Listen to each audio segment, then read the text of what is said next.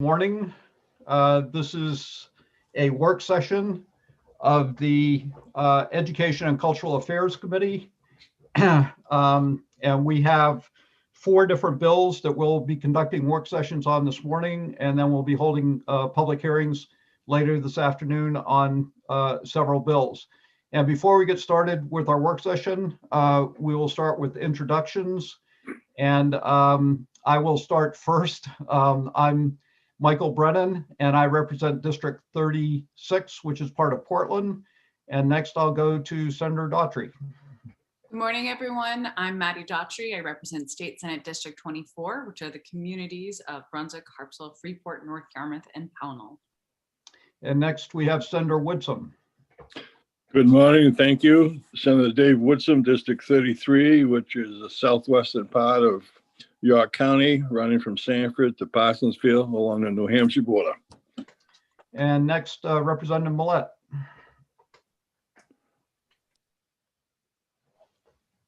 Good morning. I'm Representative Rebecca Millette. I represent House District 30, which is most of Cape Elizabeth. And just for folks, I don't see any buttons saying that we're being broadcast. Hi, Representative Millette. Do you see in the upper left-hand corner, there's a red, it says live on? Okay, I'll double check, but it did come up on the YouTube page too, so I'm almost positive unless we hear otherwise. Okay. Everybody else sees it, it's just me? Okay. Just double checked on YouTube. We are live, Sam. All right. Next I had Representative McCray. Yes, good morning, everybody. I'm Dave McCray. I live in Fort Fairfield up in the county, and I represent District 148. Good day. Thank you. And Representative Stearns. Good morning. My name is Paul Stearns. I represent House District 119, which consists of 12 towns in the unorganized territories of Piscataquis County. And Representative Salisbury. Good morning. I am Sue Salisbury and I represent House District 35, which is part of Westbrook. And Representative Dodge. Good morning. My name is Jan Dodge. I represent House District 97, Belfast, Northport, and Waldo. And Representative Crockett. Good morning, everyone. Ed Crockett, District 43, which is part of Portland and part of Falmouth. And Representative Sampson. Thank you, Mr. Chair. I'm Representative Heidi Sampson. I am live at the beautiful state capitol, and I represent House District 21. That's Alfred, Limerick, Shapley, Newfield, and Parsonsfield. And Representative Roach. Good morning, everyone. I'm Tim Roach, representing District 7, Wells. And Representative Lyman. Good morning. I'm Representative Sheila Lyman here at the Capitol. I represent District 74, which is Jay, Livermore Falls, and part of Livermore. Thank you. Great. Well, thank you. And we're also assisted today by our analyst, Hillary Risler, and by our committee clerk, Sam Baker. And because this is a work session, members of the public are only invited to speak at the invitation or of the chairs or the request of a committee member. And this is, we think, broadcast live over YouTube. And so all comments should be made in the recognition that it is a public forum and that there is a public recording of the proceedings. So at this point, we will start with LD 643. And I'd ask our analyst, Ms. Risler, if she would do a summary of the bill. Absolutely. I am going to share my screen.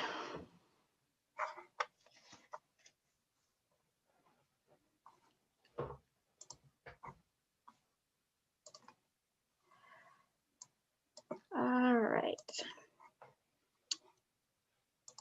Make it a little bigger too. So this is LD 643, which is an act to direct the Department of Education to establish a working group to determine best practices and accountability standards for school boards to manage the performance of superintendents.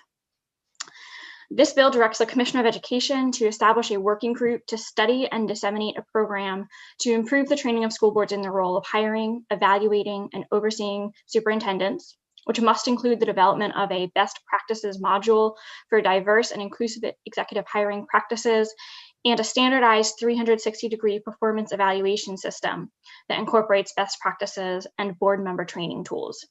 The Commissioner of Education is also required to administer the program and make it available to all school boards. During the public hearing, proponents of the bill testified that members of school boards have widely varying levels of expertise and experience in the key disciplines of management, goal setting, oversight, and evaluation, and that members can be challenged in balancing their roles of collegial and supportive of superintendents, while also providing oversight and evaluations of superintendents. There's also testimony that Maine School Management provides a lot of support, but they also have challenges in their support of both school boards through Maine School Boards Association and superintendents through Maine School Superintendents Association, which all fall under the umbrella of the Maine School Management Association.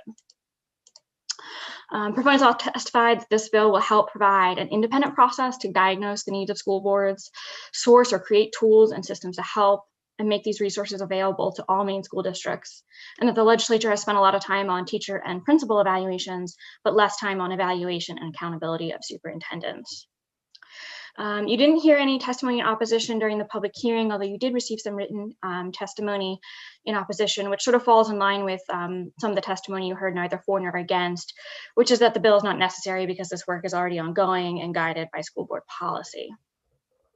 You did hear some issues for consideration and suggestions during the public hearing.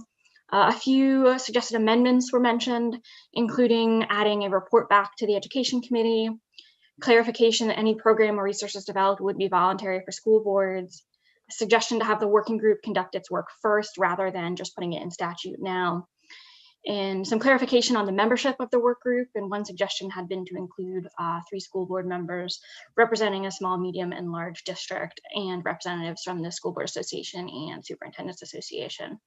The bill currently does have the department establish a working group, but it does not delineate the membership of that working group. Department of Education also included a friendly amendment in their testimony. And then this last one, bullet point, comes actually from me. It's a drafting suggestion. One of the terms that the bill currently uses is 360-degree performance evaluation system. Something you've probably heard me talk about before is that when we're drafting in law, we try to use words that are sort of known to the general public or generic terms. 360-degree performance evaluation system probably means something to those who are familiar with management practices, but they're not necessarily going to be something that's familiar with for anyone in the general public. So I did actually have a brief conversation with the sponsor of the bill, who also sent you a proposed amendment, which I'll touch on in a moment, about what a 360-degree performance evaluation system actually is or means.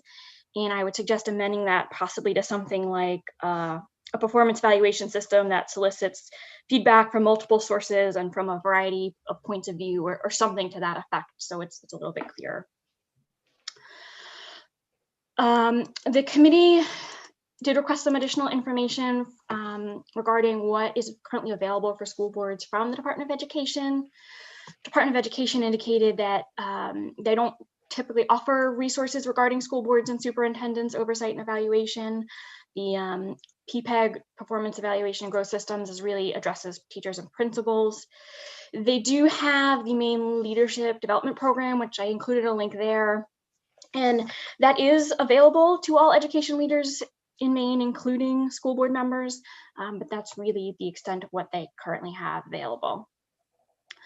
And we do not have a preliminary fiscal impact statement at this time. I believe the sponsor of the bill, Representative Gear, is here, and yes, I do see her.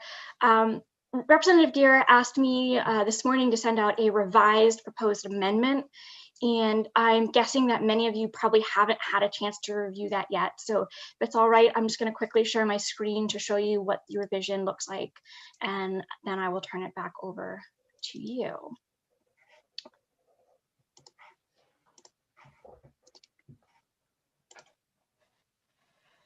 So here is the proposed amendment, and the revised version indicates that this amendment would become a resolve, so it would not include any statutory changes.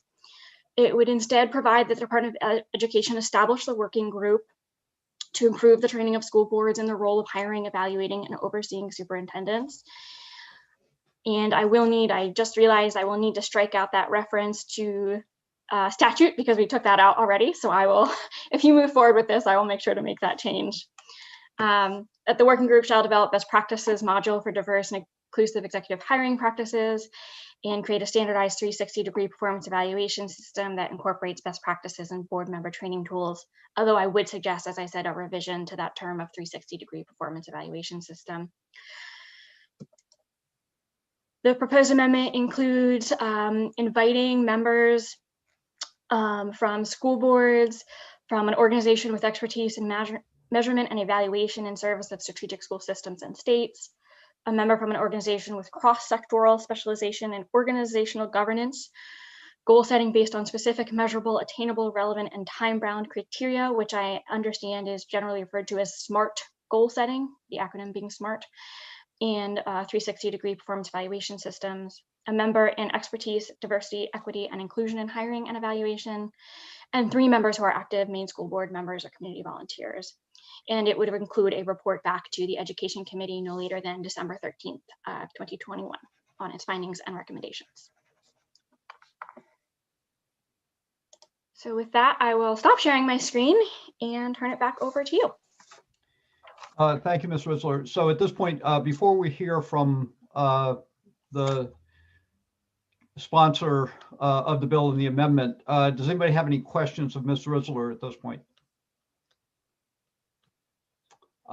If I could ask one quickly, December 13th, 2021 is kind of an odd date for a report back. Does that coincide with anything? That was the date I received from the sponsor, so I would have to defer that question to her. Okay, thank you. All right, seeing no questions from Ms. Risler, at this point, we would ask Representative Gear if I see that you are available. Thank you for being with us today. And if you'd like to explain the date. Thank you, Mr. Chair. As well as the amendment, that would be much appreciated. So you have the floor. Great. Thank you, Mr. Chair. Yeah, and I do really want to just say a thank you to Ms. Risler for accommodating me. This is my first bill, so I'm kind of learning process and timing on things. So much appreciated for all her help. And then in terms of the date, so the thing I am trying to make certain happens is that the Department of Education is able to come back with recommendations in a way that would give us time if there are any changes that could be made in the next year's legislative session. So again, this is where this may or may not be a relevant thing, and I would be happy to adjust that time frame if something else makes more sense. Okay, thank you. So Representative, do you want to speak to the substance of the amendment? Sure. And again, thank you, Mr. Chair. I think that the feedback after the public hearing was that rather than moving first to making changes in statute, it was important for the DOE to call together a working group with the relevant expertise in order to be able to make the recommendations for a system that would be functional and powerful for school boards around the state. So that led to the change of the bill to a resolve that would create that working group, and then to really specify some of the invitees to that working group being folks that have expertise in this whole overarching issue of governance and evaluation as it applies to senior executives, certainly in the education field, as well as bringing in some learnings from other fields. And also, very importantly, to bring in expertise from someone who's got strong core expertise in diversity, equity, and inclusion in hiring, which I think is very, very important to have embedded in the considerations of the working group. And so that led to the resolve. Okay, thank you. Questions, Senator Daughtry. Thank you, Mr. Chair, and thank you, Representative Gear. I'm just wondering, with your concern with the date, I do believe if we pass this bill and we give it a report back authority to the committee, we won't need to have that concern about cloture because the committee will have the ability, will be authorized to introduce a bill if they so choose. As long as we have that in the language, we won't need to worry about that date. Right. Great, thank you. Of course. Thank you, Senator. That was helpful. And Representative Millette. Thank you, Mr. Chair. Yeah, I appreciate the amendment that's being proposed. I'm much more comfortable with starting with the resolves than rather going right in and changing statute. And I did notice that issue of the date and the fact that at the moment, there is no language authorizing the committee to report out a bill. So I would seek to add that into the amendment. And just want to say that, as somebody who served on the school board and had a number of hiring and human resource issues, and felt very unqualified, and it was incredibly stressful as a school board member. I appreciate the direction the sponsor is trying to help us go within the education community. And I think with the changes that were made and we've discussed, I'm happy to support it as amended.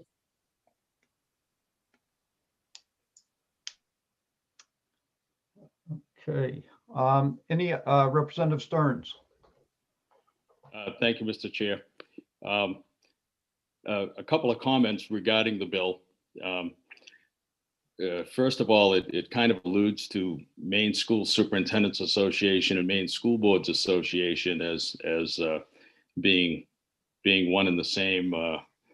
And I can assure you, as a former superintendent of schools, that when it comes time for any legal matters, there is a very large divide between the Maine School Superintendents Association and the Maine School Board Association. And this committee has heard that on testimony on many bills where the School Board Association might go one way and the Superintendents Association another way. One of the concerns that I still have, I like the amendment, as does Senator Millett. I like the amendment language much better. It is a concern and an ongoing problem across the state. You often hear, oh, the superintendent runs the school board, all those kinds of things. I do think that this study group will expose all of the current materials that are in place and bring more light to that matter. And anything that you can do to make this a better understood process is good for the school system and for the superintendent. When the role of evaluation is very clear or more clear, that's a good thing. I'm a little concerned about the prescriptive language, even in the amendment with the 360-degree piece. As a matter of fact, it seems ironic to me that it would be, quote, a diverse group that will settle on a single measure. And I would say that it would be good for the group to come up with very firm guidelines, and yet it is up to the local school system to adopt and create their own, tweak that, if you will, rather than have perhaps a uniform evaluation system that might not fit a certain school size. With that said, I can support the amendment moving forward. I think it's going to result in some positive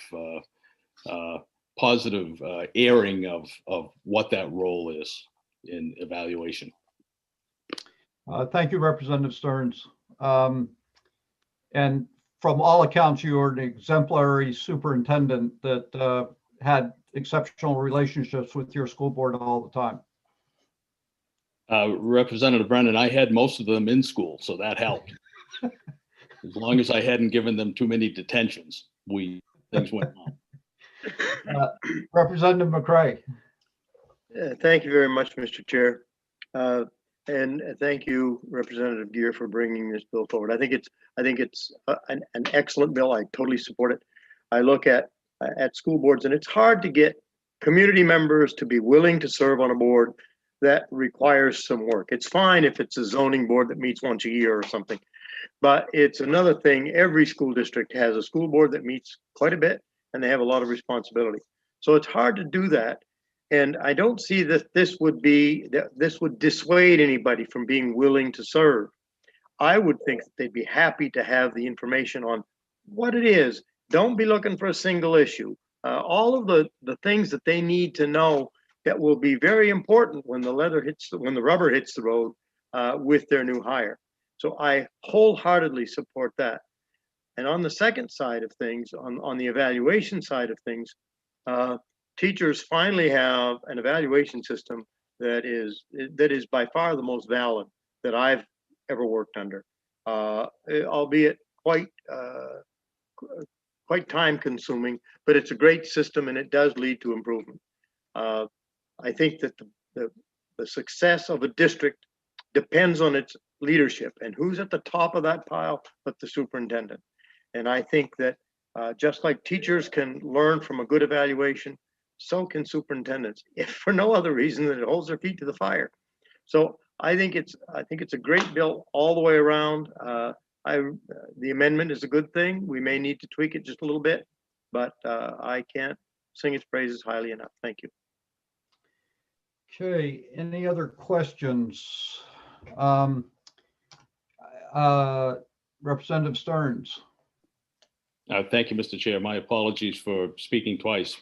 But the good representative from Fort Fairfield brought up a really good point, and that is if this work group leads to the notion that school boards, really their primary function is to evaluate and guide the superintendent of schools and stay out of the administrative realm.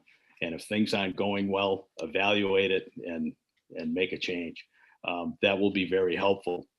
And lastly, I really hope that this does not lead to the Department of Education overseeing the evaluation segment of superintendents of schools. I believe that's a local function, and it's a healthy separation to have that away from DOE and perhaps political ramifications.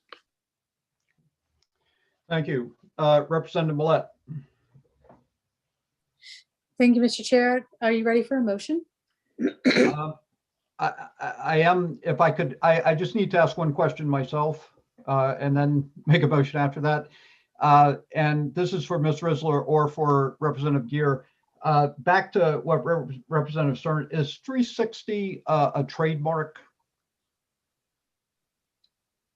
Is that a question for me, Mr. Chair? Well, or whomever can answer it. I'm familiar with the 360 process, and I know it's a bit, and I just didn't know if it was trademark, and if it was trademark, we might not want to include it.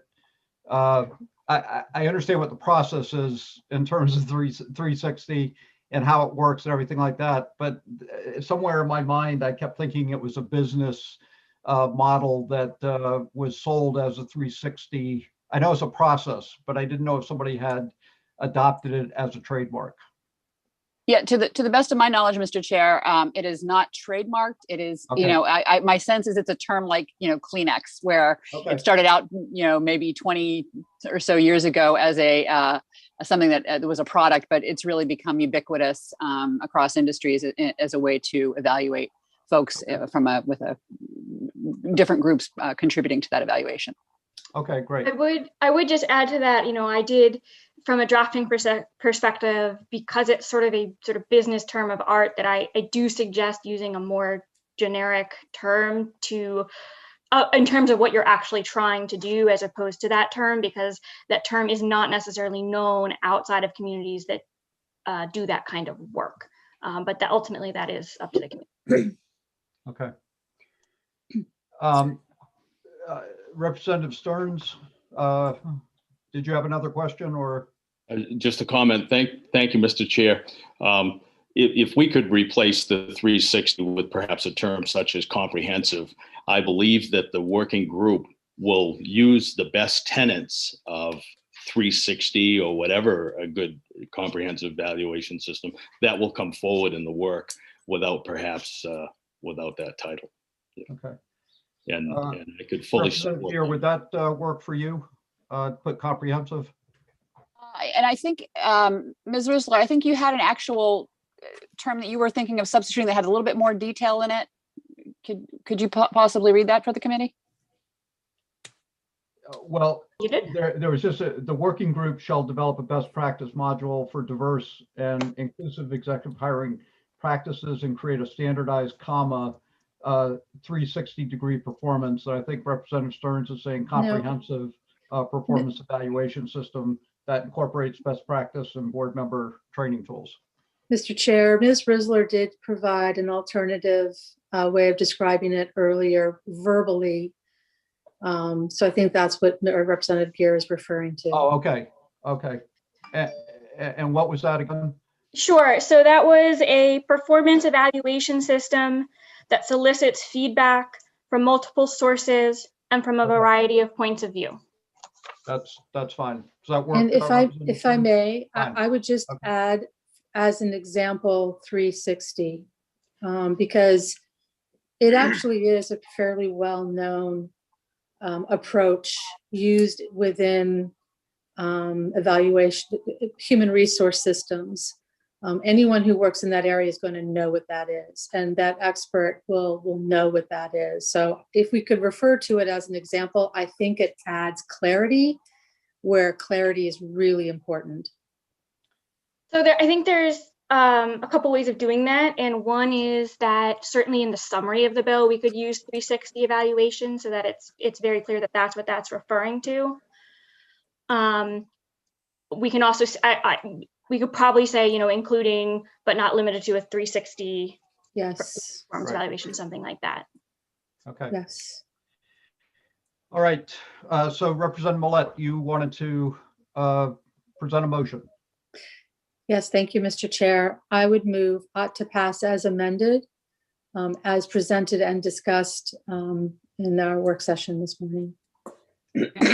And I'm assuming that the amendment is the one offered by Representative Gear, and that you're also including the language to allow the committee to vote out a bill. Yes, Right. the most recent amendment that removes statutory rough changes, that includes a authorization to report out a bill. I would also change the date to to normal January date. Right. And then with the language that Ms. Risler just outlined for us. Terrific. And there's a second to that motion. Representative McCray. I'd be happy to do that. Thank you. Okay. Thank you. So is there further discussion on the motion? It's been moved and seconded. Is everybody clear on the motion? Okay, seeing no other questions. Sam, I'm not sure that you need to call the roll. Why don't we try hands first? All those in favor of the motion? So I see 1, 2, 3, 4, 5, 6, 7, 8, 9, 10 people in support of the bill. Anybody opposed? Representative Sampson. Okay, so Sam, did you get that? It's 10-1. Hey, Representative, I'm sorry to be, it's just I need to know who votes how on motions like all right. this. Well, So then- I'm sorry.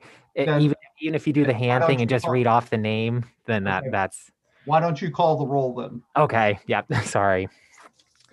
Senator Daughtry. Yay. Senator Daughtry votes yay. Senator Woodsum. Yes. Senator Woodsum votes yes. Representative Brennan. Yes. Representative Brennan votes yes. Representative Millette. Yes. Representative Millette votes yes. Representative McCray. Yes. Representative McCray votes yes. Representative Dodge. Yay. Representative Dodge votes yay. Representative Crockett. Yay. Representative Crockett votes yay. Representative Salisbury. Yes. Representative Salisbury votes yes. Representative Stearns. Yes. Representative Stearns votes yes. Representative Sampson. No.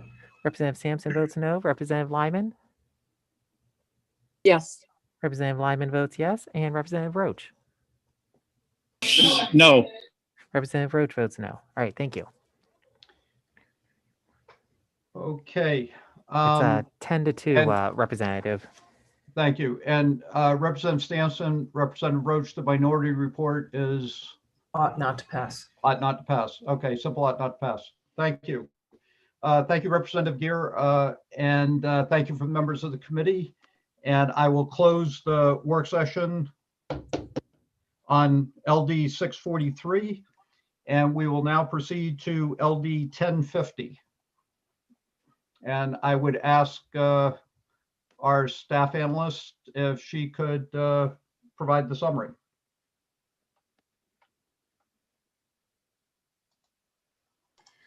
Absolutely. And this should be pretty quick. All right, so this is LD 1050, which is an act regarding the duties of school boards pursuant to the laws governing attendance at elementary and secondary schools. And this bill specifies that school boards must adopt policies to carry out the laws governing attendance at elementary and secondary schools. Current law provides that school boards must adopt rules to carry out these laws. So it's changing the term rules, the term policies. Proponents of the bill testified that it is the intent of this section of law to create policies, not rules, and that this bill will fix that terminology. And that is the role of the school board to adopt policies, not rules. You did receive some written testimony from the Maine Principals Association indicating opposition. You did not hear any testimony for or against. So I did include a link here to the section of law that provides that one of the duties of school boards is to adopt policies. I do have one suggestion for the committee. So based on the public hearing testimony, it sounded to me like the intent of the bill really is to fix and correct a terminology, not to actually require school boards to go back and do something new or do something different. And if that is accurate and that is the intent, I would suggest including some unallocated, so non-statutory language, that any rules that have been adopted prior to the effective date of this act are deemed to be policies under this section. And this will just make it absolutely clear that school boards do not need to go back, they do not need to adopt new policies, but that the rules that they have that are currently in place are deemed to be policies and deemed to be consistent with this section of law. And that just makes it absolutely clear and there's no confusion. And it's not like they have to go back and put a new name on what's currently titled rules. I did get some confirmation from the Department of Education. Chelsea Fortin Trimble contacted me to confirm that the department is in agreement with the Maine School Management Association. The bill intends to make just this technical necessary correction. The committee also asked for some clarification from the Maine Principals Association on their opposition to the bill. I believe Dr. Couturier is here today for the work session. I spoke to her briefly following the public hearing, and she was not able to listen in or attend the public hearing. And once I sort of explained what I had heard from the public hearing, as well as my suggested amendment regarding that any rules adopted prior are deemed to be policies, I think that cleared up the confusion. But I know she was going to go back and listen to the public hearing just to make sure that there was no opposition to the bill at this time. So you may want to hear from her directly. Regarding any fiscal impact, not yet determined. However, I think, again, if we make this clarification that it's just a terminology change and not a substantive change in law, that there should not be any fiscal impact to the state or to local schools. Great. Thank you. Are there any questions for Ms. Risler? Okay. And Ms. Risler, thank you for your suggested direction. That's very helpful. Do people from the committee, do we feel that we need to hear from Dr. Couturier, or are we okay?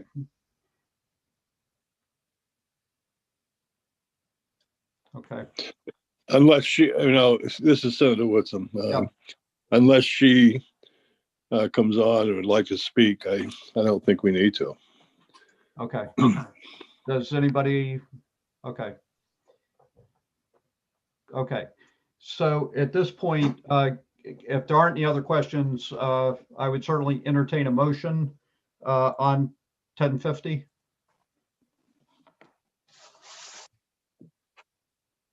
Don't be bashful. Representative Millette. Thank you, Mr. Chair. Before I make a motion, I just have a point of clarification with Ms. Risler.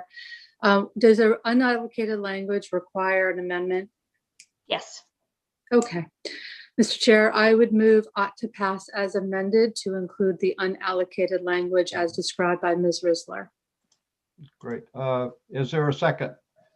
Senator Woodson, is your hand up as a second or? Yes, I second. Second. So it's been moved by Representative Millette ought to pass on 1050 using the language suggested by Ms. Risler, seconded by Senator Woodson.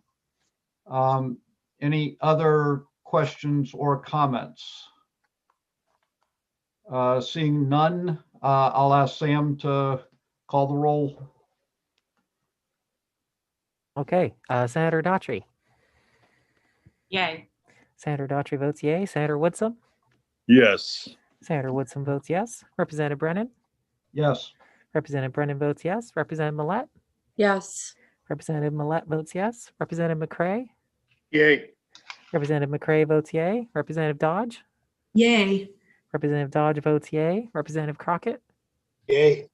Representative Crockett votes yay. Representative Salisbury. Yes.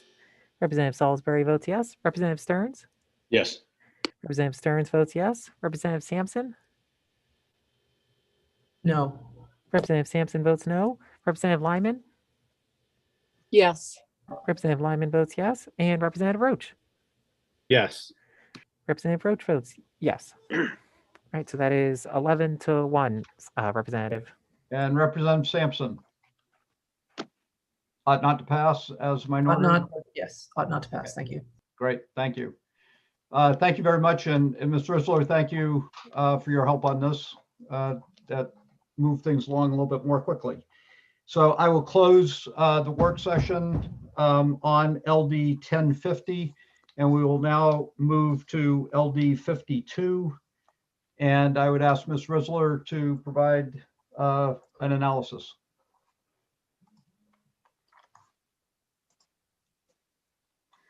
All right.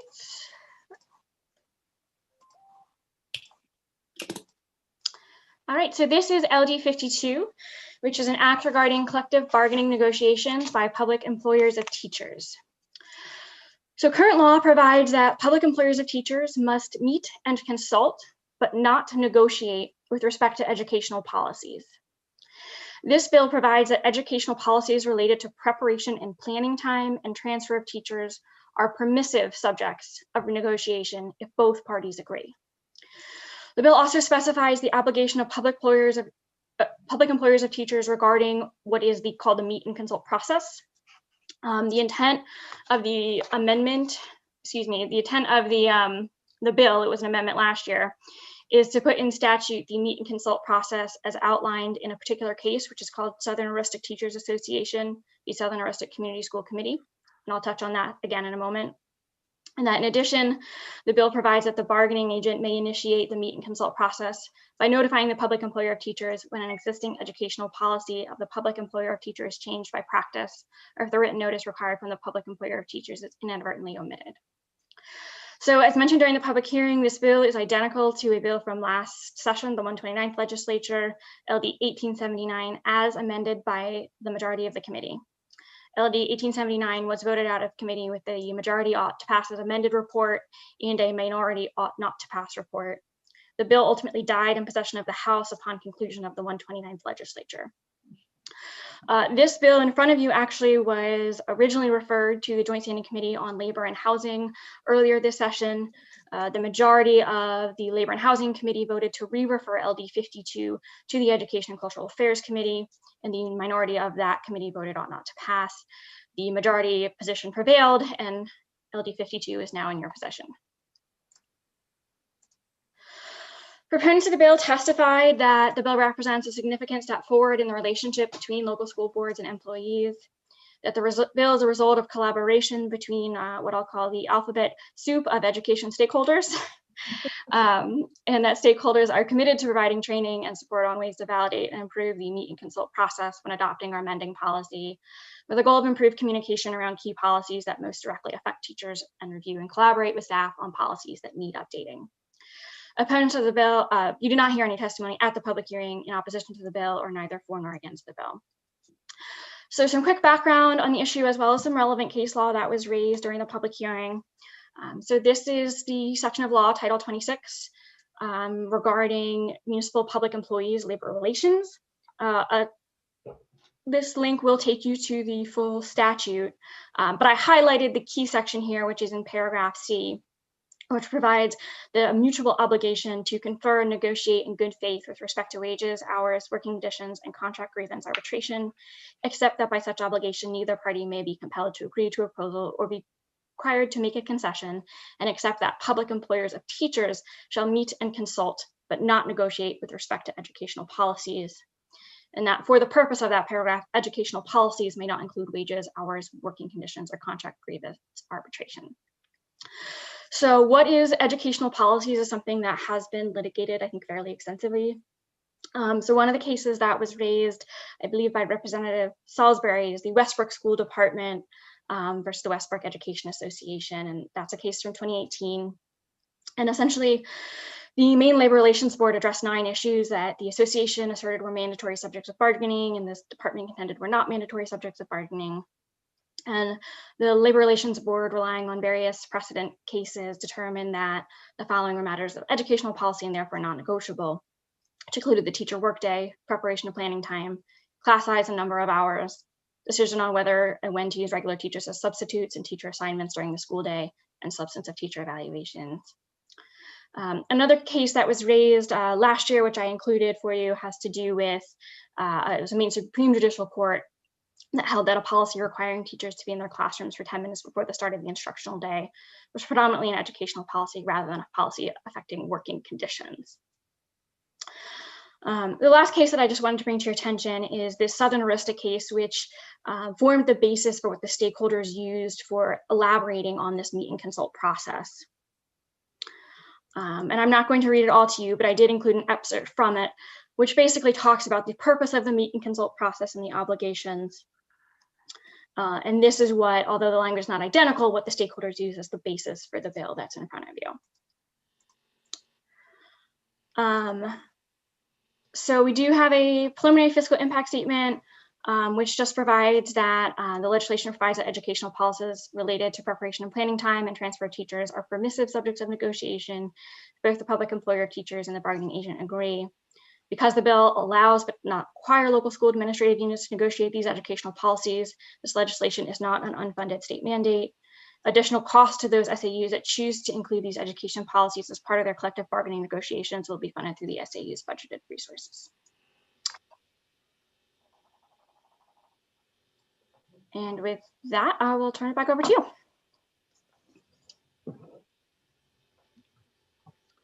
So at this point, does anybody have any questions for Ms. Risler?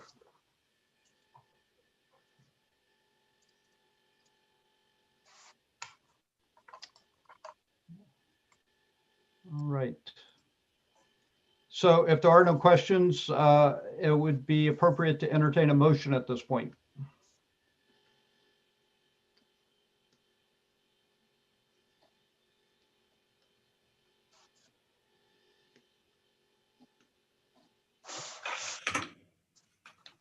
Representative Dodge and then Representative McCray. Thank you, Mr. Chair. I would make a motion to pass LD 52, please. And I would second that.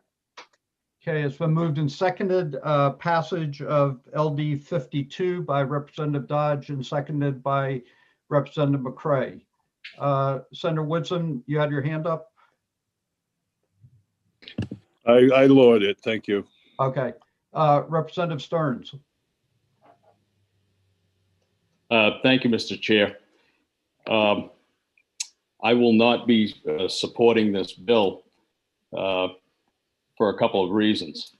And before I state those, I was not privy to all of the negotiating that took place, and it looks like many of the larger stakeholders seem to come to some kind of consensus around this.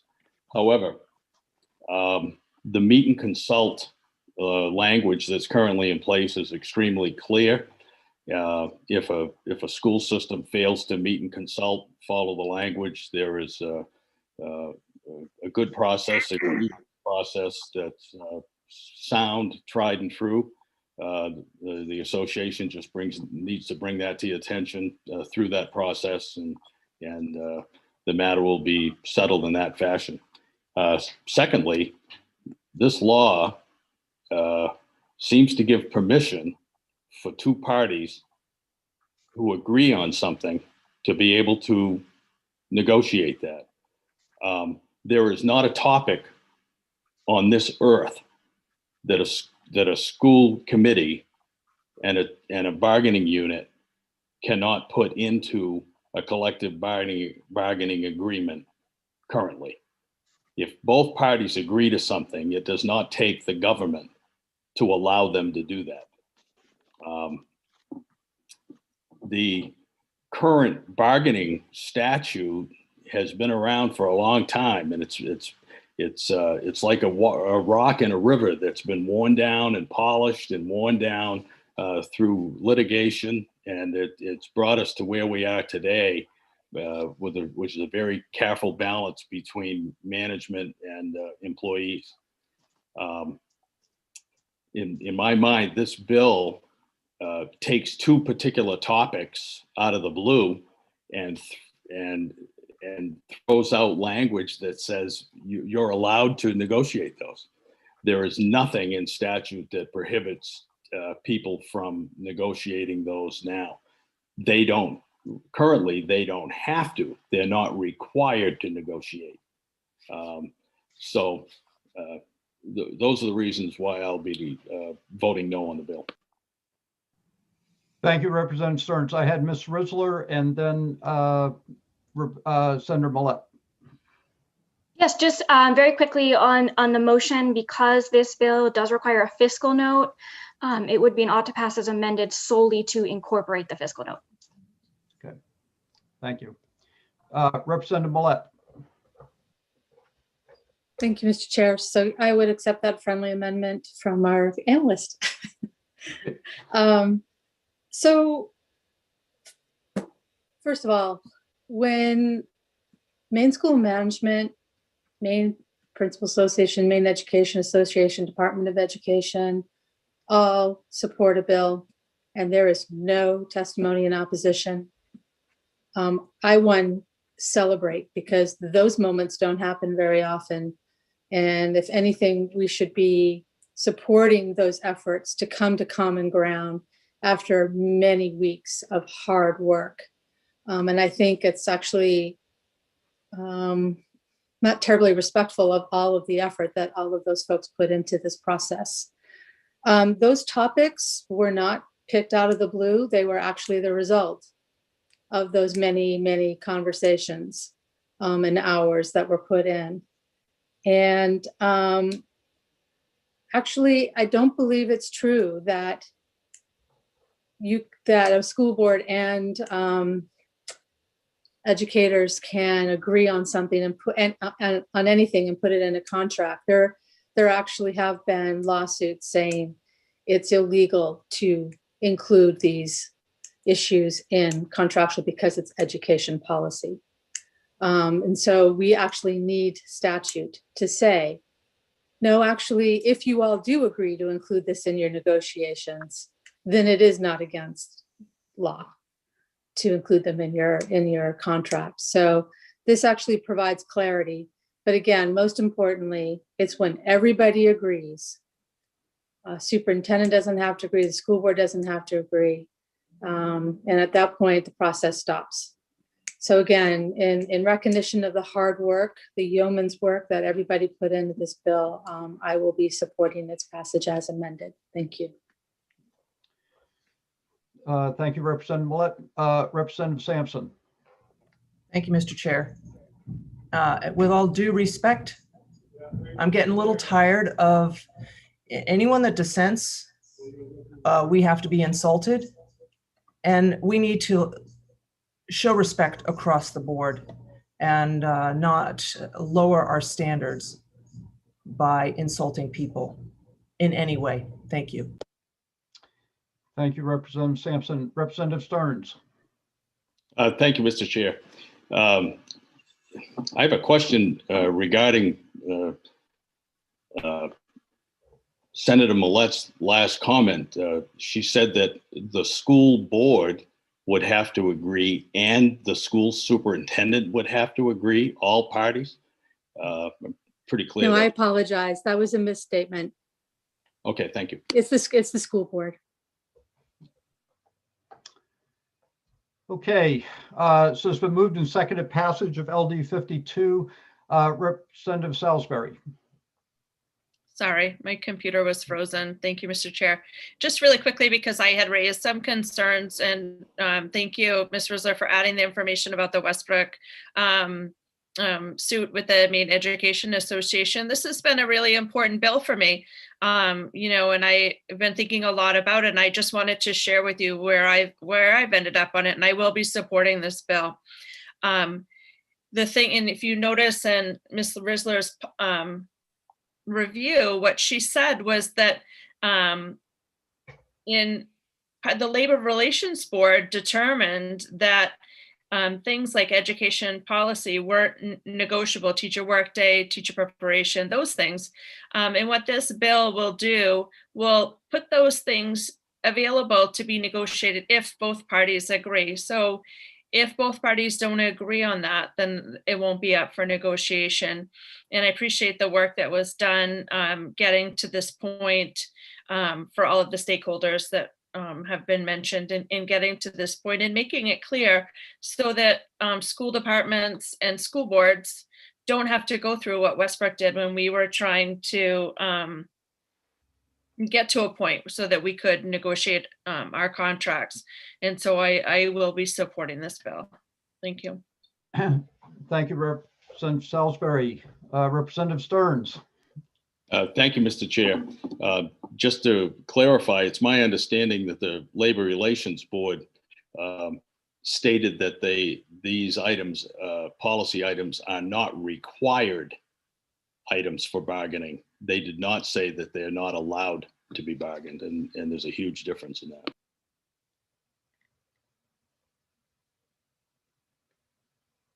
Yes.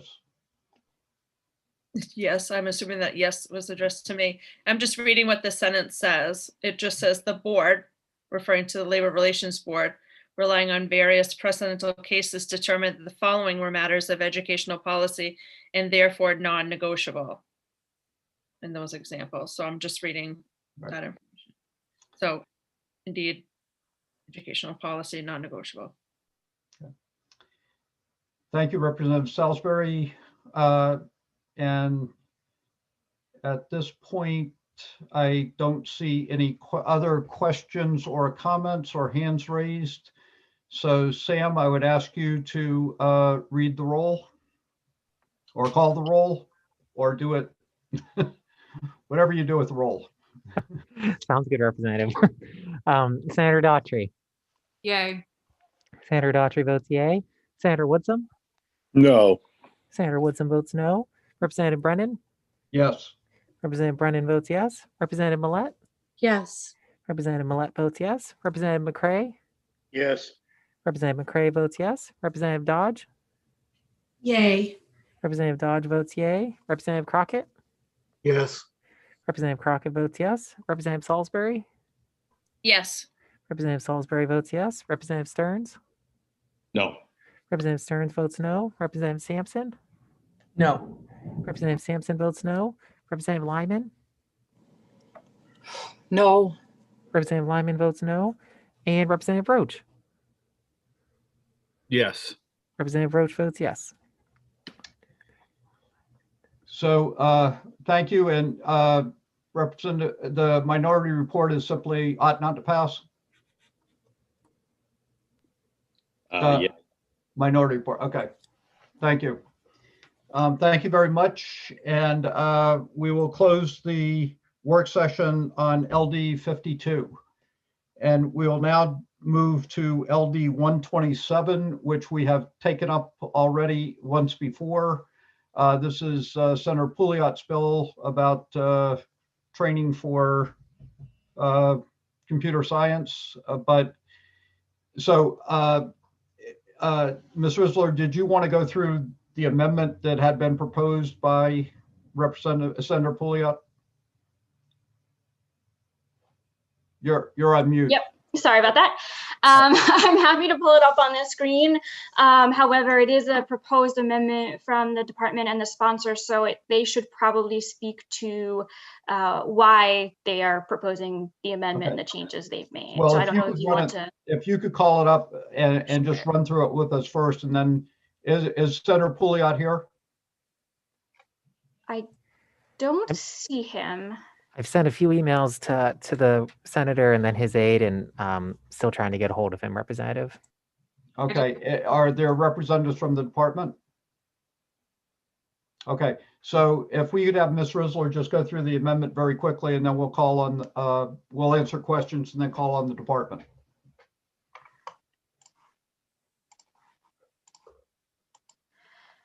Okay, so here is the amendment. And I will say one thing I didn't have time to do prior to today is to go through and just clean it up a little bit from a statutory perspective. From a drafting perspective, we do not, for example, use asterisks in the laws we drafted, so there will need to be some cleaning up. But other than that, the amendments to the original bill are included here in the red and underlined.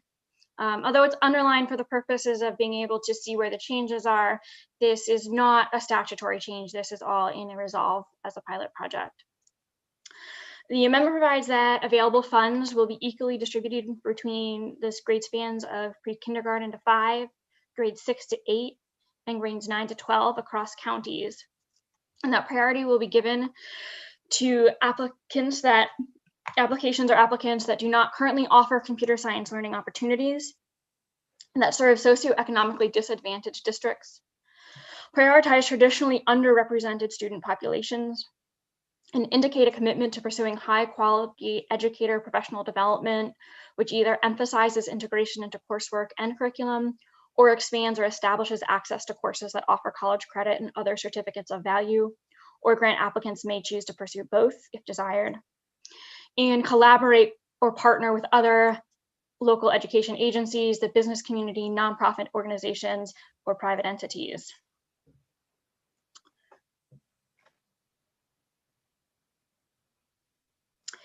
It clarifies that for the use of funds, a local education agency that receives a grant award during the pilot program must use the funds only for high quality teacher developed and/or led professional development for pre-kindergarten to grade 12 computer science pedagogy and content. And for the annual report, it provides that the local education agency that receives a grant under the pilot program shall engage in evaluation activities, including interviews or simple surveys to understand process and impact, participate in a community of practice, and report annually for the duration of the grant by creating and sharing an artifact that showcases learning and a narrative reflection submitted to the Department of Education and to be compiled into an open and available repository for educators across the state. So those are the clarifications from the amendment proposed by the department. The department also included, and I do want to share with you as well, because the committee had asked for it, sort of a narrative of what the process would look like for these grant applications. And so the department also provided that for you, and I will quickly just share my screen again. But so this is how they would go through basically what I just read to you in terms of the proposed amendment and how they would evaluate it and give priority and what the steps would be if they submit a letter of interest in the grant program. Okay, thank you. Before we get to Senator Pouliot, are there any questions for Ms. Risler from members of the committee on the amendment? Okay, we'll now go to Senator Pouliot. Senator, thank you for being with us today. I hope your open house went well. I wish it was an open house, but that's not what I had. Oh, okay. Yeah. We can't do open houses yet, COVID. Office opening or something. Sure. So I appreciate the opportunity to further consider this bill. I assume you can all hear me okay? So after our last work session where the bill was tabled, we reconvened a group of stakeholders. Forgive me if Hillary mentioned any of this. I just hopped on like 2 minutes ago. But there was some good work that was done, and the department kind of, we went back to the drawing board to try to further solidify some of the wording in this proposal, and also, get at some of the concerns that I think were voiced by the committee about just wanting to make sure, particular areas were covered. And so when you look at the application section now of this proposed amendment, there's much more robust, language, I think, about, the areas that would be covered, socioeconomically disadvantaged districts, districts that don't currently offer, computer science learning opportunities, and then also prioritizing collaboration through this process as well. So that's been codified into the proposed language here. And then also you have some language about the grant application. So I guess Hillary's just ran through all of that with you. And I'm happy to answer any questions that you have. Great. Well, thank you. And are there any questions for Senator Pouliot?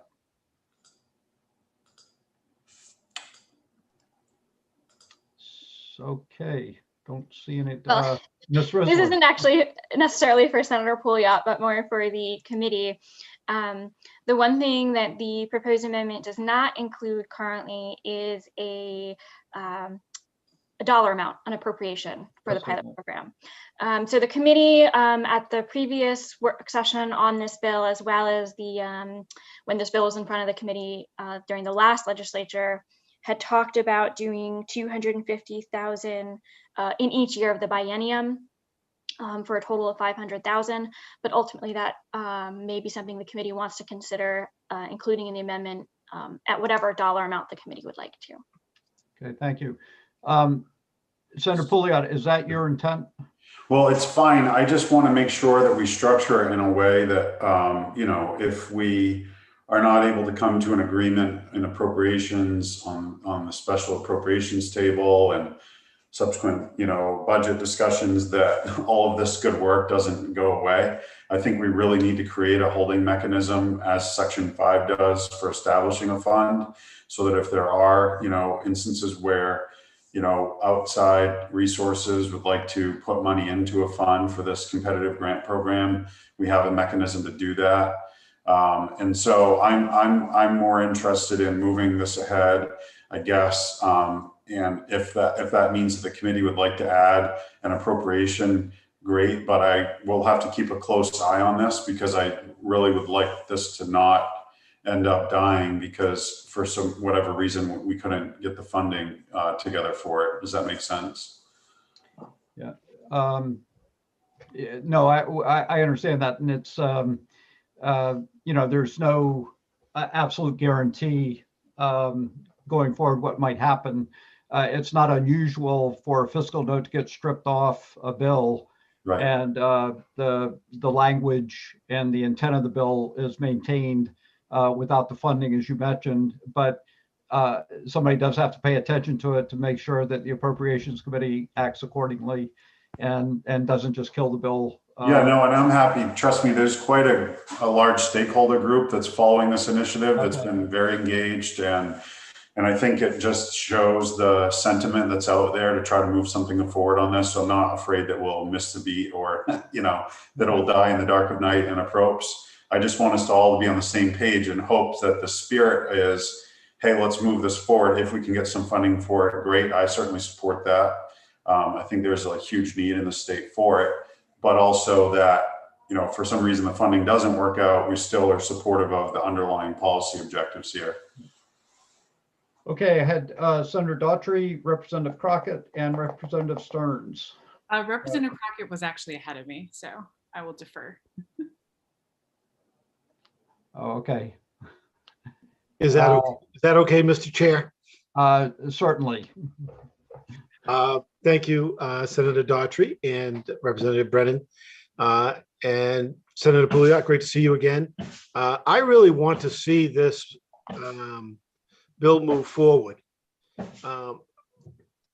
But I also think it's critical that we have more clarity around exactly how, and I'm trying to remember from, I think it was from the public hearing, I think we talked about getting a match of the 250,000 that would come from the state, from private thing, or at least, the state piece would kick in once we hit a certain barometer. I think that is critical if we're going to have clarity there, if we're going to pass this with a fiscal spelled out. I would note that we do have Beth Lambert and Emma Marie Banks from the Department of Education, if anyone does want to hear from them. Okay. Before we get to the department, maybe we should just have the Senator and Representative Stern's questions, and then the department might be able to answer those questions. So, Senator. Thank you, Mr. Chair. I just saw Representative Crockett's hand shoot up way before mine, so I felt guilty jumping in front.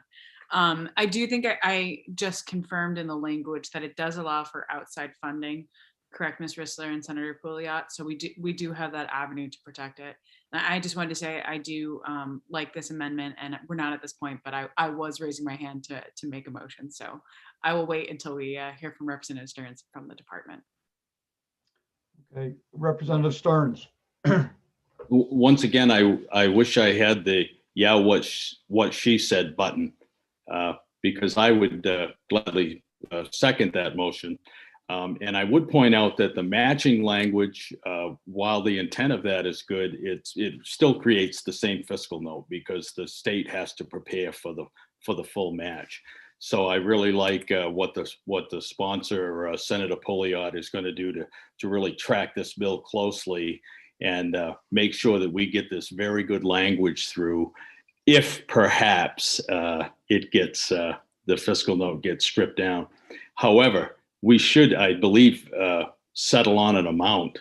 And I guess I would defer to the sponsor. Do we want to look at last year's amount of 250,000 to put on the bill? I think we should probably take care of that business before passing this today.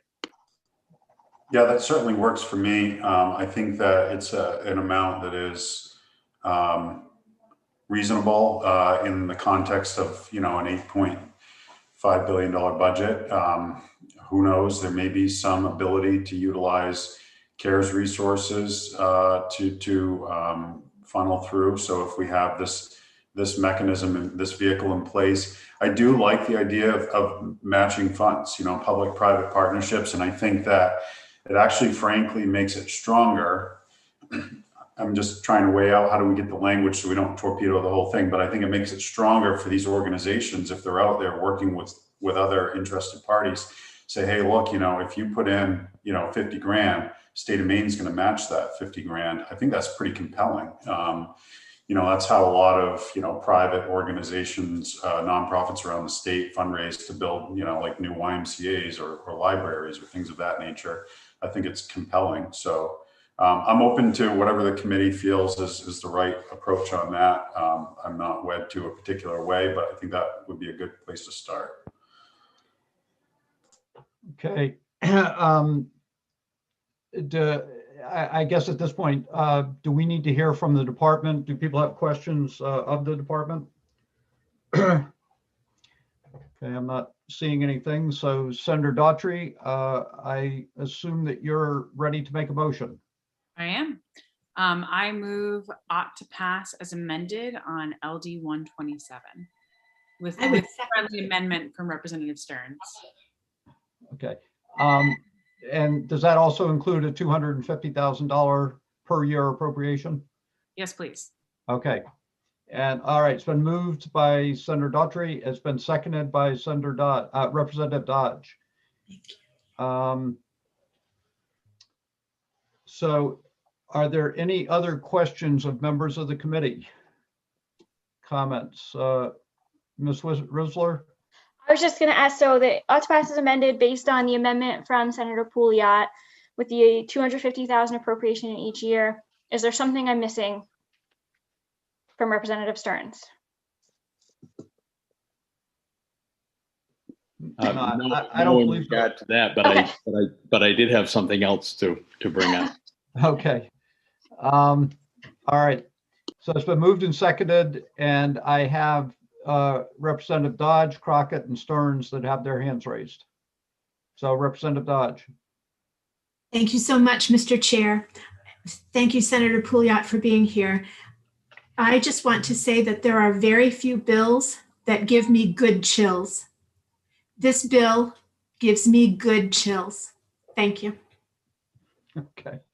That was kind of like a little, that was like a poem, like a little bit that Representative Cornfield would have done. I missed those. Representative Crockett. Yeah, thank you, Mr. Chair. And this is probably for Ms. Risler. Hillary, do we need to add something in the amendment language with respect to the matching goal?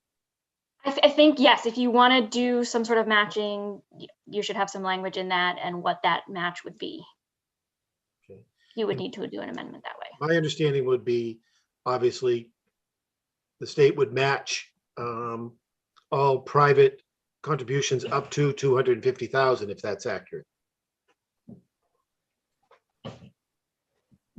I'll defer to Senator Pouliot if that's accurate or not. Yeah, I mean, I think we can certainly add in the matching language. The only thing that would stink, right, is let's say we can get this funded, right, and there is not a private entity that steps up to put some cash in. Then we then get a little bit hamstrung on actually being able to deploy those resources to the communities to start with PD. So it's kind of like a chicken and an egg thing, you know, is it going to help us get more funding? I mean, I think if it's out there, we could put some language in that says like the department would match, you know, but then what if the resources don't get put in by the state, but there's a private organization that wants to put money in? So that's why I think we set the language up the way we did in section 5, because it just allows for the fund to be established and then those resources can come either way. I'd have to give some more thought to suss out like how we could do this without like trying to create an incentive, but also not hamstringing ourselves as well if the resources are there. I had Representative Stearns. Senator Pouliot just absolutely addressed what I was going to do. And out of respect to Representative Dodge, I was going to put this whole thing into a haiku, but I'll not do that. All right. So I sure do miss hanging with you guys. The tax committee is very stoic, you know, nice folks, but not as fun as this group.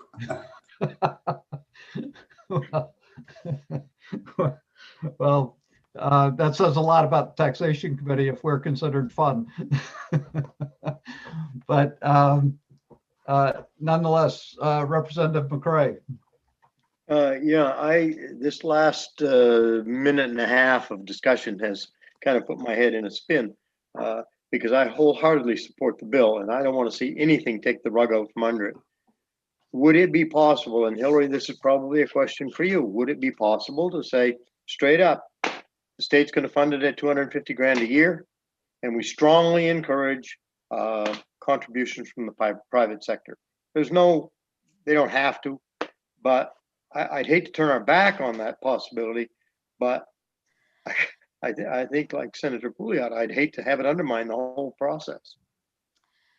So I would say, so section 5 of the bill currently specifically says establishes the fund and establish it for the purpose of receiving funds from the state, federal, and other sources, including donations from private citizens, corporations, and entities for the purposes of this resolve. As the department shall distribute any available funds in the fund to support the purposes described. So that's what's currently there.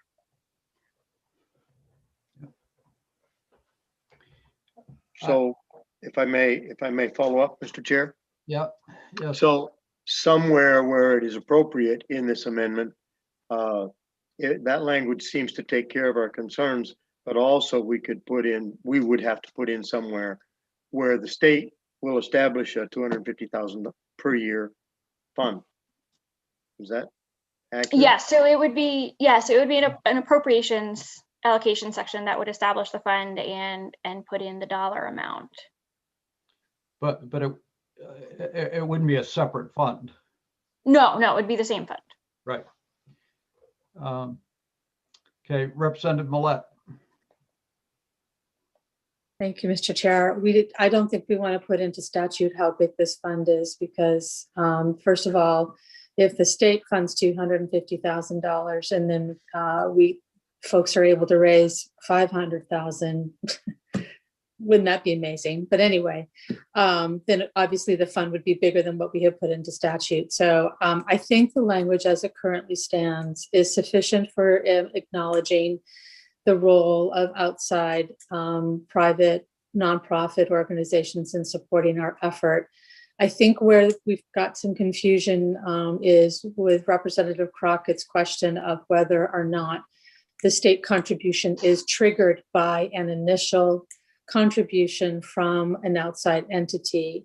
From what I'm hearing from folks, there seems to be a desire to not have that be the case, because if there is no outside entity that makes an investment, then nothing from the state will flow. So I'm comfortable with that as it is. I'm hopeful. I think that, as Senator Pouliot stated earlier, there are a lot of very motivated, enthusiastic groups that want to see this successful across the state of Maine, want to see this pilot project really successful so that the department and the legislature excuse me, considers moving it past a pilot project and finds a way to make this more integrated within our public education system. So I think from my perspective, the motion as it stands right now is sufficient for getting us where we want to go.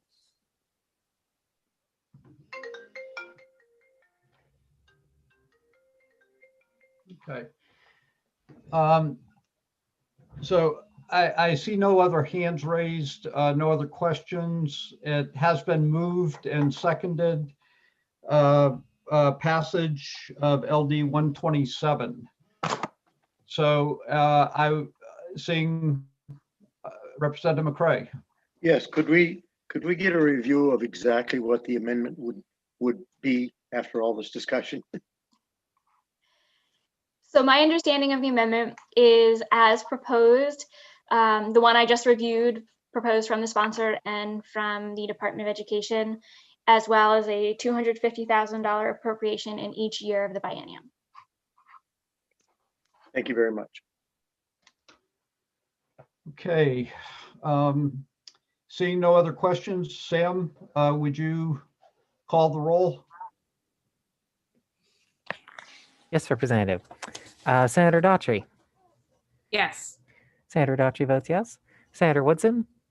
Yes. Senator Woodson votes yes. Representative Brennan. Yes. Representative Brennan votes yes. Representative Millette. Yes. Representative Millette votes yes. Representative McCray. Yes. Representative McCray votes yes. Representative Dodge. Enthusiastic yay with chills. Thank you. Representative Dodge votes yay. Representative Crockett. Not sure I can follow that, but yay. Representative Crockett votes yay. Representative Salisbury. Yes. Representative Salisbury votes yes. Representative Stearns. Yes. Representative Stearns votes yes. Representative Sampson. A warm yes to combat the chills. Representative Sampson votes yes. Representative Lyman. Yes. Representative Lyman votes yes. And Representative Roach. Yes. Representative Roach votes yes. All right, Representative, it is unanimous of those present and voting in favor of the motion. Okay, thank you very much. And I want to thank Senator Pouliot for continuing to work and come up with amendments. And I want to thank the department for working with Senator Pouliot to get us where we got on this bill. Yeah, Mr. Chair. So thank you. And thanks to everybody. Thank you all very much. Thanks, Senator. So it is now 11:30, and there by no means we have to continue to meet until noontime. We can stop a little early, but our intention is to come back at 1 o'clock and start public hearings. And as I mentioned, we're 6:04. We'll put at the bottom of the list, and we'll start at the list as it was initially advertised, or not initially advertised, but with the next bill, the next three, and hopefully we can move through those fairly quickly. So Sam, do you know how many people are signed up to speak on 604 at this point? Yes, Representative. So we're up to 48. 48. Okay. And if it's okay, Representative, I just wanted to make a quick comment. Between now and this afternoon, I'm going to be really tied up. I have a lot of questions coming from people who are testifying for the first time, just a lot of interactions to do with the public. If people don't have pressing things I need to address before 1 p.m., please just, give me the bandwidth so I want this afternoon to go very smoothly, and I'm confident that we can pull this off. But I know that like Representative Brennan and Senator Daughtry, they need to reach out because they'll be chairing. But if there are other concerns, if we can just put them on the back burner, I promise I will get to you as quickly as I can after the public hearing. Okay. Thank you. Thank you for that caution. Senator Daughtry. Thank you, Mr. Chair. I just wanted to inquire again about the order this afternoon. I do have one quick bill in criminal justice. So I was wondering, we're going to leave LD 604 for the end, but I'm wondering if it would be possible to actually start with your other bill, LD 1189, so I could share that, present my bill, and come back for LD 604. Sure. I don't think we. Sure. So you'd like to start at 1 o'clock with 1189? I mean, if it's fine with the other sponsors, with yourself and with Representative Sampson. Trying to figure out how to wear all the hats. Yes. No, we can do that. Because I have to also run over to Judiciary. So that would be good. I'll present the bill very quickly, and then we'll have the public hearing, and you will chair that public hearing. Perfect. Okay. Any other questions, thoughts, comments? Well, thank you very much. And it was great to get through all this work today. And everybody, I appreciate your thoughtful comments and attention. And we'll see how, if everybody's attention can be held this afternoon as well. So have a good break.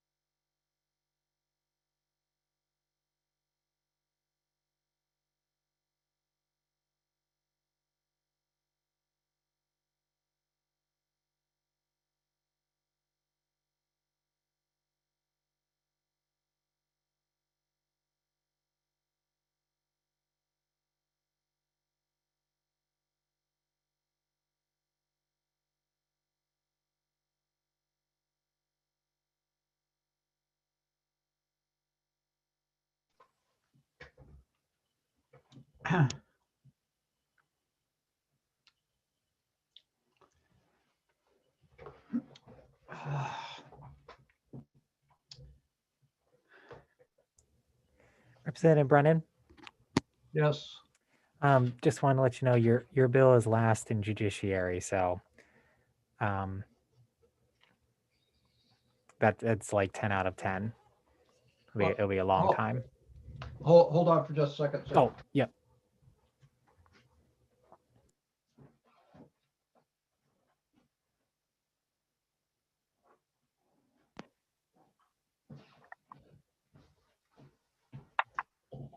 So what'd you say? Your representative, your judiciary bill is going to be the last one in that committee today. Okay. And So in labor, I got a text from Representative Sylvester that they're still working on their first bill. And if we get this started very quickly, then I can do 1189, right? yes, Representative. Yeah, I talked to Alyssa, and it doesn't sound like they'd be ready for your bill before 1:30 or so. But will we have people from the department? Will they be here for 1189 at 1 o'clock? I believe so. Okay. Did you receive the list of signups? I did, yes. Okay. Yep. There's a few on there. Yeah, well, there are a few, few on the list. Yeah. I think this was our first 3-pager.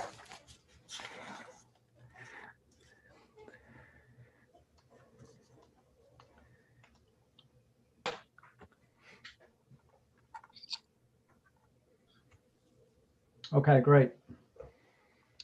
And I believe Representative that- Sturge, you ready for this afternoon? I'm excited. I hope you had a big lunch. I did, and I had a chance to feed my bees, and they were much Oh. nicer to me today. Yesterday, I got 2 stings. Oh, great. They weren't happy with my. Well, you showed me. You got one. Yeah, Yeah. they were much nicer today. Well, that's good. So, Senator, we might luck out here. Oh, Well, if they're still not ready for me in labor, so if we get started fairly quickly, I can present 1189, okay. and then and my other bill in judiciary is up last, so we hopefully could get through 1189, 49, and 69. It's kind of weird the way that came out like that. Yeah, that is kind of weird. Apologies. 1189, 49, and 69. My internet just. Okay, I can hear you now. Oh.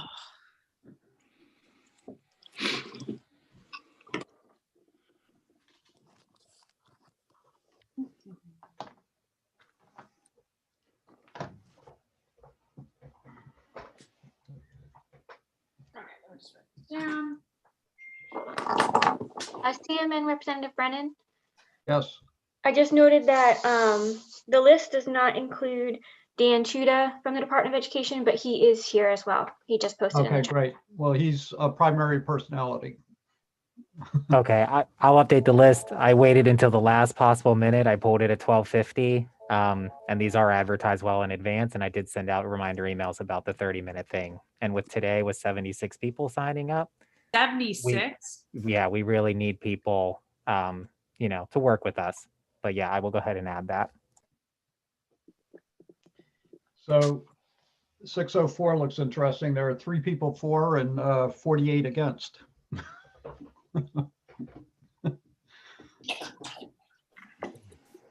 Okay, so we'll kick it off, Mike, with 1189, and then I'll pass it back to you for the other 2. How do we want to do this, or do you want me to? Yeah, well, why don't you just stay for as long as you can stay? And then when you have to leave or I have to leave, we'll either switch back and forth or go to Rebecca. Perfect. I know she has a bill too. I feel like it's the day that everybody Yeah, has. we got to find her. Okay, But let's see. you can go ahead and handle 1189 for as long as you want to, Perfect. because it's my bill and I don't say anything and all that stuff. Perfect. And No, then if I can take back over at 1149 if you have to go someplace. sounds good. Just waiting to hear from criminal justice. Sam, I do have a bill. I'm second. So I asked them to text me, and ask them not to contact you. But if they do, I'm sorry. Okay. Well, I can Thank do you, Senator. 11. I can do 1149 and 69 as long as I don't have to go to labor. Sounds like a plan. I think we're in a good All right. position. Now let's see if we have a quorum. Let's see. 1, 2, 3, 4, 5, 6, 7, 8, 9, 10. We have a quorum. So with that, welcome back to the Joint Standing Committee on Education and Cultural Affairs. We have an afternoon of public hearings. For those who are watching, before we get into introductions, I will go over the order that we're going to hear the bills in today. We'll be hearing first LD 1189, followed by LD 1149, followed by LD 1169, and followed by LD 604. We just have a lot of people coming to testify in the last one, so we want to make sure that we get the sort of bills with less folks signed up to testify out of the way first. Before we get into public hearings, we'll do introductions. I'll start. I'm State Senator Maddie Daughtry. I represent Senate District 24, and I represent the communities of Brunswick, Hartsville, North Yarmouth, Freeport, and Pownell, and it has been a year of a morning. And with that, Representative Brennan. Thank you. I'm Michael Brennan. I represent District 36, which is part of Portland. Senator Woodson. Dave Woodson, District 33, York County. Representative Crockett. Good afternoon, everyone.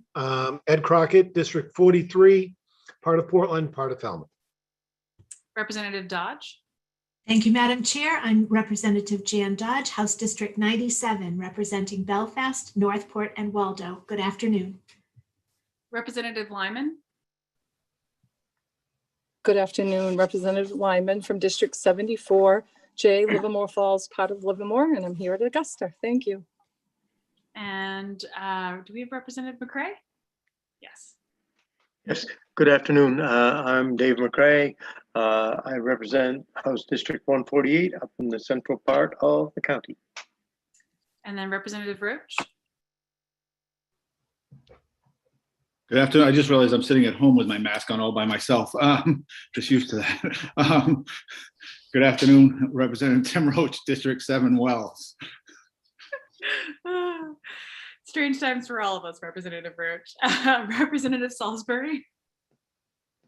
It's a hard habit to get out of, right? Good afternoon. My name is Sue Salisbury, and I represent House District 35, which is part of Westbrook. Representative Sampson. Thank you, Madam Chair. I am live from the beautiful state capitol. I'm Heidi Sampson, representing House District 21, Alfred, Limerick, Shapley, Newfield, and Parsonsfield. And Representative Stearns. Thank you, Madam Chair. My name is Paul Stearns. I represent House District 119 in Piscataquis County. Thank you very much. Just a reminder to everyone who's watching, you will see members jumping in and out throughout the afternoon. Just please know, we're in the full, thick of legislative session, and you'll see legislators coming and going to be able to present bills and get to other meetings. And actually, is a perfect point. Representative Millett, if you'd like to introduce yourself real quick. Good afternoon. I'm Rebecca Millett. I represent House District 30, which is most of Cape Elizabeth. So with that, we'll be launching into our public hearings. Just as a reminder, this is a public hearing. The purpose to solicit input from stakeholders and the public. As a reminder, this is being streamed live on the internet as well as recorded and is available on YouTube. We are ably assisted by our committee clerk, Sam Baker. So if you have any questions or issues with the stream or trying to get a link or submit your testimony, please reach out to Mr. Baker, but please keep in mind that we have a very busy afternoon. So if it takes him a little bit to get back to you, please don't fret. We'll make sure we get everyone there and, just be patient with us as we're going through this digital process. And as a reminder, since it is live, as I always say, don't say anything you wouldn't say to your grandmother or anything you wouldn't want, published and reserved for all of posterity. So with that, unless there's any questions from the committee, I think we'll jump right in. And seeing no hands, we will start off. Our first bill of the afternoon is LD 1189. So I'll open the public hearing on LD 1189, an act to amend the teacher certification statutes by Representative Brennan. Thank you, Madam Chair, Senator Daughtry, and members of the committee. I'm very pleased to present LD 1189, an act to amend the teacher certification statutes. This was a bill that I was asked to submit by the Department of Education, and it reflects the collective effort of the department, the Board of Education, and a number of stakeholders to realign teacher certification, teacher personnel certification with the rules and statutes of the state. The reason the bill is before you is that after they completed much of the work, they recognized that the rules that they wanted to implement didn't match up necessarily with the statutes that we currently had. So what the bill does is try to align statutes with that rulemaking process. And the certification process is an attempt to align professional and accreditation standards with teacher certification. So there are a number of other people that are prepared to testify. I will, at this point, turn to them. I would normally and typically say I'd be more than happy to answer any of your questions, but there's a good chance that I would not be able to give full and complete answers to questions that you might have. So I will answer questions if necessary, but I would say that the people that are going to follow me in terms of their testimony are going to be in a far better position to answer any questions that you might have. So, Madam Chair, thank you very much. And I look forward to working with the committee as the bill moves forward. Thank you very much, Representative Brennan. And I was remiss when we were doing introductions that I didn't give a shout out to our incredible analyst, Ms. Hillary Rissler, who is assisting us as well today. With that, I see a question from Representative Millett. Thank you, Madam Chair. Representative Brennan, are we in receipt of the actual changes yet? I'm struggling to find anything that we can reference. I do believe there was an amendment offered at least yesterday by the department. Yeah, and I saw the amendment.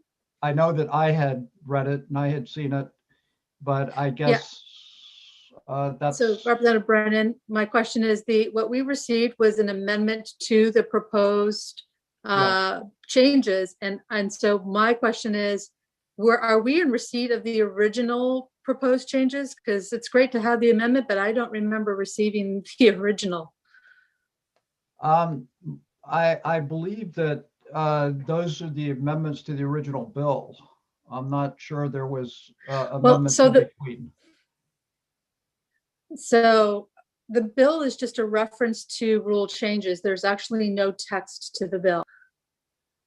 Well, then the amendment that was sent, I did see an amendment that I thought was presented to us the other day when we had the briefing from DOE. But I know that Dan Chahuda is here from the department and he'd be able to answer that question. Sorry. Do you have a follow-up, Representative Millett? Awesome. Any other questions from the committee? Seeing none, thank you, Representative Brennan. Thank you. We'll now be proceeding to take testimony in the following order. We will be taking folks who have signed up to testify for this measure, followed by folks who have signed up to testify against this measure, followed by those who have signed up to testify neither for nor against. And up first, we have Ms. Courtney Bololin from the Maine Curriculum Leaders Association to be presenting for. And followed by her, we will be having Wilson Hess from the Maine State Board of Education. And welcome, Ms. Bololin. Hello. So Senator, not Rafferty today,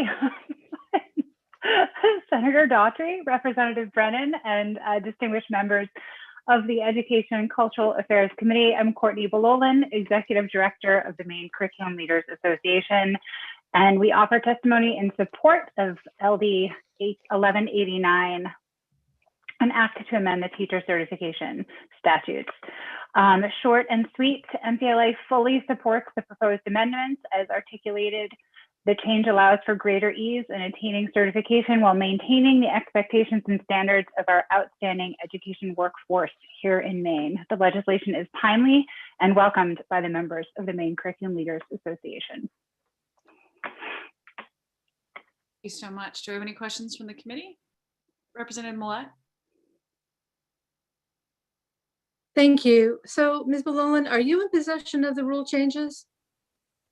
I have a copy of the amendment that has been forwarded, and some members of my board and general membership were involved in some of the work. Okay. I'm sorry, Madam Chair, but this is actually kind of problematic because I have no way of asking questions when I don't have the document. Am I the only one on the committee who doesn't have the document? Now, which I'm looking at the bill that the one that was submitted online. I'm looking at it online under the committee meetings, and the committee materials. And then I'm looking at the amendment that was presented by DOE, and it shows the changes to the statute. Representative Millett? Okay, so is this bill changing statute? Okay, I guess what I'm asking is this the bill that's changing certification rules, or is this bill just changing statute? I think that's where I'm getting confused.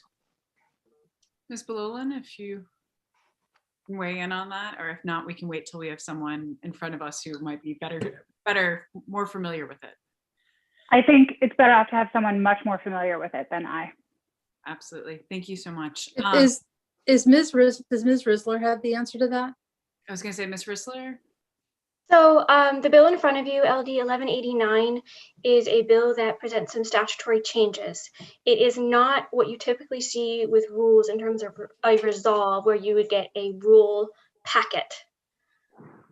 I do not have a rule packet. I have not received one. I think Dan Chuda, Deputy Commissioner of the Department of Education, will have information for you in that regards.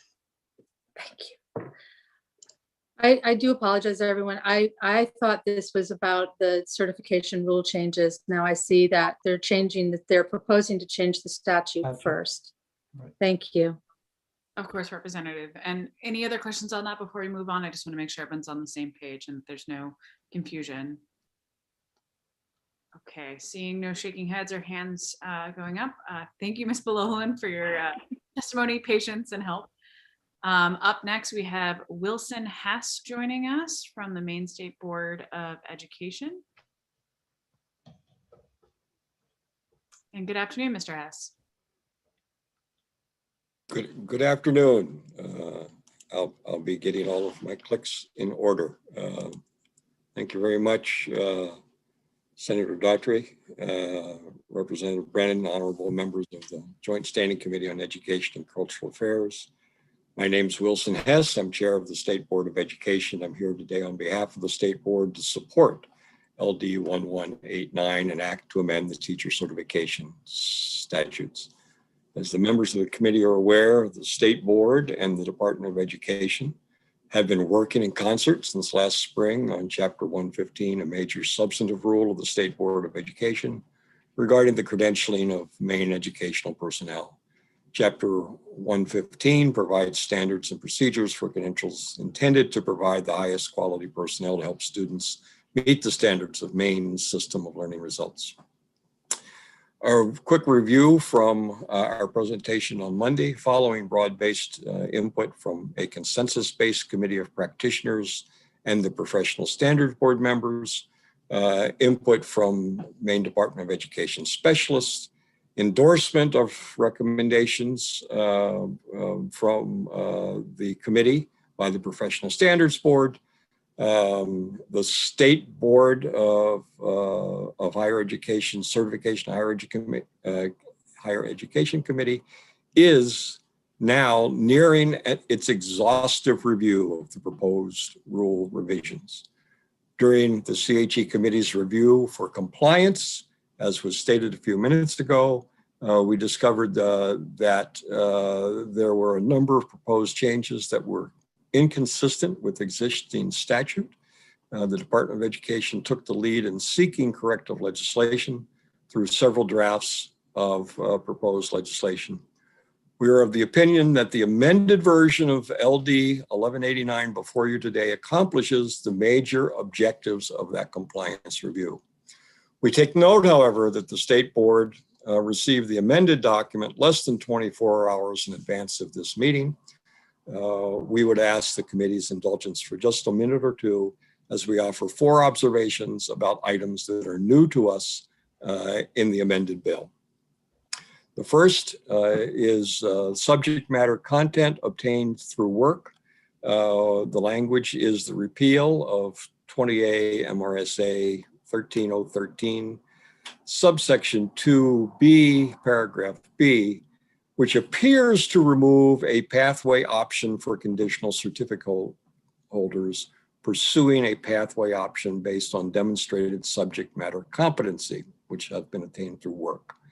If so, we beg the opportunity to submit information for your work session based upon the State Board's regular reviews of DOE certification data that demonstrate the significant role of competency-based certification as it plays out in the proposed pathways for teacher endorsement in LD 115.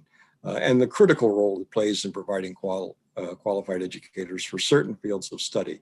We recognize that we may be in error of our interpretation of this, but we want to raise this particular issue.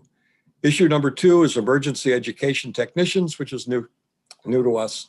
The inclusion of section 13019H subsection 4, emergency education technicians, with special attention to the provision that provides for no limit or renewals, a provision that appears to contrast with current rules which provide requirements for professional study, academic study, or equivalent in-service training designed to improve performance as grounds for renewal. Again, we have not had time to fully review the implications of this new addition, but we call it to the committee's attention. Item number 3 is denial for immoral conduct. The amendment to 20-A MRSA 13020, subsection 3, denial of certificate for prior immoral or prohibited conduct is something that we have supported.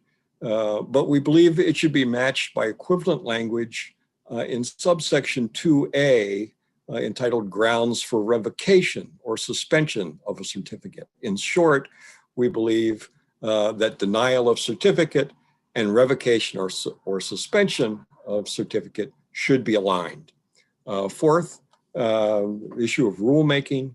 We would seek clarification on certain language in LD 1189, section 15 rulemaking, which states, and I quote, the State Board of Education shall amend Department of Education Rule Chapter 115 regarding the credentialing of educational personnel. In accordance with this act, the following language has emphasis added, as well as the revisions recommended by the consensus-based rulemaking committee, end of quote.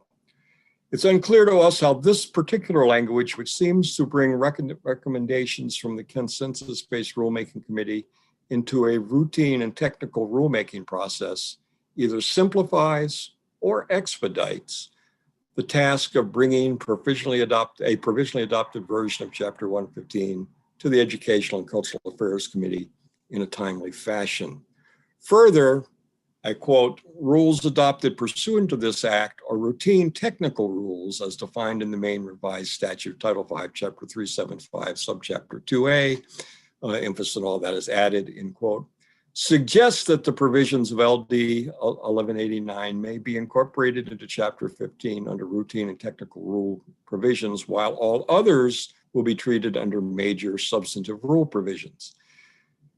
In proceeding with the holding of public hearings as required under the Administrative Procedures Act and bringing forward the provisional legislation for Chapter 115, we beg the guidance and interpretation of the committee as to whether we will proceed with a disaggregated process. That is to say, one set of hearings for routine and technical, and another set of hearings for major and substantive. We believe it would be very prudent to clarify these interpretations. And again, we haven't had time to do a full analysis on these ourselves. Thank you. The State Board reiterates its support for LD 1189, an act to amend the teacher certification statutes, which provides statutory pathways to achieve certain recommendations of the consensus-based rulemaking process for Chapter 115, a process which we believe has set new standards for inclusion, collaboration, and thoroughness in the review of our rules for credentialing educational personnel. We hope thoughtful consideration of the issues raised in this testimony will even further strengthen the process. I'd be happy to attempt to answer questions of the committee. Thank you very much, Mr. Hess. Do I have any questions for Mr. Hess at this time? Seeing none, thank you for your time. That does conclude everyone that we have signed up testifying in favor. At this point, I did want to ask Mr. Chuda or anyone from the department, if you were planning on testifying, if you could just raise your hand in the attendee portion so that we could promote you. Okay, there you are, Mr. Chuda, promoting you to a panelist. Okay, I'll go through the cyberspace rabbit hole. And Mr. Chuda, good afternoon and welcome. Good afternoon. Thank you, Senator Daughtry and Representative Brennan and esteemed members of the committee. I am very pleased and excited to reach this milestone this afternoon and address LD 1189. As has been stated a couple times now, we have had a rather robust process leading up to today. And the consensus-based rulemaking committee, which comprised of 25 educators from both schools and higher education. I went back and counted again, and it was at least 25 meetings that this group has had leading up to the proposals, not to mention the 22 meetings that Chair Hess mentioned that the Certification Higher Education Committee has held. And then the half a dozen or so professional standards board meetings that have also included some dialogue around the proposals. Just to pause for a minute to clarify and affirm the understanding and question that Representative Millett was asking, that again, this is not to introduce the rule document itself. Rather, as was noted previously, there were some statutory changes that were going to be necessary to pave the way for the rule proposals to happen. And that's what this LD is proposing to do, to make those changes in statute. I did want to reiterate support for this bill in that it helps to achieve and accomplish what we were hoping, which is, and I did use the word exciting, you heard me right the other day, an exciting version of Chapter 115, which is both simple and clear and maybe even more importantly, flexible, that we're finding that different alternatives and options for educators will be very beneficial for this rule to help us achieve the educators that we're hoping.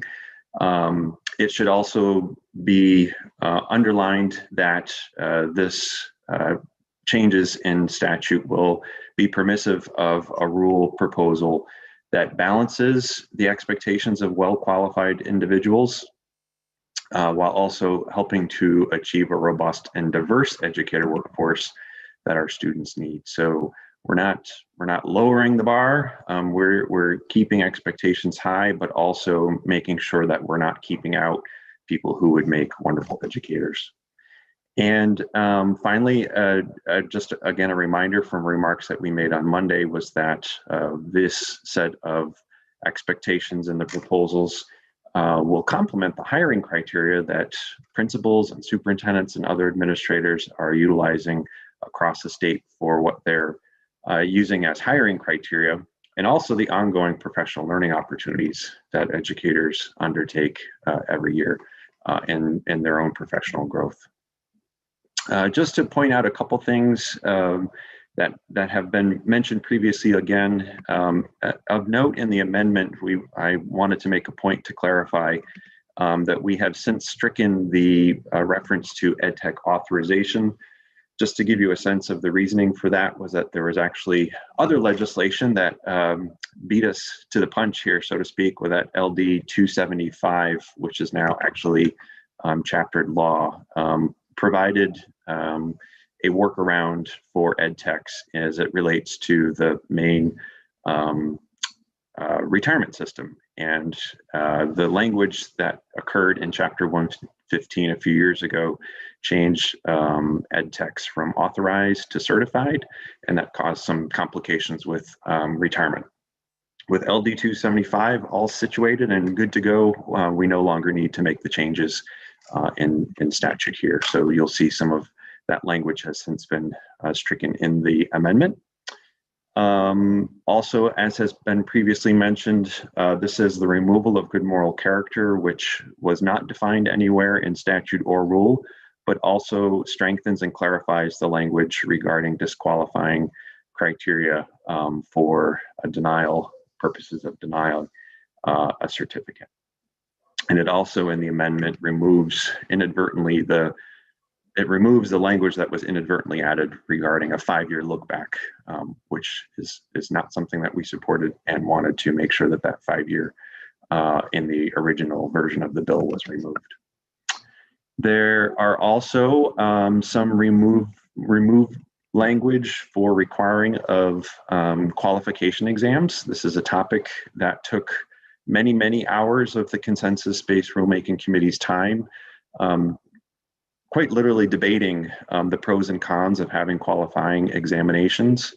And I will note that though in 1149, which is also in the part of the hearing today, we agree in concept as far as the removal of a requirement for everyone to have praxis. The consensus-based rulemaking committee went about it a little bit different way than 1149 proposes.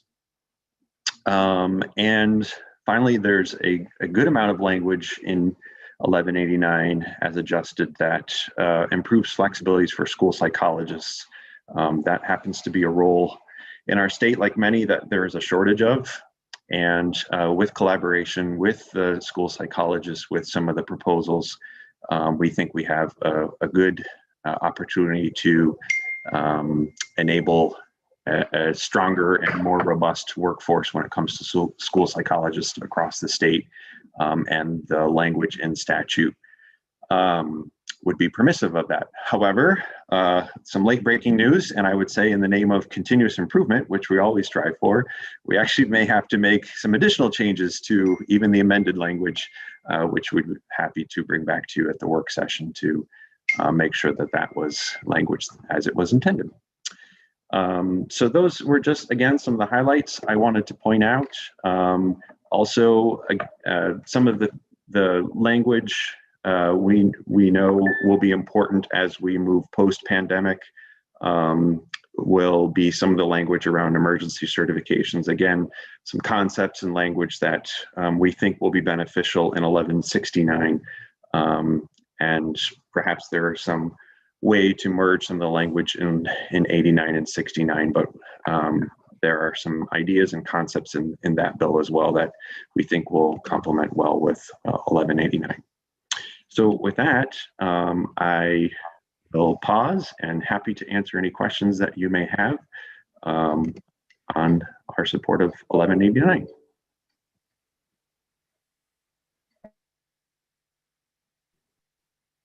Thank you, Mr. Chuda. Is everyone able to hear me? My internet just started to glitch there for a little bit. Okay. Thank you for your testimony. We do have questions from the committee. Up first, I had Representative Millette, followed by Representative Stearns, followed by Representative Crockett. Thank you, Madam Chair. Thank you, Mr. Chuda, for making yourself available. Really appreciate it. Because I think, as we all know, this changing statute is what is going to drive everything else. So I really want to make sure we get this right, and not find ourselves a year later saying, wait, we have to unwind everything again. right? So Correct. bear with me while I ask some probative questions. Sure. So in the amendment, for section 13011, which relates to the role of the State Board of Education, it appears as if you are removing them from this process. Is that correct? We are not removing the state board from this process. Because where I'm struggling is in the original bill, it does not reference this section, but then in the amendment, it's completely struck out. Okay, I just need to know where you are. You said it was section. Right, so in the amendment that we have, it is section 3228 MRSA 13011 sub B1. So 13011 is general authorization of the state board and its credentialing and revocation rules. Okay. Yep, I know exactly what you mean, and I can understand how this gets confusing. Yeah. So this section in 1189 was intended to change the language for ed techs from certified back to authorized to address the retirement concern. As I mentioned, 275 addressed that. So the amendment actually strikes this part of 1189 because we no longer need it. So we're not actually striking the language out of statute. We're just striking it out of the bill, which in the end, the result is to leave that portion of statute as is. Does that make sense? Yeah, I'm going to go back and look at the bill again because on my Sure. first read, I couldn't find this particular section of the bill, but that does not mean it's not there. So I'll move on. Can you talk more about why the amendment and perhaps the bill is removing subject matter competency? Sure. So this line in particular, as Chair Hess referenced, was put into statute in relation to a different proposal in a previous version of Chapter 115, one that ultimately did not become rule. It was actually making provisions for a standalone pathway for work experience. And it also had the requirement for there to be 3 conditionals. We believe that someone could actually still utilize work experience and not actually need to have 3 conditionals to achieve full professional certification. So that language was stricken because, again, it was in a similar way that this afternoon, it was language added to statute to make a new component of 115 permissible. That component never made it. This language, therefore, is kind of stranded. Work experience will still be part of some of the pathways, particularly where it comes to CTE, which we know that is a strong qualifier for someone who will be successful in a CTE instructional position. But just the way that statement was written, it was leading up to something that never came to fruition. So still believe strongly in work experience, just think we can accomplish it without that statement in statute. A follow-up, Representative? Yes, thank you. Absolutely. If you don't have a reference to the importance of subject matter competency, then what is the anchor for rules to make sure that that occurs? There's language, and I don't have it in front of me, Representative, that allows the state board to define additional qualifying criteria for certificates. So it mentions some criteria almost as a minimum list of criteria that needs to be included, and then it provides for the state board to add additional criteria as well. So we believe that we could utilize that component to ensure that other opportunities such as work experience could be part of the rule. For the work session, if you could help us see where that is in statute, that'd be helpful. And then my last question is, why remove the interstate compact requirement? Sure. So reciprocity has been another one of those topics that maybe is not at the top of the list, but has been of great interest, not only of the committee, but I know of school administrators and others. It was highlighted and heightened a bit during the pandemic, where folks were looking to do some hiring, and through executive order, we were able to certify folks from other states to be able to work in our schools. Though a compact may be present, we actually generalized it even further to have some additional language that would enable some reciprocity. Again, another piece that's in another LD for this afternoon to take a look at. We are strongly supportive of the concept. It just expands it beyond having a compact in place for certification arrangements. Thank you. You're welcome. Thank you. Up next, I have Representative Stearns. Thank you, Madam Chair. Thank you for being here, Mr. Chuda. Could you, is it possible to expand a little bit about the praxis piece? You mentioned that the amendment language was a little bit different than the course that the committee took. Oh, sure. I'd be happy to. First, you won't ever find praxis, by the way, in statute, which sometimes people scratch their head like, what are you talking about praxis? It's not in statute or rule. And that's because praxis is actually the name of a product. It's a test put out by a company, right? Just like other tests are. So the verbiage that we see in here is qualifying exam, which we know presently is the praxis. Quite a conversation related to this. The group did quite a bit of study into this. There's actually research that shows cultural biases within the examination, and I would say even beyond that, a number of stories from educators and practitioners that described how this test prevented someone from becoming an educator. We actually had someone on the committee who ultimately ended up going in a different direction than education, unfortunately, although I think she probably would have been an excellent teacher, but because of the fact that the praxis stood in her way. And what I was referencing is a different approach from the other LD that you have on your agenda for this afternoon. It is odd that all of these have very similar numbers, so I just want to check my numbers here. So that's 1149 related to the examination as well. In a nutshell, Representative, I would describe the way the committee approach was to opt in. The proposal for the rule actually will be that you could utilize the praxis if you wanted to. There are actually some other options that they've contemplated as well, including a GPA option for the courses that are required for the certification, as well as a portfolio. So praxis becomes an option, one of three options. And just to contrast, the other LD that is before you essentially operates on an opt-out, where it would be a requirement unless you have something else that you fulfill it. So just a difference in approach, one ours being an opt-in to using it, and the other LD is an opt-out. Very good, thank you. You're welcome. Follow up, Representative Stearns, or all set? Any other questions from the committee at this time? Seeing none, thank you so much, Mr. Chuda, and I'm sure we will have more questions at the work session as well. My pleasure. Thank you.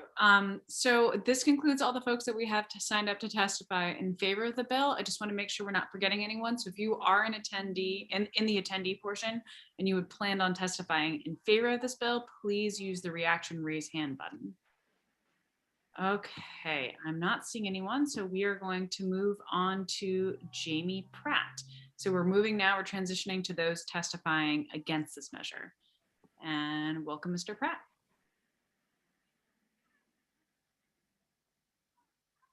Hello, good afternoon. Oh, I am so sorry, Miss Pratt. My apologies. This is a problem with Zoom. No worries at all. Good afternoon, Senator Dowdy, Representative Brennan, and members of the committee.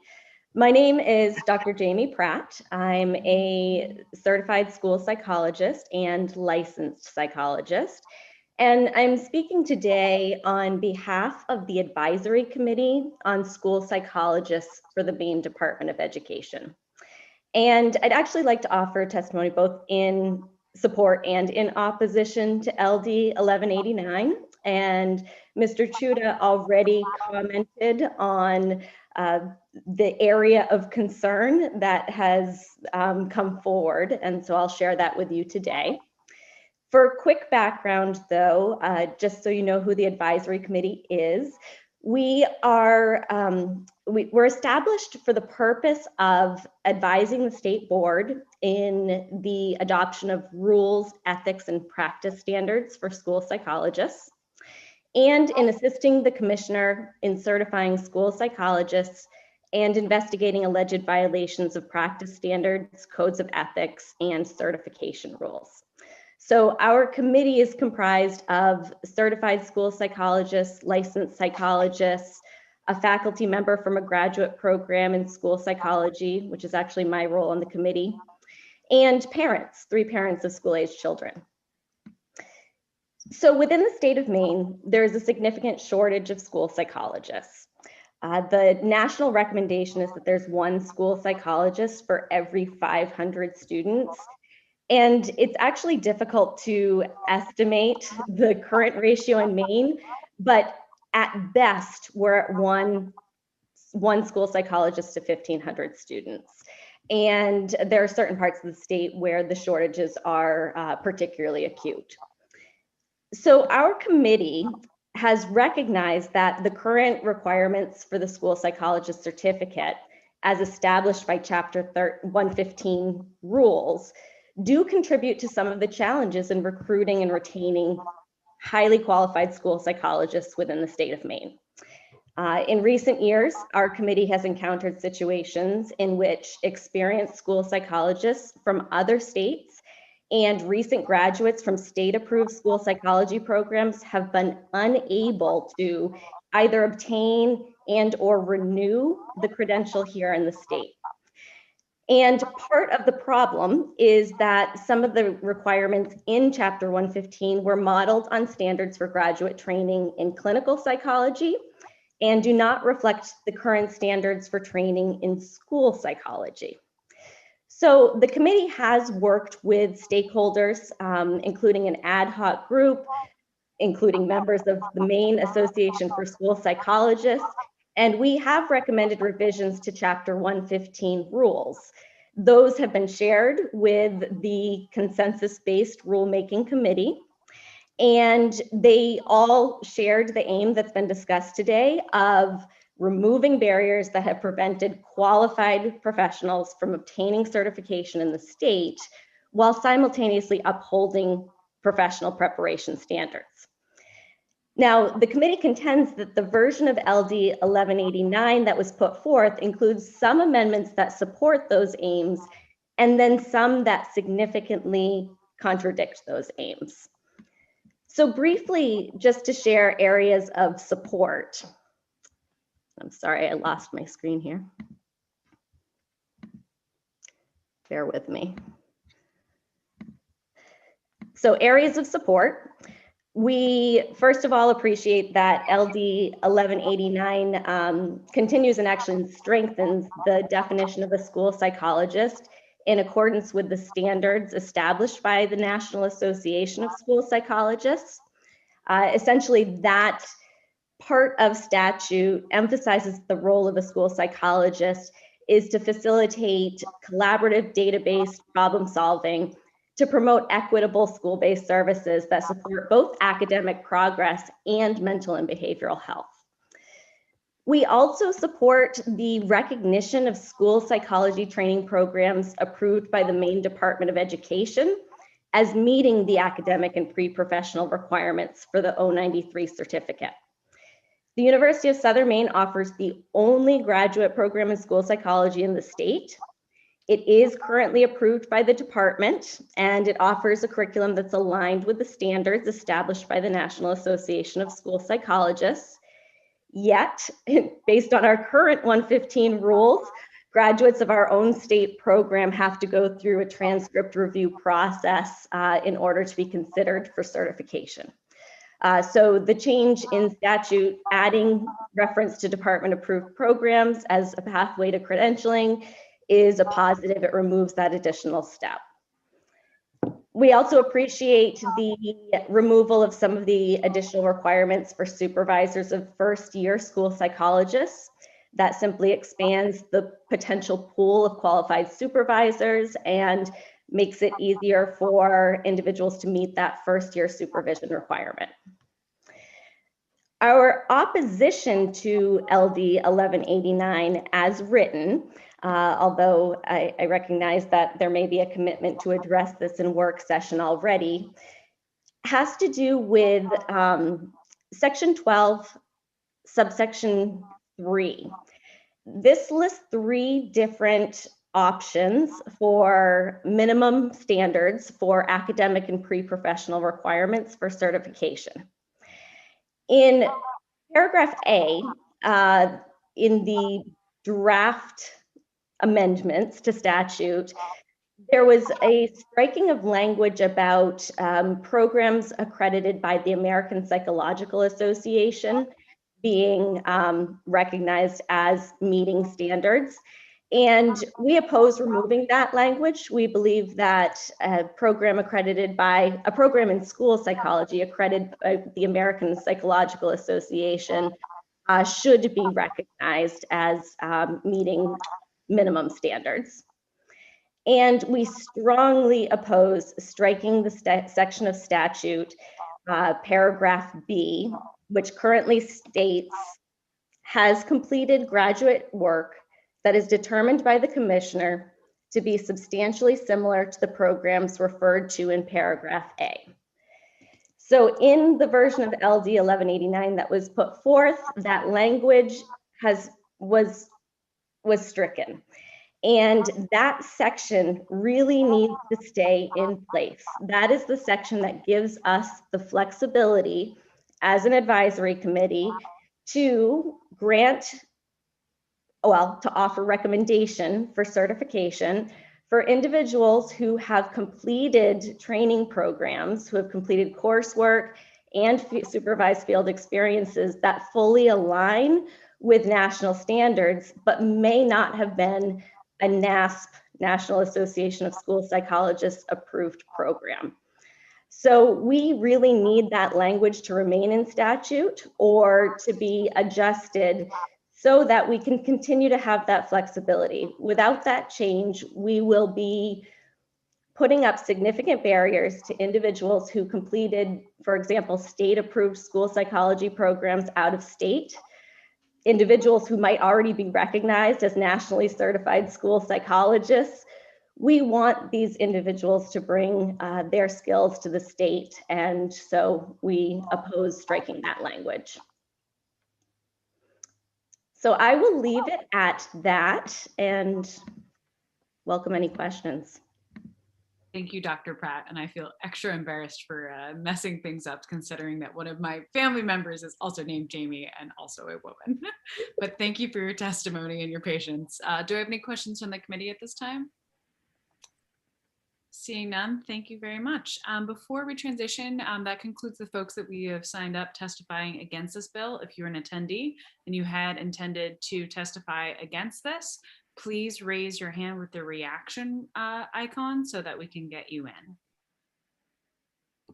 Okay, not seeing anyone, we will be transitioning to neither for nor against, and we'll be welcoming Daniel Allen. Let's see. And welcome, Mr. Allen. Thank you. Senator Daughtry, Representative Brennan, and other esteemed members of the Committee on Education and Cultural Affairs. My name is Daniel Allen, and I am the Instruction and Professional Development Director for the Maine Education Association, which represents 24,000 teachers, education support professionals, and retired educators across Maine. I'm here to testify neither for nor against LD 1189, an act to amend the teacher certification statutes as amended. We believe the changes proposed in LD 1189 are necessary and appropriate in preparation for changes that are being proposed for Chapter 115. However, we have not yet seen Chapter 115 and do not know how the changes offered in this bill will affect that document or how the changes in Chapter 115 brought about the proposed changes offered in LD 1189. So it is difficult for us to comment on specifics. We are confident that the Department of Education will produce a bill outlining changes to Chapter 115 that will streamline and fortify Maine's educator certification rules, and we look forward to reviewing that document. One concern we have with LD 1189 as amended is the removal of the special education consultant and speech language clinician from the definition of educational specialist in the law. These positions are covered in the recognition clauses in some of our contracts, and we want to avoid any negative impacts on the changes might have on educators who hold these positions. The department has informed us that they believe even if those positions are removed from statute, individuals with those certifications can continue to renew them, and we hope that is the case. We appreciate the changes made in the amended bill to be sure we credential educational technicians in such a way as they are appropriately placed either in Social Security or the Maine State Retirement System. And we appreciate the efforts of the DOE and Department of Labor in making sure that was done correctly. So let me just clarify that. It sounds a little confusing to me as I read it. It was already referred to earlier in testimony.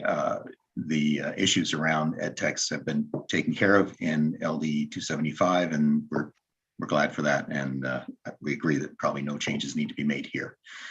We look forward to seeing the revision of Chapter 115 and hope that this bill will pave the way for useful changes to our certification rules.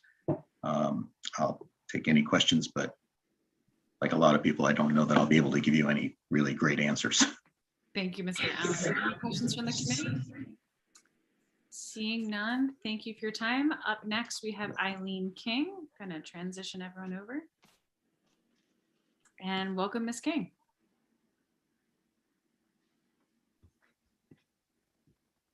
Good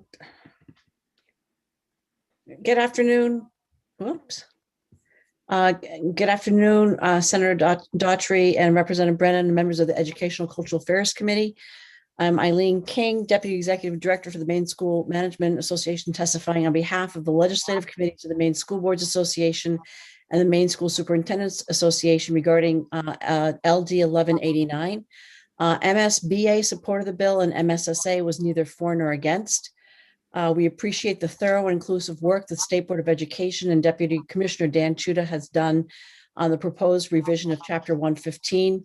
Representative subgroups of people affected by this rule, including superintendents, worked on various subsections of the rule with the intention of creating a document that is rigorous and sustainable. I believe there'll be more discussion around the proposed rule when it's presented to you in total. However, what we have before us is a start of the law changes that support the revised rule. Our association did weigh in on Section 5 in the bill to support passing the praxis as one of the pathways for teacher certification. We are not submitting testimony on LD 1149 because we are supporting the proposal that was informed by the working groups and reviewed by the State Board of Education Certification Committee. And I'd be happy to answer any questions, and thank you for your time. Ms. King, do I have any questions from the committee at this time? Seeing none, thank you for your testimony. Jill Adams from MadSec is up next. And welcome, Ms. Adams.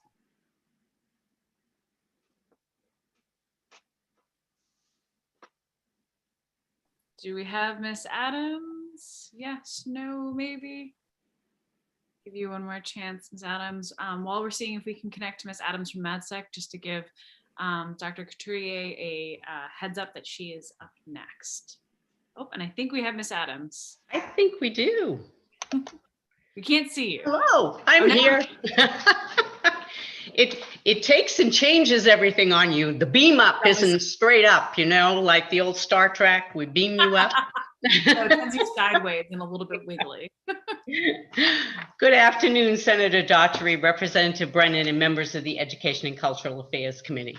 My name is Jill Adams, and I am the Executive Director of MadSec, the Maine Administrators of Services for Children with Disabilities. MadSec is a membership association for the special education administrators across the state of Maine. The reason we went neither for nor against is we had a couple of questions on some of the writing, which happens in these statutes and the way they're written. Deputy Shooter answered our questions around educational technicians, because we did need that to go back to authorizations rather than certifications, or to change that certified people could be Social Security, which is the issue around retirement for educational technicians. And with that flexibility, hopefully we'll have some more people apply to be educational technicians, because right now we have quite a shortage. The other piece was on the school psychologist piece, and Dr. Pratt certainly filled you in on that, and we certainly need the flexibility for school psychologists. When a school psychologist moves to the state of Maine and have graduated and done school psychology for 15 or 20 years, and they can't get certified here, that really doesn't bode well with folks out there in our field, because we really need those folks to be able to do assessments and to do a lot of the other programming that they are qualified to do within school systems for students' emotional well-being. So those are the two pieces we were concerned about at the time. I can also tell you, having been around way too long in this field at this point, that I was able to get certified, my teacher certification. I was a speech therapist previously, by taking a examination. I think back then it had a different name, but it added to my ability to get certified. So if that is part of allowing somebody to take the praxis towards getting certified as an option, I think that's a great way to go at this point. So that's all I have for you today.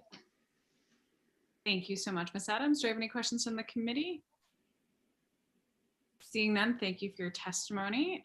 Up next, we have Dr. Couturier, who I'm promoting over. And good afternoon, Dr. C. Good afternoon. Senator Daughtry, Representative Brennan, and distinguished members of the Education and Cultural Affairs Committee. My name is Dr. Holly Couturier, and I am the Executive Director of the Maine Principal Association's Professional Division, representing more than 800 pre-K to 12 principals and assistant principals of public and private schools in Maine. And just so that you know, the testimony on LD 1189 as well as 1149 were submitted prior to Deputy Commissioner Huta's presentation on Monday, as well as his testimony earlier on LD 1189. So it's actually addressed some of the concerns that my legislative committee had when we wrote the testimony.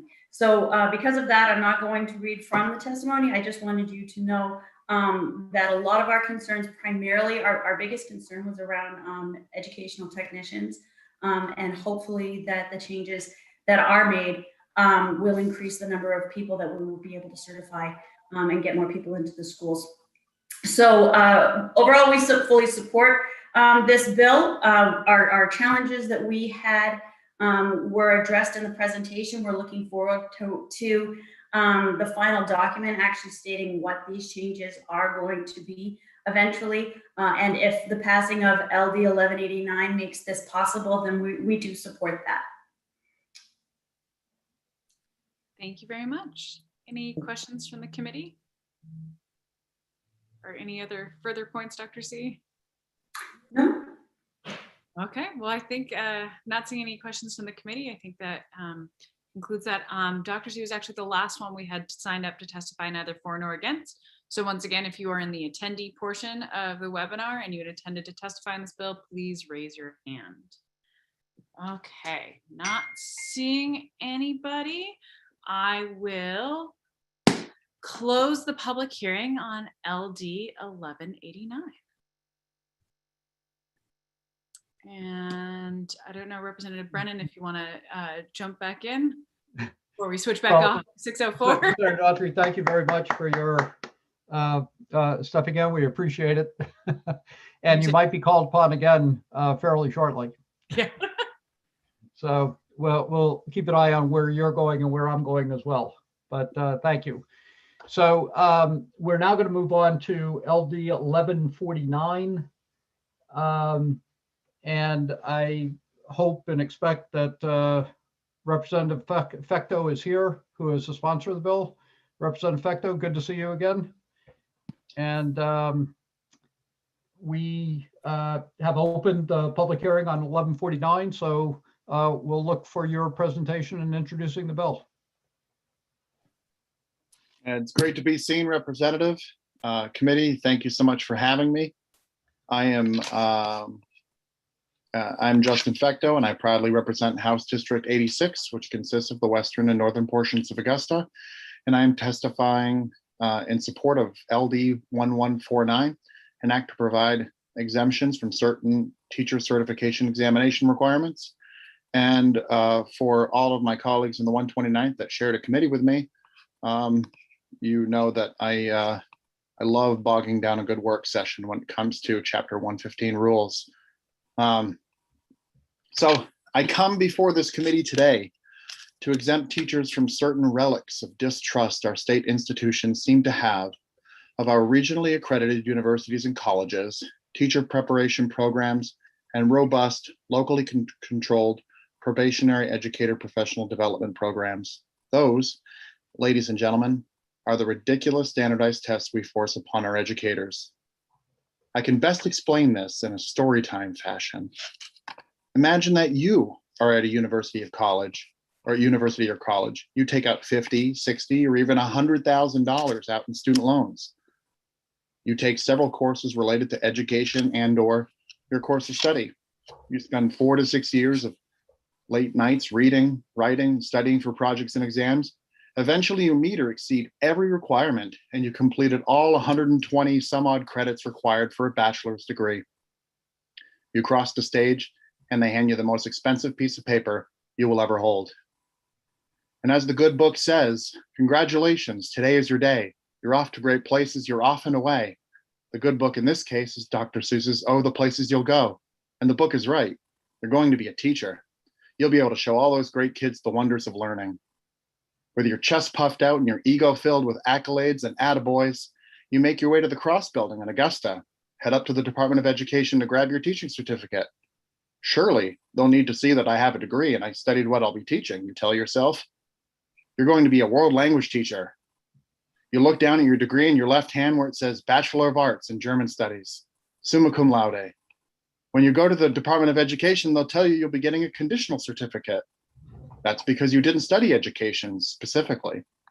The first hoops to jump through are 2 courses, teaching exceptional students in the regular classroom and the methodologies of teaching foreign language. That seems fair enough. Then the ridiculous stuff starts pouring in. Even though you're already teaching and your school is already committed to you and they want you back the following year, the DOE informs you that you must take the Praxis 1. The test ensures you can read, write, and do mathematics. Even though you already have a 4-year degree from a regionally accredited university, you'll need to pay about $150 and prove you can read, write, and do math. And just so you're well aware of the DOE's authority through Praxis, even though they are not in control of it whatsoever, if you miss enough random math questions on this test, you won't be able to teach German. Let me say that again. If you fail the math portion, you won't be able to teach German. Fortunately, you passed the test, and because you're a new teacher, the $150 for the test is not any issue at all. After taxes and insurance, the $150 for the test would have definitely not gone towards groceries or rent. You're a teacher. Naturally, money is no object. After the recent weight loss, the cost of the Praxis 1 inflicted on you and your family, you find out that the DOE is giving you another opportunity to prove that you know German. Even though you spent 4 years at a university and graduated at the top of your class, the DOE just wants to verify it. The DOE is here to help, so they'll make sure you can't teach anymore if you fail to pass the Praxis 2. Even though the Praxis 2 and world languages are considered to be highly inaccurate, or even native speakers struggle with the test, you're told it's for your own good. After collecting a few bottles and cans and a few extra nights of sandwiches and water for dinner, you've saved enough money to prove that you know German. You drive an hour to the testing facility once again, take the multi-hour test, and then wait weeks for your results. Phew. You find out you're fluent in German. You were unsure of your ability to speak and teach German, even though you spent 2 years in the classroom. You get high marks in your evaluations. You have a degree in the language, and you manage an international exchange program with a German-speaking school in Germany. Now you're complete. You did it. You completed your 4-year degree. You took 2 courses on special education and methodologies of teaching your subject. You proved that you can read, write, and do math, and you proved that you knew German. Now you're ready for your professional teaching certificate. When looking at your newest version of your conditional certificate, You notice there's one last requirement that was snuck in there. There's one more opportunity for you to pay a third-party company to prove your pedagogical knowledge and skills, even though you've taught successfully for more than 4 years at this point, and you continue to demonstrate your skills and be successfully evaluated on your pedagogical abilities. You're told it's for your own good, so you purchase your third study guide. Only this time, you don't read the book. You don't sign up for the $90 test, and you decide you'll let your conditional certificate lapse in 2022. You're tired and frustrated of these silly requirements. All this for $40,000? Pass. Outside of the special education course, there wasn't one thing that made you a better educator. In fact, the time it took away from you made you a worse educator. When you spend your time proving your worth to others, you spend less time enhancing the worth of your students. This bill aims to correct the hurdles I mentioned in this short story. This bill, number one, waives the Praxis 1 or qualifying test, as we've heard earlier, for applicants seeking a professional certificate who have satisfactorily completed a bachelor's degree from a regionally accredited college or university with an overall GPA of 3.0 or higher. Number two, it waives the Praxis 2 for applicants seeking endorsements who have satisfactorily completed bachelor's degree program from a regionally accredited college or university with a GPA of 3.0 or higher in the content area the endorsement is being sought. And number three, it waives the PLT praxis for applicants seeking professional teacher certificate who have successfully completed 2 full years of teaching under a conditional certificate. Teachers continue to hear words like support. The word support has become a dog whistle for more meaningless tasks and more time away from your classroom. Help me correct this. Our educators are not better off from these exams. Thank you for your time and consideration. Well, thank you, Representative Fecto. I won't ask you to tell us how much of that was autobiographical, but it did have a constant narrative to it that seems somewhat familiar to some of us. So at this point, I would ask, are there any members of the committee that have any questions?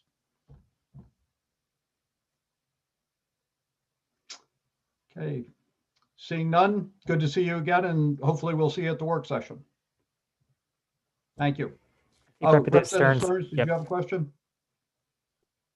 Yes, thank you, Mr. Chairman. Apologies for the slow hand raise. Representative Fecto, thank you very much for being here for the presentation today. I'm wondering if you, again, if you would be opposed if we work this language into one of the other, we heard a pretty comprehensive certification bill this morning, and I'm wondering if some of this might work into that, as long as we get the gist of it correctly. When you're not concerned about taking credit, you get a lot more done. Yeah, so very good. Very you're good. 100% in support of anything that would support our teachers. Very good. Thank you. Okay, any other questions? Seeing none, thank you very much. And we will now move to Mr. Hess with the State Board of Education. And I know you're here, Mr. Hess, because we've already seen you today. Thank you.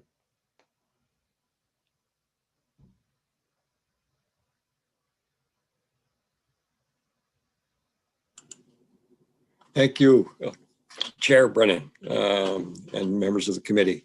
I won't meet by preamble because I'm only here to give verbal testimony, and it is very simple, so that you can move on with your business. I would remind you that Deputy Commissioner Chuda had indicated in his testimony on 1189 that Chapter 115 envisions removing the examination requirements, also known as praxis, and offers that as an optional pathway, but also offers GPAs and other optional pathways. I would take up the suggestion by Representative Stearns that perhaps the provisions of 1149 could either be rolled into consideration of the actual rule when it comes, or into another bill, perhaps like 1189, to move forward, because it is in essence consistent with the direction we're going. That concludes my testimony. I'll be happy to answer any questions. Thank you very much, Mr. Hess. And is there anybody else that would have a question for Mr. Hess? Seeing none, thank you very much. And I suspect we'll see you shortly. Next, we have Ms. Coutier from the Maine Principals Association, speaking neither for nor against. And I would put out that Mr. Hess was also speaking neither for nor against. Welcome. Hello. Excuse me. Senator Daughtry, I'm not sure if you were there, Representative Brennan, and distinguished members of the Joint Standing Committee on Education and Cultural Affairs. My name is Dr. Holly Couturier, and I'm the Executive Director of the Maine Principal Association's Professional Division, representing more than 800 pre-K to 12 principals and assistant principals of public and private schools in Maine. And as I said in my previous testimony, we had originally submitted these prior to Mr. Shuda's presentation on Monday. A lot of the concerns that we had regarding the praxis were already addressed.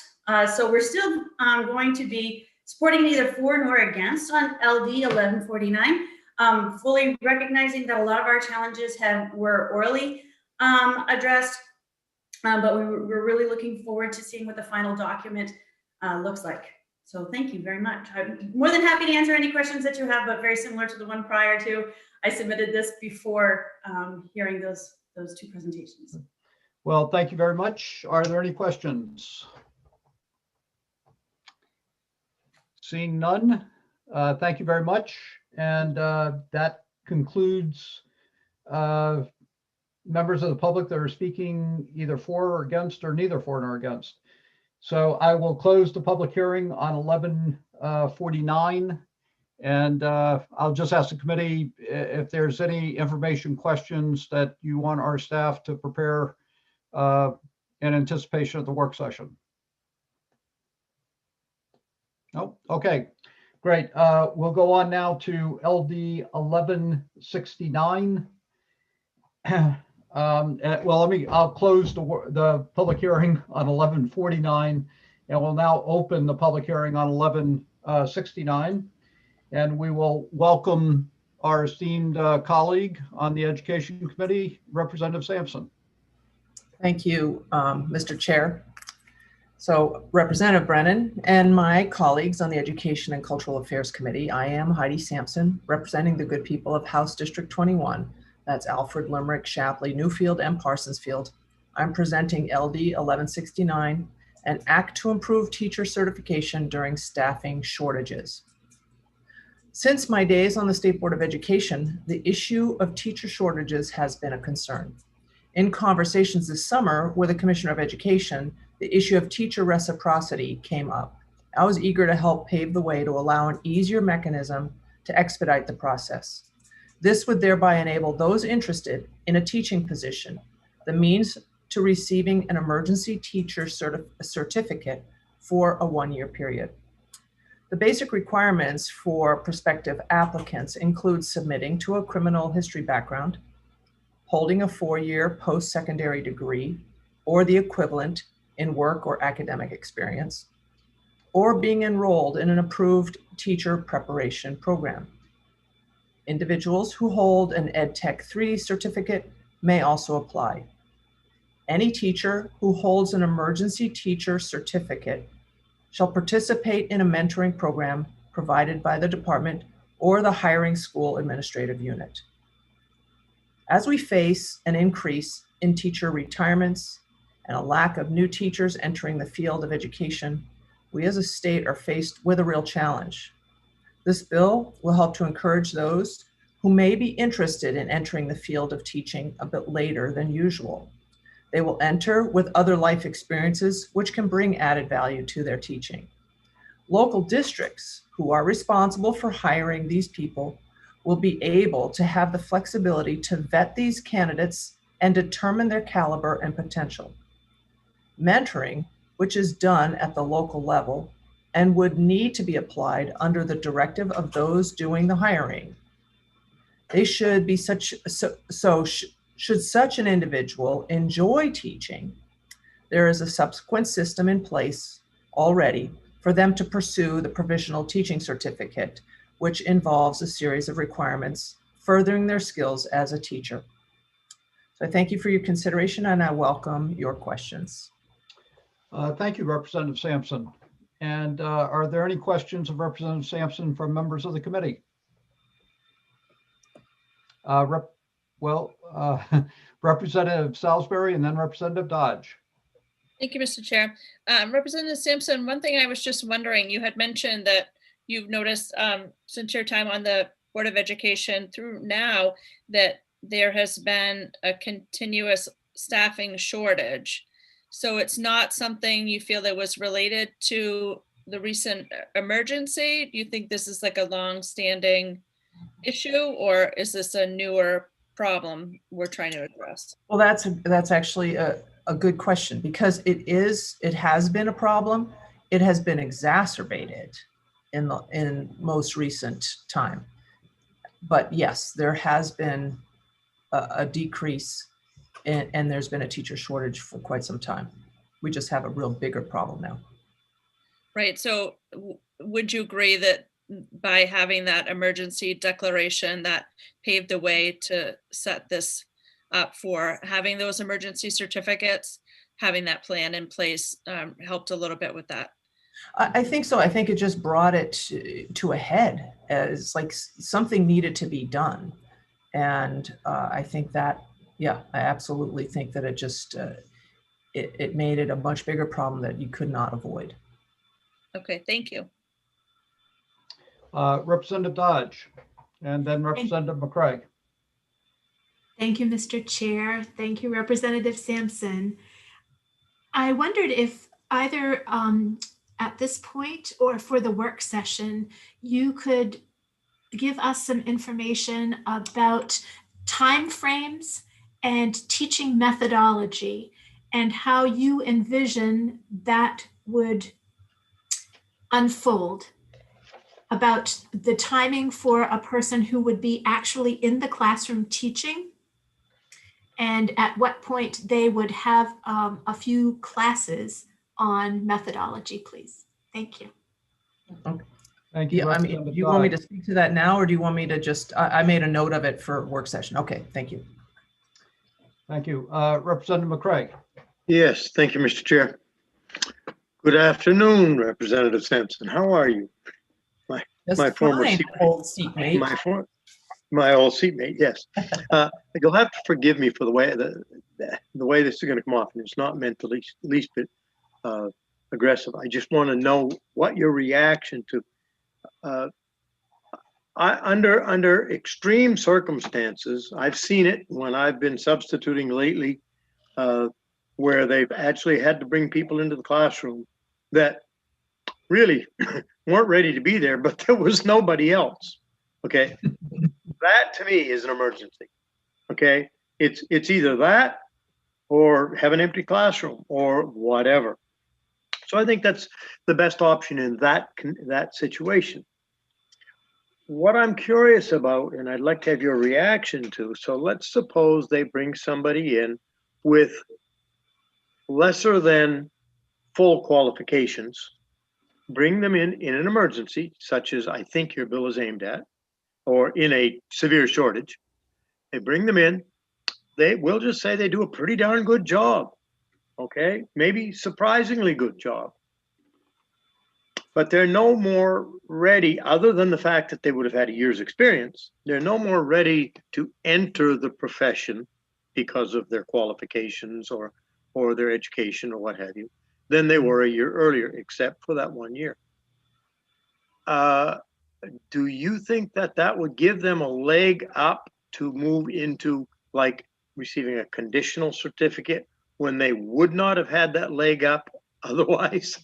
I hope I'm being clear.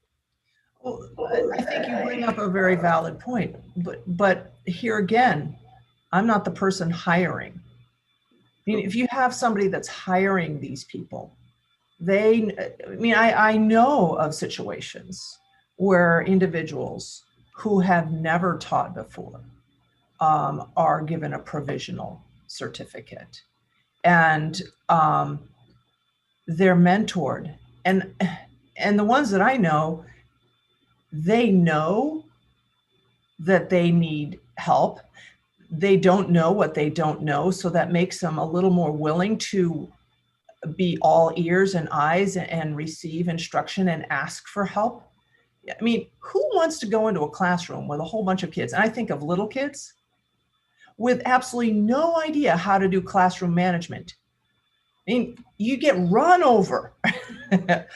And, so that therein lies the impetus, number one, from the person who has stepped forward to want to know how to do this right. And then you also have the teachers in the school. You have the administration who want these people to succeed. I don't think any administrator, and we've got, Paul on our committee here as an administrator, I don't think anyone would like to hire somebody, throw them to the wolves and let them just, it's kind of like throwing them into the deep end and they don't know how to swim. Clearly you want to be able to provide them with instruction and opportunities to get, workshops and training. But what options do schools have when they have no other teachers applying, and yet there's someone interested and wants to try and step in? So I think you bring up a very valid point. I think there's a lot of variables at play here. I think, however, if we give the schools the flexibility, I think we'd find some really interesting results. And to your point, if there's no one in the classroom, this is a much better alternative. A quick follow-up, Mr. Chair. Yes. Yeah. I guess there's no way to ask this other than to just ask it. Just ask it. You know me. Yeah, I know. Let it rip. You'll see why my hesitance, and you know me. So I guess there would be people, and maybe a little bit of me also, that would say, because of these hard to fill positions and stuff, when all else fails, lower your standards. And I fear that this could fall in there. I know there would be districts that would ensure that it wouldn't, or there would be people that would rise to the occasion in a spectacular way. But it does appear to be kind of around the barn, in the back door to getting in without having the qualifications. And I'm curious what you would say to those detractors, I guess. Well, I mean, you come back to the fact, like, okay, you have a choice. No one in the classroom or a substitute, or someone who's willing to give it their best shot. I know of a situation of an individual had no interest in getting into teaching, but had been asked to do some presentations for classes. And so heads of the school, became aware of this individual. And there was an opportunity, or let me just say there was an unfortunate occurrence that took place where a teacher was going to be out for an entire year. And they needed a full-time substitute teacher. So they went, instead of actually getting a certified teacher in this particular situation, they chose to select this individual that had no prior teaching experience, but was enthusiastic, had some other skill sets. And that individual was very aware of their shortcomings in the classroom and would spend every single free time picking the brains of the teachers in the rooms next to them, making sure there was a plan in place before they entered the classroom the next day, met with the department head or whoever to coach them along the way. And at the end of the year, this individual became quite an effective teacher and discovered that teaching was something that they really loved to do. And so then then you open the door to something that they had never been even interested in to exploring. And then they are self-motivated to then further their new, it's a new career choice. So I see this as more of an opportunity to open the window to people that may not have even thought about teaching. And so yes, there, I mean, Representative McCray, there can be problems with anything that we deal with. However, we also cannot shortchange the creativity, resources, imaginations at the local level with creative teachers motivated to help people, motivated to work with kids, because really it's about kids, it's not about a system. And if you've got somebody in the classroom, their focus is to reach kids and help kids and do their level best. I would embrace somebody like that and know that they want to learn.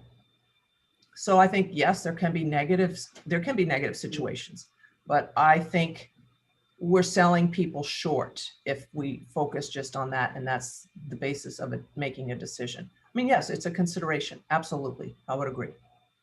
Thank you, Representative. Okay, thank you very much. I see Representative Crockett has a question. Yes, thank you, Mr. Chair. It's probably more for Ms. Rissler for the work session. Would it be possible, are there examples of where the Commissioner of Education has made some of these assignments during the current executive order that has taken place? And if so, how many has she made? And assuming that she has made some, if I understand this bill correctly, Representative Sampson, you're basically just looking to extend that authority to move forward and build some parameters around what that would mean. Is that an accurate depiction? Yes, Representative Crockett, I would agree to that. And also yesterday during our work session, sort of the precursor to our work session, this was actually discussed in the chapter that we were going over, and Mr. Chuda went over this. So this is sort of it's in concert with what they're already doing in the department. Okay, thank you. Not seeing any other questions. Thank you very much, Representative Sampson. And again, we'll look forward to seeing you at, well, the rest of the day and also at work session. But so at this point, we'll move to public comment. And we have Maine Principal Association, Ms. Coutier again. We have 4 people speaking for and 2 speaking neither for nor against. So welcome, good to see you again. And you now have the floor. Okay, Representative Brennan and distinguished members of the Joint Standing Committee on Education and Cultural Affairs, my name is Dr. Holly Couturier, and I'm the Executive Director of the Maine Principal Association's Professional Division. The MPA represents more than 800 pre-K-12 principals and assistant principals of public and private schools in Maine. The MPA recognizes the teacher, educational technician, and administrator shortages are significant throughout the state of Maine. We were fortunate at the beginning of the pandemic to have the Commissioner of Education offer emergency educator certificates. This not only supported students, but it also created a pathway for someone who may have wanted to be a teacher, but was not yet certified, the opportunity to enter the profession. This issue does not only pertain to times of a pandemic. Educator shortages are a significant challenge. Are a significant challenge in schools, and students suffer because of these shortages. By allowing the Commissioner to permanently authorize an emergency certificate to fill identified staffing shortages in districts throughout Maine, we will again be able to meet the needs of the students and lessen the burden of educator shortages throughout our state. So for those reasons, I should say, the MPA strongly urges the committee to vote ought to pass on LD 1169. Be happy to take any questions. Thank you. Any questions? Seeing none, thank you very much. And we will now move to Ms. Adams from MASDEC.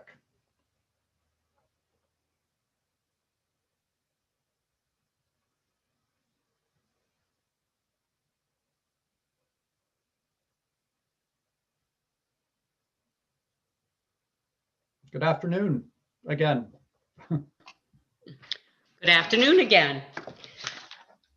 Senator Daughtry's not there, I don't think, but Representative Brennan and members of the Education and Cultural Affairs Committee, I am still Jill Adams, and I'm the Executive Director of the Maine Administrators of Services for Children with Disabilities, and we represent the special ed administrators across the state of Maine. We are testifying in favor of LD 1169. This has worked really well for us this year in special ed. We certainly have a shortage. We're probably one of the areas that has the largest shortage. And we're always looking for people with a varied skill set in special education. It is not necessarily what you would consider the content areas, although we certainly appreciate if people have a really great background in teaching reading or math. But the skill set also has a lot of other skills that we really look for, especially around behavior and around different types of disabilities and working with students at all age levels. I can tell you across the state of Maine that there are places that if they get one applicant for a special ed position that's certified, they're feeling very, very grateful. We do not get a lot of applications in the area of special ed. Southern Maine has a little bit more than Northern Maine or Western Maine, but this has allowed us for some of those folks that have been educational technicians for a number of years, but have not put their toe totally into the teaching realm. We have been able to help them accept that type of position as an emergency position for the year. And some of them have really risen to the occasion. Many of them have a 4-year degree, but that 4-year degree might have been 10 years ago in another area other than education. And now they may be looking to actually get conditionally certified. But here in the state of Maine, in order to be a conditionally certified special education teacher, you need 9 credit hours to begin with before you can get that certification. So we have some folks that have been on this emergency certification for the year, but now they're looking at taking the 9 credit hours, but they would have to go back to being an educational technician rather than keeping that teacher on emergency certification for another year with those students, which those students are now used to that teacher and have had that teacher, and we don't want to go backwards on that. And, you know, whatever we can do to make that teaching force grow in special education is really important to us.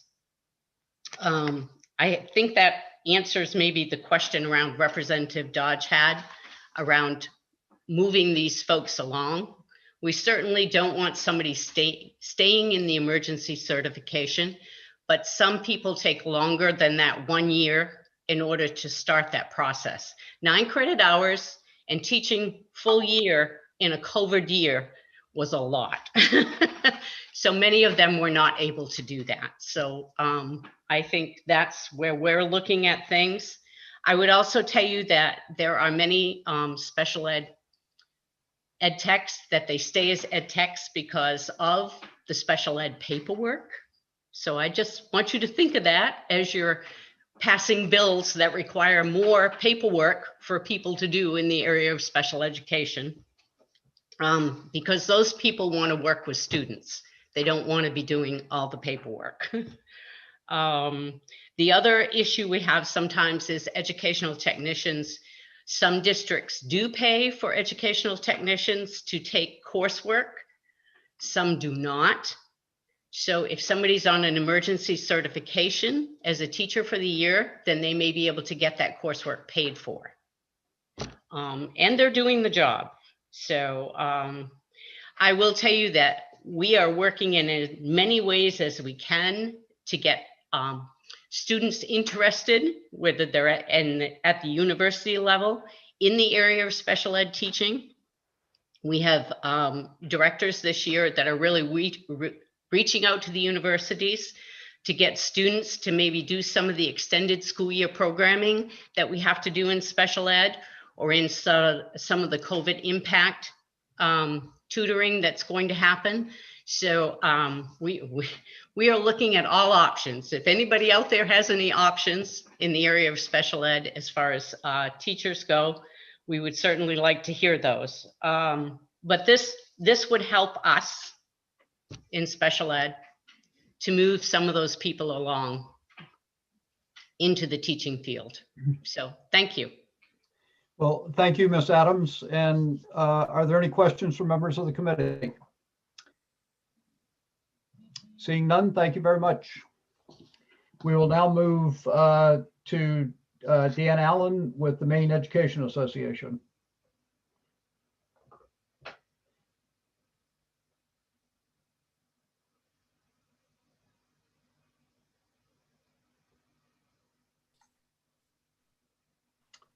Welcome again, Mr. Allen, and please Thank you. proceed. Thank you. Again, my name is Dan Allen, and I'm the Instruction and Professional Development Director for the Maine Education Association, which represents 24,000 teachers, education support professionals, and retired educators across Maine. I'm here to testify in support of 1169, an act to improve teacher certification during staffing shortages, with a caveat.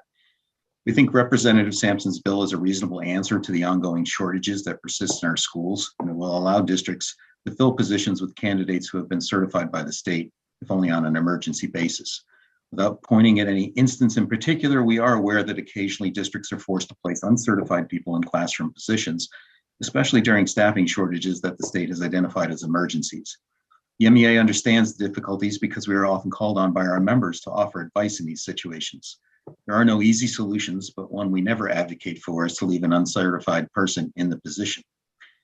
Individuals who take on those roles are sometimes left without appropriate supports. We applaud the bill's requirement that the certificate holder participate in a mentoring program provided by the department or school system, but we are concerned that such a program may not be robust enough to give the new teacher adequate support. Any district experiencing shortages is also likely to have difficulty finding mentors and giving them enough time to do the work, which is unfair to the educator and the students in their classes. Lastly, we agree that these certificates should be limited in duration and frequency. Holders of emergency certificates should be working toward full certification. LD 1169 will provide districts with the ability to hire people in emergency situations and to do so within the bounds of the law. We are hopeful these educators will get appropriate support, and we will do what we can to advocate for that where necessary. For these reasons, we urge you to vote ought to pass on LD 1169. Thank you very much. Any questions for Mr. Allen? Seeing none, again, thank you. Thank you. And we will now move to Eileen King from Maine School Board Management, who is speaking in support of the bill. Representative Eileen King had to step away. She had an appointment she needed to attend. Okay, Ms. King did. Yeah, okay. Then we'll go to William Hess from State Board of Education, who's speaking neither for nor against.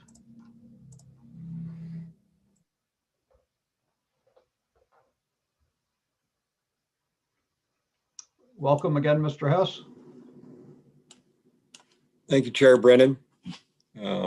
I will again make note that I have not submitted written testimony. We have a very brief oral testimony on 1169. Again, I'm Wilson Hess, Chair of the State Board of Education, testifying neither for nor against 1169. We note that LD 1169 offers a statutory solution for the issue of emergency certification. We would hope that statutory solutions such as 1169 might be rolled into more of an omnibus fashion of something like LD 1189, so that can facilitate the processing of Chapter 115 and incorporate those changes in the most straightforward fashion. Thank you, Mr. Chairman. Happy to try to answer any questions. Thank you, Mr. Hess. Are there any questions for Mr. Hess? Seeing none, thank you very much. And I'm assuming that Ms. King is not coming back, Sam? Correct, Representative. She had to attend an appointment. Oh, okay.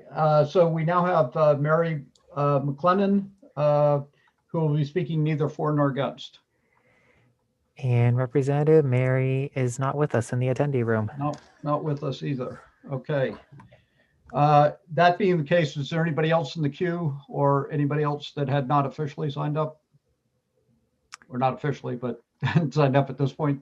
I don't see anybody raising their hand.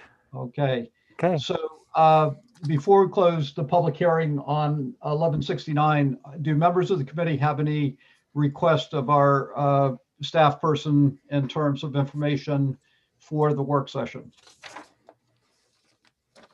No. Okay, great.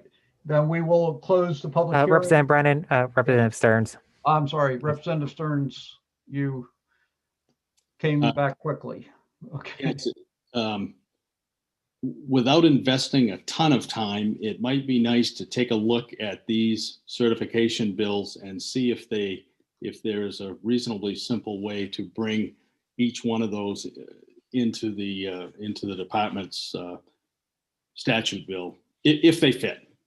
Take a quick look at it, and if they do, that might streamline the working through it a little bit. I think that's a good suggestion, and Mr. Chuda had indicated that they had interest in some of the ideas that were advanced in those two bills. So the more that we could get them all in one place, that would be helpful. Thank you. Okay, again, any questions? Seeing none, I'll close the public hearing on LD 1169, and obviously there will be a workshop that will be scheduled at some point. So we are now at a transitional point, and that the next bill on the schedule is LD 604, and I will be passing on the responsibility of chairing the committee to Representative Millett, given the fact that I do not see Senator Daughtry anywhere around. Does anybody see her? I do not see her. So Representative Millett, are you? I'm ready. Okay. It appears that we have more than one or two people signed up to speak on the bill. And Sam, have you sent? Does everybody on the committee have a copy of who signed up to testify? I did send it to the committee list, Representative. Okay, so Representative Millett, do you have that? But I can resend it if it need be. I have it. I'm just trying to get my. So what's really annoying is on my iPad, I cannot go into another program to look at information. So I have to do it on my really teeny phone. So just give me 1 second. Because it's important to have that list. I know. I got it. I'm getting there. Just bear with me. The names are really tiny on my phone, but I'm getting there. Okay.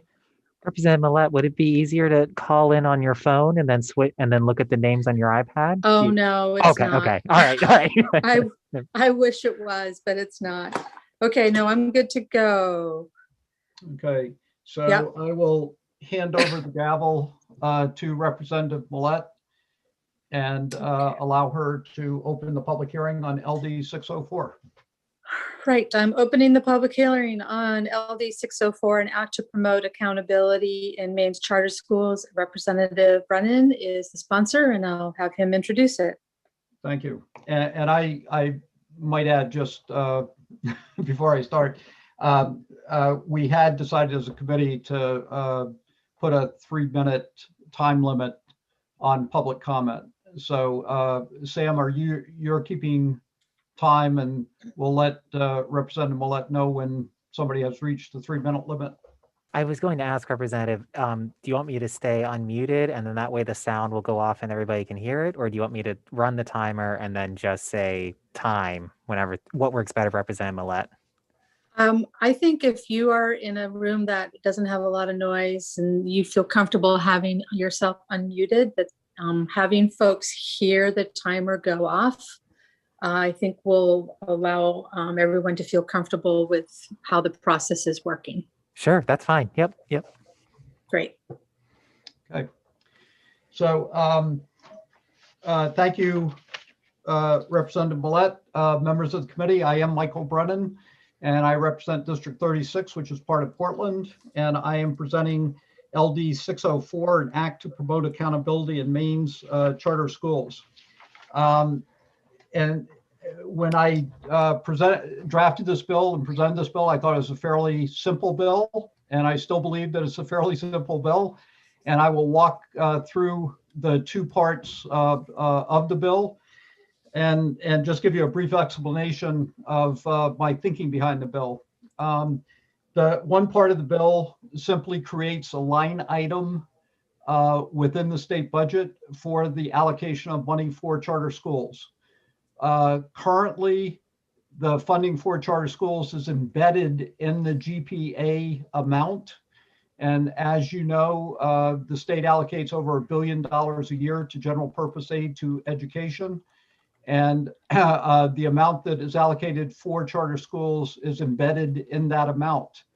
It's also should be noted that the amount of funding for charter schools is taken off the top of GPA. So that funding is guaranteed before any money goes to local public schools.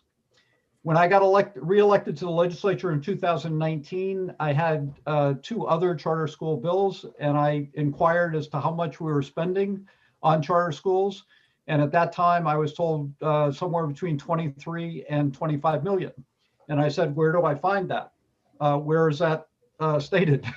And I was then given the explanation about general purpose aid to education, and that charter schools, in fact, do not have a separate line item that the legislature votes on. This current year, when I asked again, how much are we spending on charter schools, I was told just over $30 million. And so obviously I was wondering how we had gone from 24 million to 30 million within one biennium. And somebody else might be able to answer that question better than myself. But then it became even more important, I think, for my perspective, that the legislature understand how much money we are spending on charter schools, and that we take a vote acknowledging or understanding how much money is being allocated. So that's one part of the bill, very simple, creates a line item within the state budget, and the legislature votes accordingly. The second part of the bill has to do with giving the Commissioner of Education oversight and approval over the expansion of facilities or buildings for charter schools. Initially, when charter schools do receive their charter, they talk about particular areas that they might serve, not necessarily buildings. And what we've seen, and I think when you look at the Department of Education informational sheet that they submitted, there have been satellite programs that have been created that call for additional facilities and physical plants. So all the bill does is simply say in those cases where there is going to be an expansion of the charter school from the original footprint, the Commissioner of Education has oversight in terms of those facilities or that physical plant. So, you know, I've been surprised by the amount of attention that this bill has received. I have been equally surprised at the amount of misrepresentation about the bill. This bill in no way impinges upon or compromises the role of the Charter Commission, and that their function and what they will do continues unaffected by this bill. And I've also heard that this places an extra burden on charter schools. I'm not sure why that's the case. And all this does is simply allow the legislature to have more clarity and understanding when it votes for funding for charter schools. So thank you for the opportunity to present the bill, and I'm more than happy to answer any questions. And on this particular bill, I do stand ready to answer questions, and I'm sure we'll have more than one or two as the day progresses. Thank you, Representative Brennan. I'd ask committee members if you have any questions at this time.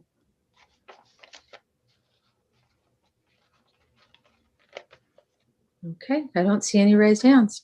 Great. Thank you, Well, Representative. thank you, and I look forward to the rest of the day as well as the work session. Thank you.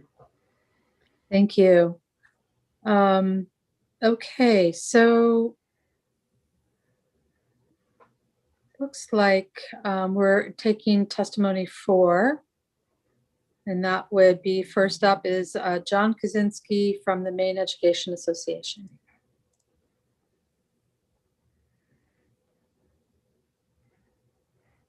And then Representative, I'll just start the timer when the person actually starts speaking. Is that okay?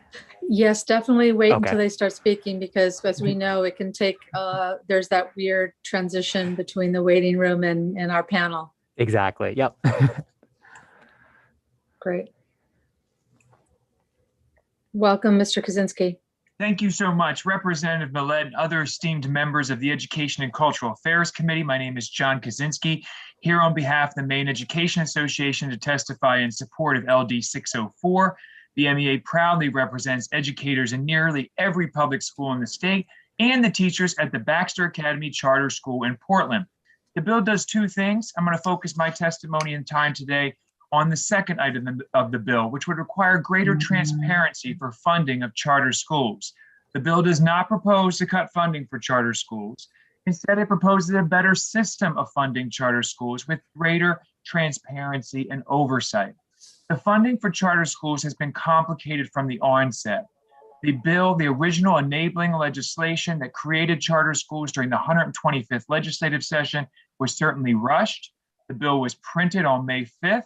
The public hearing was held 7 days later, 2 speedy work sessions later, and we had 2 minority reports and a partisan divide, and the bill was finally passed on June 28th, 2011, and signed by the governor the next day. And from the outset, there were key complications with the funding for these new charter schools. Under the original enabling legislation, charter schools were funded by direct payments from the sending school district. That was rightfully deemed unfair by many, and the constitutionality of this funding mechanism was unclear. What's more, this funding system required some minimal receiver districts to send the entire tuition to the charter school, even though the district's state subsidy may be close to 0. Concern only grew once we saw the for-profit virtual charters open in the state. In response to these concerns, in 2015, the legislature passed and the governor signed LD 131, which changed the current charter funding model. But as Representative said, this may have relieved the direct pressure on school districts, but it created another problem. This problem remains in law today. It requires the state to fund 100% of the cost of charter schools. In practice, what this means is that after the state determines what it can pay for public schools, charter schools then get their 100% per pupil rate, and only then does the rest of the funding flow through the school funding formula. Under our current scenario, we would argue charter schools sit on top of public schools. Only after they receive the funding they are guaranteed under law will public schools get state aid. I've mentioned in my testimony that the state is now spending over $30 million a year on charter schools, and this has been significant growth in the past 10 years.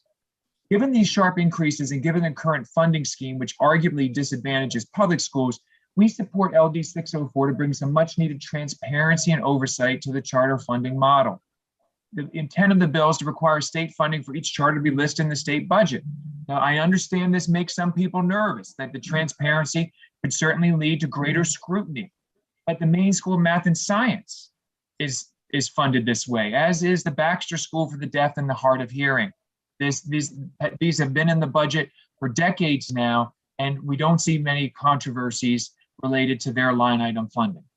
This is not an effort to close charters down. Nothing could be further from the truth. This is simply about bringing charter schools in alignment with other funding mechanisms that have been put in place in our state, particularly as it relates to line item positions.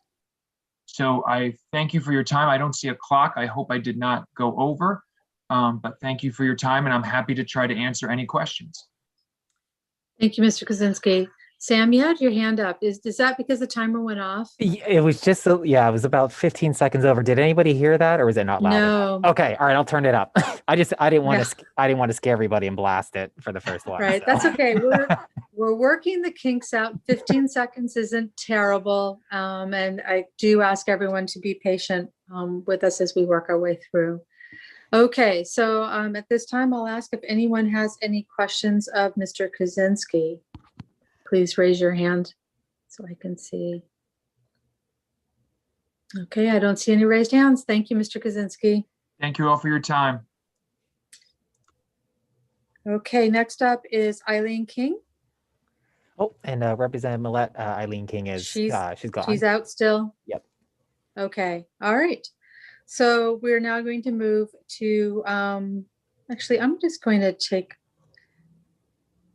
I'm going to invite Mr. Hess to testify. He's the one neither for nor against before we take on all the other testimony. So is Mr. Hess there? Yes, Representative, bringing him Okay, in. why don't we go ahead and invite him in?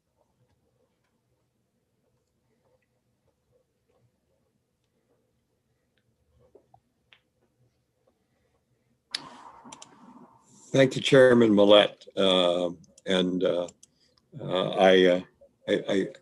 I appreciate being moved to the top of the queue. My name is Wilson Hess. I'm here to testify neither for nor against LD 604, an act to promote accountability in Maine's charter schools. I also want to just at this point of the day quickly thank the members of the committee for the tremendous pace at which they're working this month. So the State Board of Education does have interest in school construction, is involved by statute with rules on school construction and authorizing projects for state construction aid, also federal projects for state construction aid. And so we have some general comments that we'd like to share in the time that's available. We observed that what appears to be a new set of separate standards for public charter school facility acquisition and construction that are distinct from existing statute and rules for every other public school is confusing, potentially not consistent, and in some minds perhaps contrary to the complex combination of statutes and rules which currently oversees school facilities and their construction for most of our other public schools throughout the state. Respectfully, we suggest that the charter school facility acquisition and authorization would be well served by adhering to the types of divisions of labor that exist for other public schools. Would call attention to the provision regarding number 11, limit on expansion of public schools, or excuse me, of public charter schools, and that it shall not expand its facilities or locations without the approval of the commissioner. We note that other public schools and charter schools do provide for the acquisition of real property by charter schools, and that a charter school may acquire facilities and property. In the larger matter of school construction projects, there's a clear segregation of responsibilities for school construction for other schools, for other public schools, and school construction projects statewide are subject to State Board of Education rules, otherwise known as Chapter 61. Another provision, 1596, further assigns the State Board a designated agency to administer any federal funds available to the construction of facilities for schools, and non-state funded projects are subjected to commissioner's approval. We note this division of labor and think it may be a model that ought to be considered as this discussion goes forward.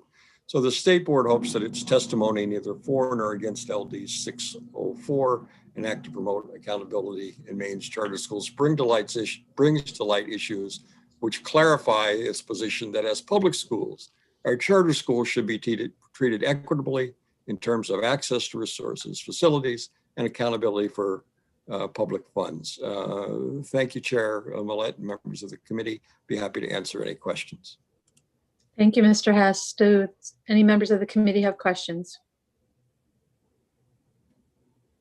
Okay, I don't see any. So thank you, Mr. Hess, for contributing to our conversations today, and I hope you have a good rest of your afternoon.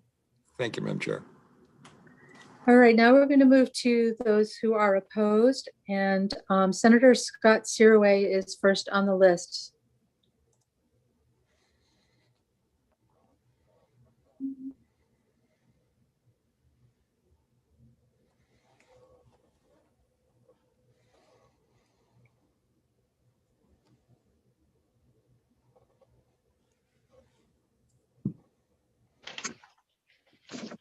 Good afternoon. Good afternoon. I'm Senator Rafferty, Representative Brennan, and members of the Committee of Education and Cultural Affairs. I am State Senator Scott Searway, and I represent Senate District 16, which includes Albion, Benton, Clinton, Fairfield, Unity Township, Waterville, and Winslow. I am before you today to speak in opposition to LD 604, an act to promote accountability in Maine's charter schools.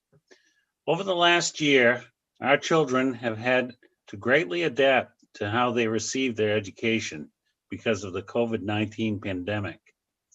At a time when our children and grandchildren need our support the most, this bill would limit a student and their parents' ability to choose the best platform for how they learn and are educated.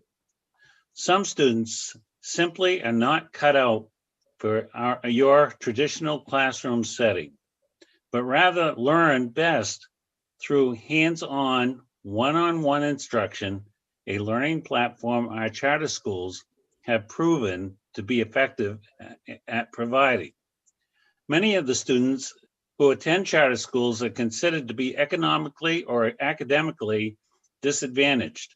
While I cannot speak for all charter schools, I can tell you that Maine Academy of Natural Sciences, MEANS, which is located in my district, has one of the highest rates of students considered economically disadvantaged and the highest percentage of special education students. As a board member for MEANS, I've heard of many success stories where a student who's struggling in public school has excelled academically upon switching to MEANS because of the unique approach the school takes to provide a quality education tailored to the student's individual needs. This bill does two serious things, and that do not create accountability as the title suggests, but rather threatens the existence of Maine charter schools.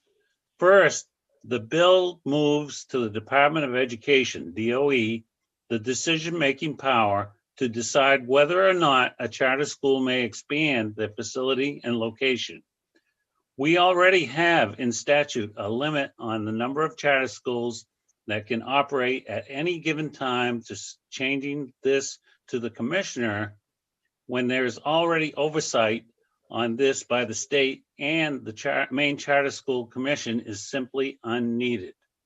Additionally, and the greatest concern in my opinion, this bill changes how charter schools are funded. Right now, the formula for funding makes sense. However, under this legislation, if a commissioner did not like charter schools, there is potential that they could cut funding to the charter schools altogether. Charter schools provide educational choice to parents and their children. If people didn't realize it before the pandemic, I think everyone knows now that not all students learn the same way. Charter schools offer a unique learning experience and education to those who may not be as likely to succeed in a traditional classroom. I believe we all want our students to succeed, and I am afraid that this bill would limit the ability for some of our students. Please vote ought not to pass on LD 640 so the Maine parents and children may continue to have choice, school choice, and decide the best source of education for their individual needs. I also heard increased funding. They complained about it and also wants oversight. And this convinced me that these concerns are true. So thank you. Thank you, Senator Stairway. Are there any questions for the senator? I don't see any, Senator. I hope Thank you have you a very good rest of much. your day. Take care. Thank you. Okay, up next, we have Aaliyah Sebri.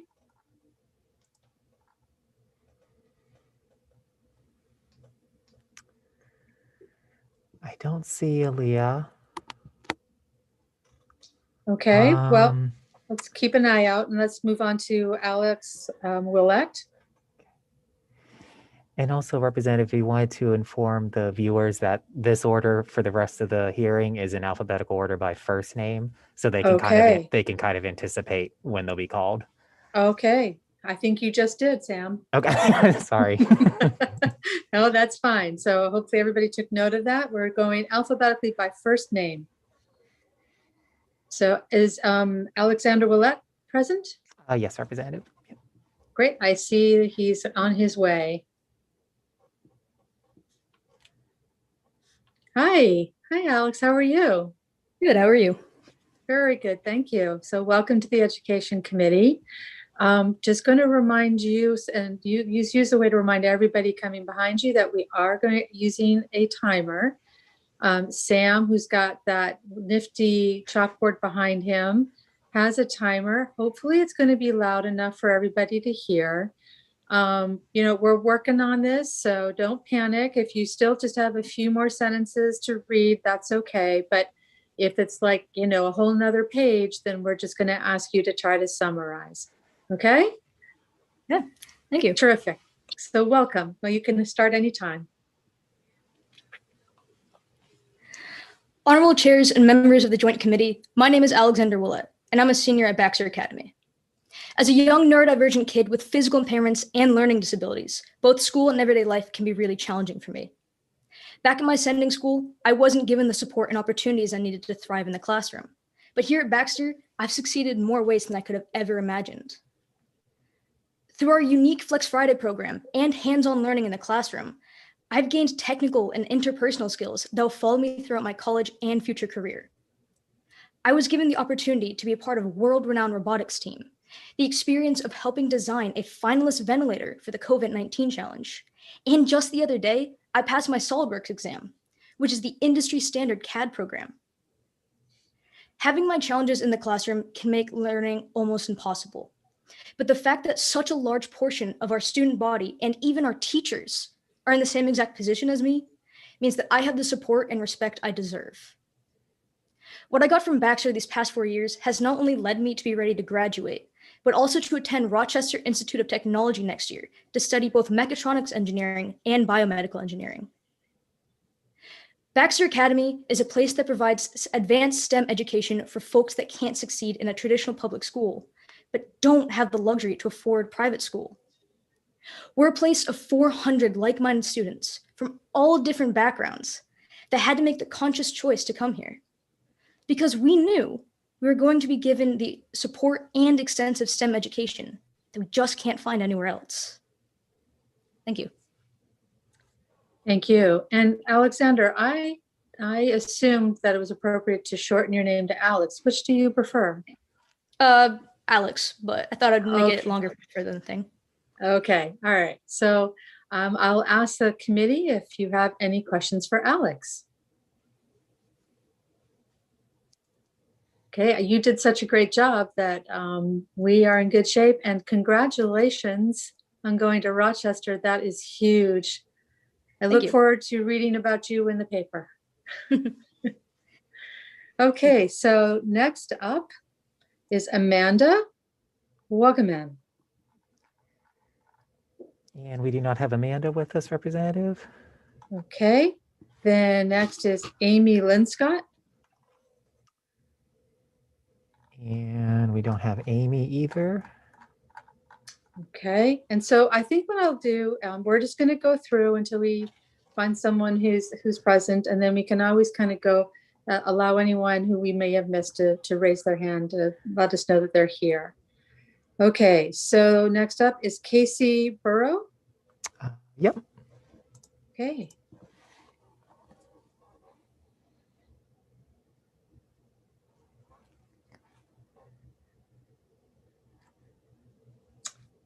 Good afternoon, Casey.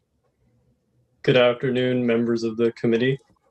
My name is Casey Burho, and I am a current senior at Baxter Academy, as well as a member of the Johns Hopkins University class of 2025. Not all people can say that they genuinely enjoy their high school experience, probably because most people are not given the opportunity to choose where they get their education. What makes Baxter Academy such a unique place is that every student is there by choice. All of us have our own reasons. I chose to go there because of the unique courses offered, such as computer-aided design, in which I was able to become a certified CAD software operator, and also Mandarin Chinese, which has been my foreign language class for the past 4 years. In addition, I've been able to participate in extracurricular activities such as Science Olympiad, Model United Nations, and outdoor activities through the Outdoor Sports Institute. I recently participated in a senior exit interview to reflect on my time in high school. And the question arose, why year after year did I keep going back to Baxter?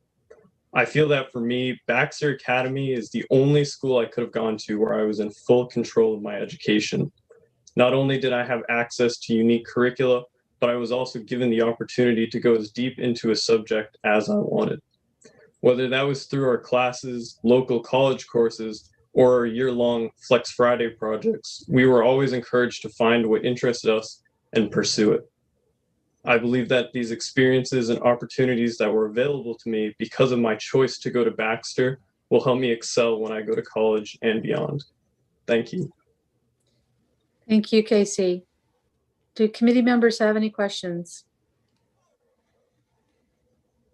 I don't see any, and I know, I'm sure everyone agrees when I say congratulations to you as well on learning about your post-secondary work at Johns Hopkins. Great news. Okay, now we have, according to our list, Christopher Maloney.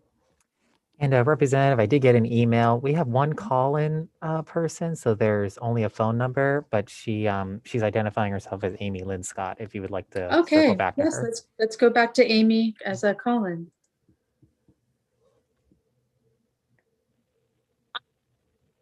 Hello, sorry for that. Nope. My name, okay. Distinguished Chair and members of the Committee on Education and Cultural Affairs, my name is Amy Linscott. I did submit written testimony, and I'm only going to hit some of the high points here for the sake of time. I'm the board chair for Maine Connections Academy and have been involved with the public charter schools since 2013. Almost every year, I have been a witness to some form of attack on public charter schools, targeting all public charter schools or virtual public charter schools specifically. A new bill, sometimes 2 or 3, are introduced by the MEA via one of their supportive legislators. It is exhausting. Can you imagine if the focus stopped being on shutting down opportunities for families in Maine to educate their children and became equity and education for all Maine families? We need to accept that students all learn differently. They need choices in equity and education. Every time 1, 2, or 3 bills come up, that means families, your constituents, are having to take time to let you know that they do not want these attacks on their children's schools to continue. Public charter schools are very active communities by nature and have to be even more so just to keep up with the never-ending scrutiny and attacks by the MEA and their supportive legislators. It is unsettling for families to have to worry every year that the educational option they have chosen for their child is yet again under attack by their elected officials, while the public school they left seemingly skates by without a second glance. It's time to stop trying to usurp the power given to the Maine Charter School Commission. We need to start working together to better the educational opportunities for all Maine students and not trying to tear each other down.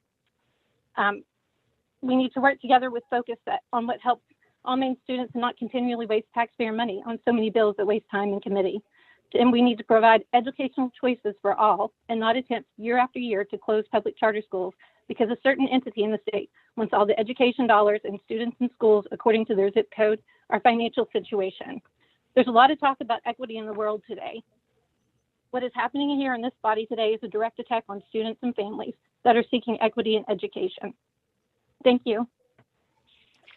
Thank you, Ms. Linscott. Are there any questions for Ms. Linscott? Okay, I don't see any hands. Thank you for making time to talk with us today.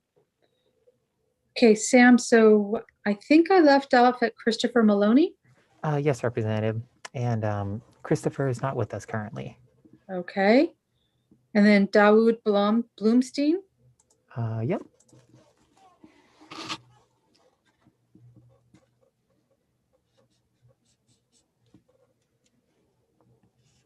Hi. Hello. Good afternoon, distinguished members of the committee. My name is Dawood Bloomstein, and I am a senior at Maine Arts Academy. The LD 604 Act to promote accountability to Maine's charter schools is unfair and wrong. Changing the system of funding for charter schools will inevitably result in the closure of many great schools with thriving communities of students. Charter schools throughout Maine have supported teens and young adults that don't fit in the normal model of public school or want a different form of education. These schools have diverse communities of people that want to focus in on one or multiple subjects that public schools often don't offer. The teachers in these schools often create curricula that compare to or have been modeled by college curricula, an example being honors film studies taught by Maine Arts Academy's English and film teacher, Mr. Richardson. This class implements forms of study that Mr. Richardson used from his minor in film and from his Bachelor of Arts in English. Maine Arts Academy has offered a creative space and a public school alternative that's for students seeking opportunities in the arts. MEAA supports a growing community of performing and visual artists that want to focus on their artistry in and out of school. Art, music, theater, film, and dance are the lifeblood of this school, and all the kids are passionate about what they do there, often continuing their studies of arts in college. Students use this school as a safe and inclusive environment outside the toxicity that plagues many public schools. Many of the kids in this school are part of the LGBTQ+ community and were bullied at their old public schools. If you reallocate funding from us, then you are potentially disrupting a thriving community of artists and destroying a safe place for teens who didn't feel safe in their original school environments. I myself am a pianist at MEAA, and I've been going to this school since its second year. I've seen the growth and potential in this model of schooling. Therefore, I acknowledge the potential for other charter schools. They are not a waste of time or funding. We at MEAA love the arts, and I know you must all share the love for arts as well. So why take away funding from artists and other future generations of creative artists? Art creates culture, and a diverse and evolving culture is what supports compassionate and connected people. Thank you for your time. Thank you, Dawood. Are there any questions? I would just ask, as a pianist, what area of music do you prefer to play? I'm a classical pianist. Classical. I wish we had a way we could hear some of that, but thank you so much for making time this afternoon. Thank you. Okay, we are next to Derek Schenk. Yes, Representative.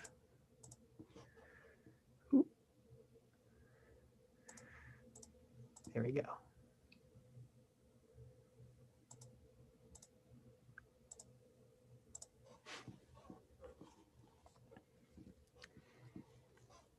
Unmuted and video. Alrighty, can you all hear me Hello. okay? Yes, we can. Hello again, Representative Millett.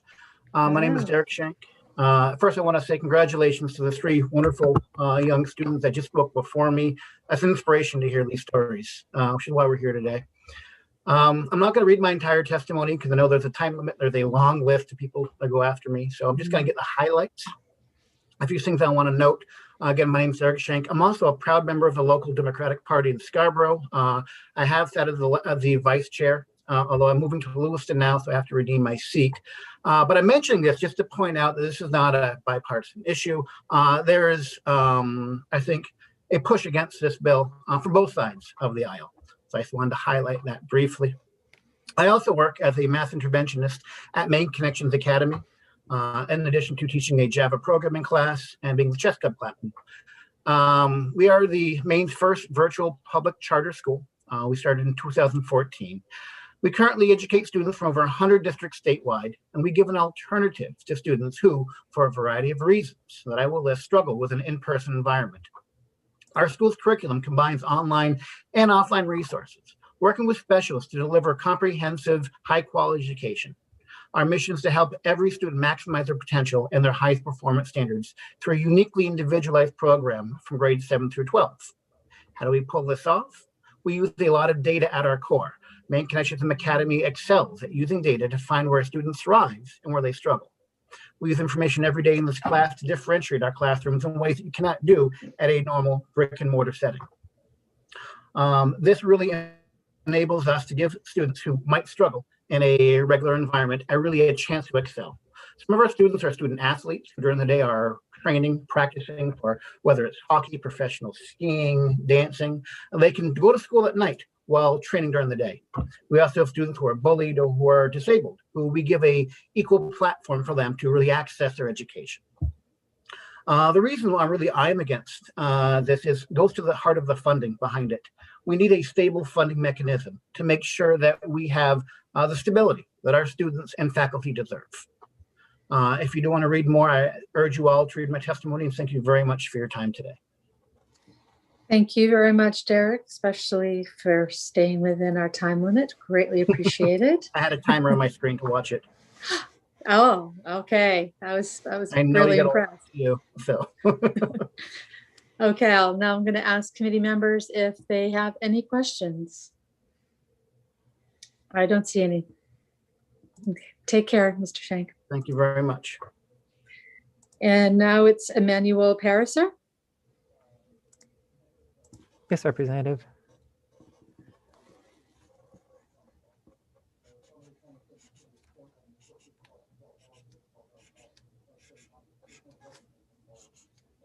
Good afternoon.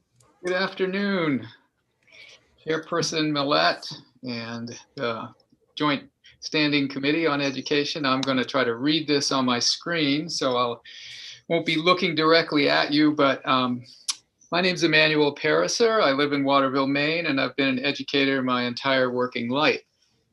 My focus has always been on underserved students who have not thrived in conventional education. In 2011, I helped to start the Maine Academy of Natural Sciences, Maine's first charter high school.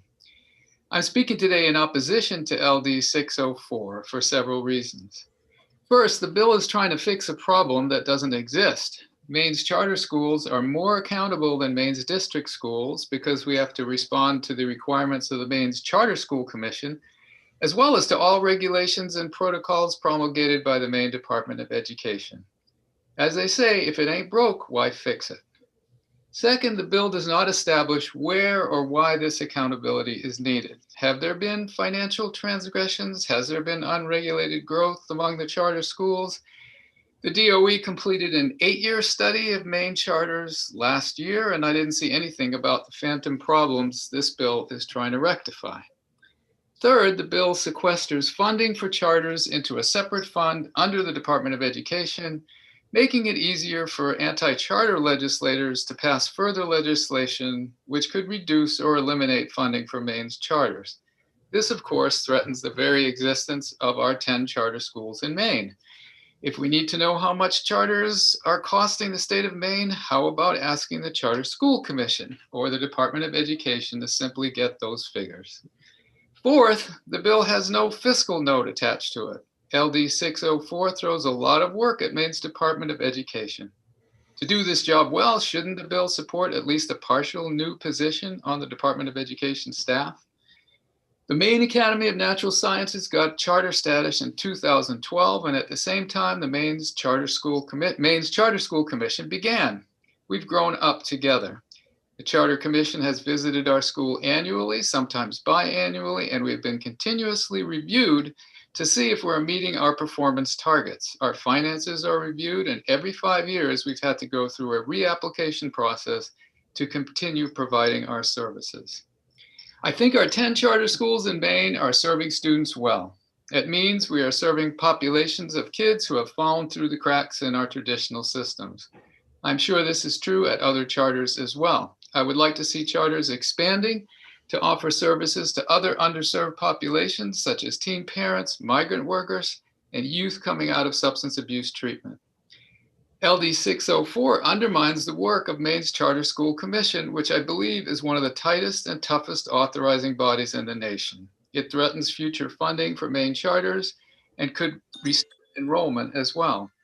Charter schools have a positive role to play in Maine's public education system. Please let I'm almost there, Sam. Please let us do our job without redundant regulation and support the fine work that Maine's Charter School Commission has done and is doing. Please vote ought not to pass on LD 604. And I would say that part of the pleasure of actually doing this is that we've gotten a lot of interesting testimony from alumni. So the proof of the pudding with schools in some ways is what are they doing after they leave?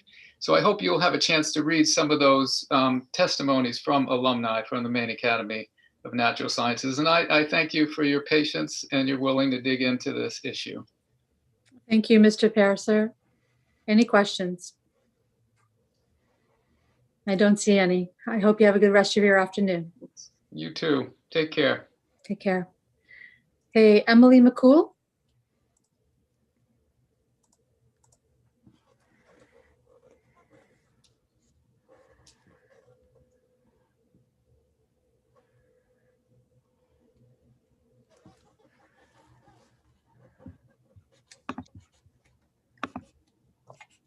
Hi, Emily. Hi. First of all, I'd like to thank you all for letting me speak today. I know I'm one of many. My name is Emily McCool, and I come to you as a student who loves Baxter and has been able to thrive for what I truly feel is the first time. My engineering teacher, John Amory, tells us about the students who look to pursue engineering but aren't able to access the support and opportunities that they need to be prepared. As a young woman pursuing engineering, I had already felt the discrimination many other young women feel. When I was first considering this field in middle school, I'd been looked over, talked over, moved around, ignored, harassed. But coming to Baxter was like the first time I was seen for my potential. I felt the support of my teachers from the first day, when Amory launched into a discussion about the importance of bolstering the voices of women in engineering and about all the potential they have. The potential that I have. I'm now a junior, and I've helped found Baxter's Women in Engineering Club, a place to share experiences and a cooperative of women in engineering from all stages of their career. I'm in my second year on the robotics team, where I've been given opportunities to lead, design, and build. And this past summer, I was part of Baxter's team creating the emergency use ventilator that made it to the finals of the COVID-19 challenge. We stood alongside teams built by professional firms, graduate programs. It was a pretty amazing experience, to be honest. And it's through Baxter's unique programs and opportunities that I can say with absolute certainty that I am becoming an engineer. Thank you. Thank you, Emily.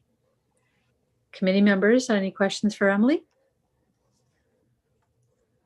I don't see any. So Emily, I'm just going to thank you for being a leader among your peers and starting your Women Engineers group at Baxter. And hope one day you may find your way to reach back out to where you're originating district and share with them your experiences there so they can learn from you as well, because we adults can learn from our kids for sure. So thank you for coming this afternoon. Okay, up after Emily is Heather King.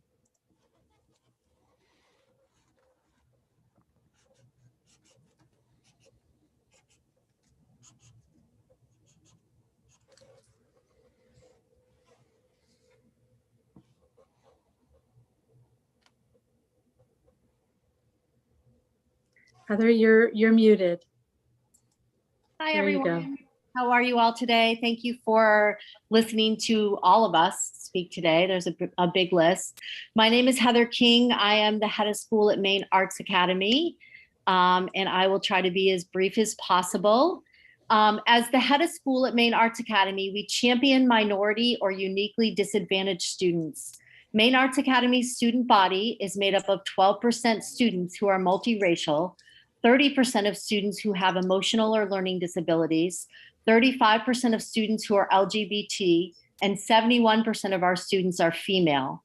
Maine Arts Academy also has students attend from over 85 towns in Maine, allowing students to be exposed to a variety of economic and social cultures. Students at Maine Arts only receive 70% of the funding that other regular public school students receive because we do not receive any local property tax money. This funding structure is already discriminatory, and LD 604 could create even more of a disparity for the students that our special school serves. Making sure that charter school students are legally funded with the same amount each year that a regular public school student is funded at shows that you value these students that charter schools represent as much as you value students at regular public schools. It comes down to valuing every human being and not arbitrarily choosing some students to be more important than others. By separating the funding lines, it shows that all public students are not equal. If charter schools in Maine are going to be under the heading of a public school and already follow all public school laws and report to the Charter Commission and report to the Department of Education, how is accountability being questioned? Moving forward, instead of looking at charter schools as a negative entity and pitting them against traditional public schools, I believe we should look at ways to collaborate with each other, not fight with each other. Here is a parent comment that sums up our school. She felt safe, heard, understood, and loved at school. What more could a parent ask for? Not only are you and your staff dedicated to providing an enriching academic and artistic environment, you all do so with joy and grace. We will miss this school, even the long car rides. It was worth every drop of gas. Thank you does not seem like enough. In some ways, I feel that you saved my daughter, perhaps not literally, but spiritually. Under the gentle guidance of you and your staff, she was free to become the person she was meant to be. I leave you with the request to please treat public charter school students equally so we can work together with other public schools. Thank you, Heather. I also just sorry. want to say congratulations to Dawood Bloomstein, who just got accepted to Berklee School of Music in Boston. And he didn't say it, but we're really proud of him. I am sorry he didn't feel comfortable to share that with us. Yes, if Dawood, if you are listening, certainly that's quite an accomplishment. That's an incredibly powerful, strong, artistic place to now journey to. Any questions for Heather? Seeing none, thank you. Thank you very much. Okay, next we have Jacinda Cotton Castro.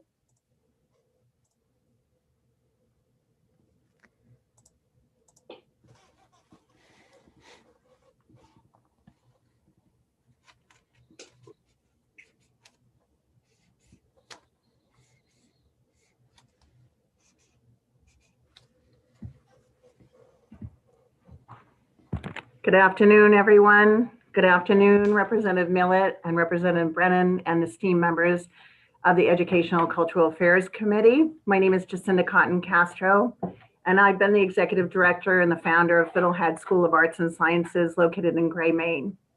I'm writing in opposition of LD 604 and urge you that you should not pass this when it leaves your committee.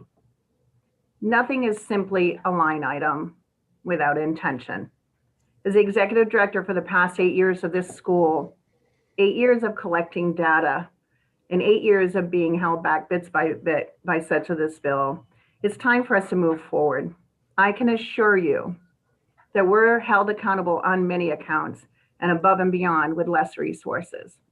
Instead of proposing LD 604 that seeks to further constrain schools that are performing well, we should be forming ways to work collaboratively, as Heather suggested as well, and share insights for all Maine schools.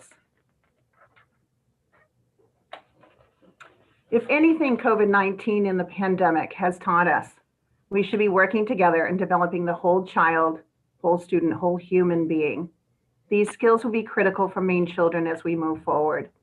These skills will be absolutely paramount. I believe in not being divisive. That solves nothing. Working together, we can continue to be innovative and take advantage of the silver lining that COVID-19 has offered by leaving no child left behind, behind. With this innovation of outdoor learning, developing the whole child, we can continue to develop the 21st century skills that Maine children so desperately need and what we've been working on for the past 8 years. As you're aware, equity for each child is very important. It cannot be more important than right now. Not all students fit into the same educational mold, and some schools are too large to offer many programs for all of the individual students. By working together, we can make sure Maine has a diverse educational portfolio with different offering from different individuals. Many countries from around the world, Finland, New Zealand, et cetera, have a whole child approach. And I believe Maine schools and educators are ready for this. As a past participant of the RREV Innovator Education Program with Jason Bolton of the University of Maine and Martin McKay of the RREV program, which is a DOE funded program or grant award, where Maine schools gathered via Zoom back in February and March to develop innovative programs to education. I'm more convinced than ever that the timing is now for us together to step forward and different approaches to education and to work collaboratively. I think Maine really is on the precipice of this. As a Maine charter school, we're already held accountable by the Charter Commission. Our level of accountability is extremely high. Public charter schools also have additional accountability measures written into our charter contracts and the Maine Charter School Commission.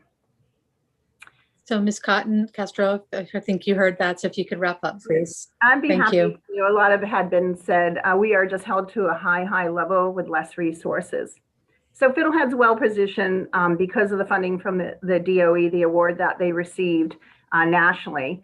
And we are ready and willing to share this knowledge that we have gained over the past 8 years with districts that may have a more traditional approach, but because of COVID, because of this enlightenment, that they want to adopt a more whole child progressive educational model. So in closing, I implore you to recommend that LD 604 should not pass and stop putting chains around charter schools so that we can continue to flourish and collaborate with all Maine schools. Let's be a leader in progressive education for the children of Maine.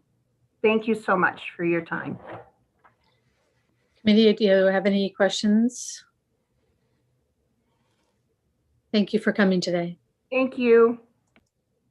Okay, next we have Jana Lapointe.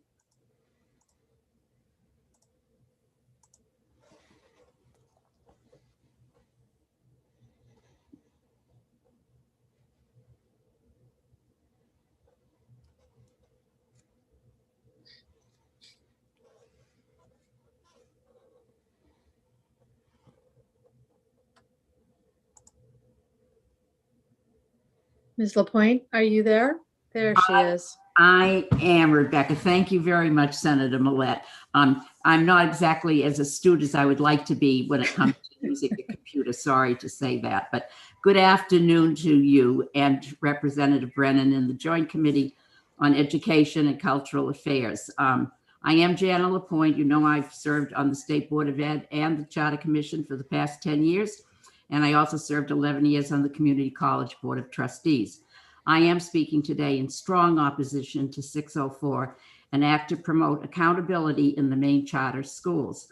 The bill is in no manner does it support accountability for charter schools. In fact, it appears to be another attempt to slowly chip away at the fundamental fabric of parents having educational opportunities for their children. I'm not going to read everything that I've written. I will send that all into you, but I wanted to talk just a little bit about the accountability. And if you don't consider this being a substantial oversight, when someone wants to apply for an application for our program that included, for most of them, over 500 pages of unimaginable time and money to complete that application. After they did the application, there were multiple interviews, public meetings, and finally, if the applicant was successful, a lengthy contract signed by the applicant and the commission.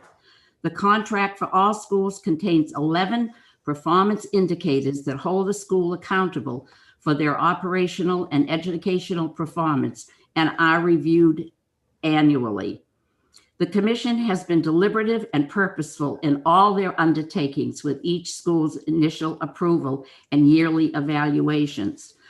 One of the things that I did want to also mention to you is that another area of the bill that is particularly concerning to me is determining what charter school, what a building should look like. The state provides absolutely no funds to us for a new building, for renovation, for rentals or facilities. So why would the DOE have a right to determine if a charter school should move or construct a new building or determine they could lease a building? Also, right now, the state law under the Charter Commission would not allow them to do this. We work separately from that. I would also like to just take you, for some of you that aren't familiar with charter schools, just to see what the differences are and look at a side-by-side quickly of charter school versus district public schools. Our charter schools receive equal EPS formula that all schools receive from the state, no more, no less. Charter schools do not receive any additional funds from their individual communities through property taxes. Charter schools do not receive funds for new buildings, as I have just said. At least a district public school can go to their community to receive that support. Charter schools must provide the same state assessment testing as all public schools. Teachers in charter schools must be certified after 3 years of teaching or provide expertise in given areas. I could go on, and I will give you the report that one of the areas that you were most concerned about with us was on the graduation rates, where we have had to, unfortunately, due to some of the numbers, have had to show that our numbers didn't look as good, but we can show you in growth and over the last 3 years exactly where we have gone with the graduation rates. So at this point, I would just like to say to you all, please do not support LD 604. I see nothing in it that's going to bring us together, and I would rather see you as our legislators and the DOE and the charter schools working together to help the children in Maine. That's where we belong. Our children are the most important thing that we have in this state for now and for our future. Thank you. Thank you, Ms. Lapointe. Are there any questions from the committee? I don't see anything. Thank you for coming this afternoon. Okay, next up is Janet Townsend.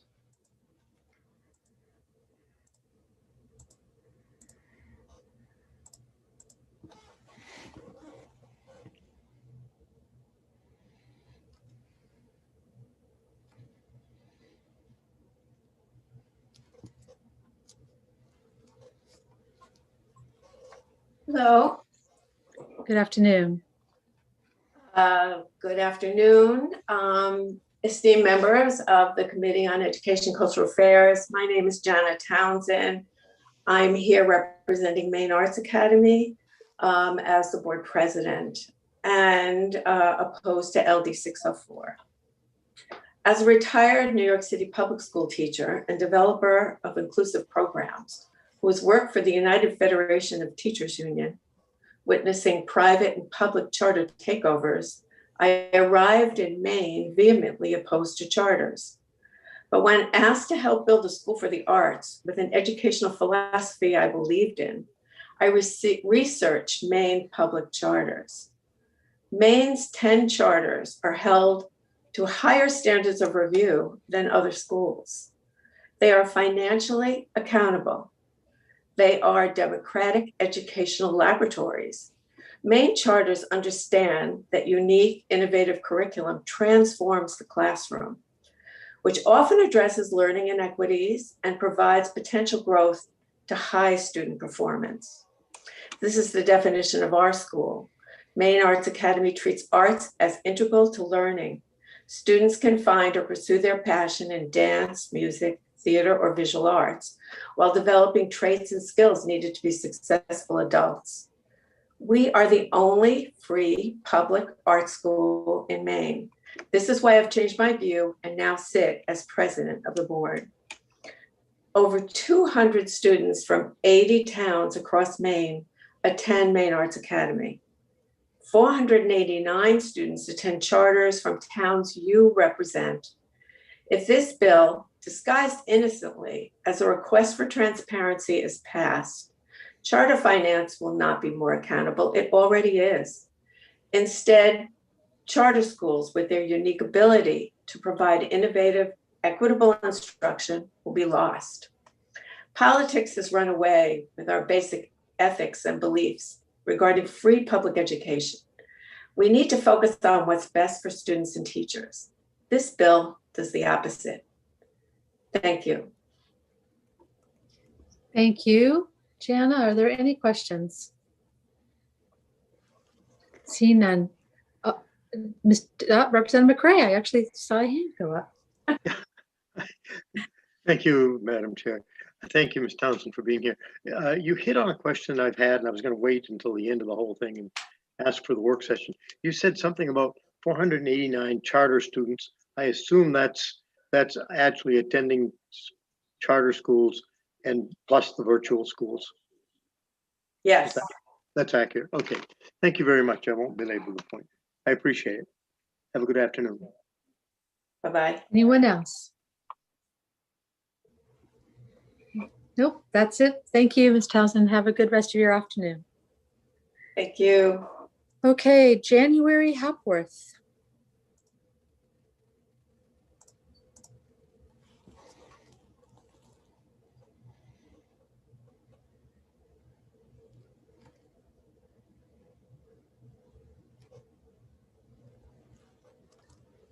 Looks like January froze. Let's give her a minute to see if she can unfreeze. Oh,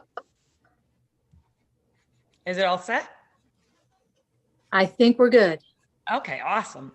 Thank you so much. I'm really excited to be able to speak today to the honorable members of the Joint Standing Committee on Education and Cultural Affairs. My name is January Hapworth.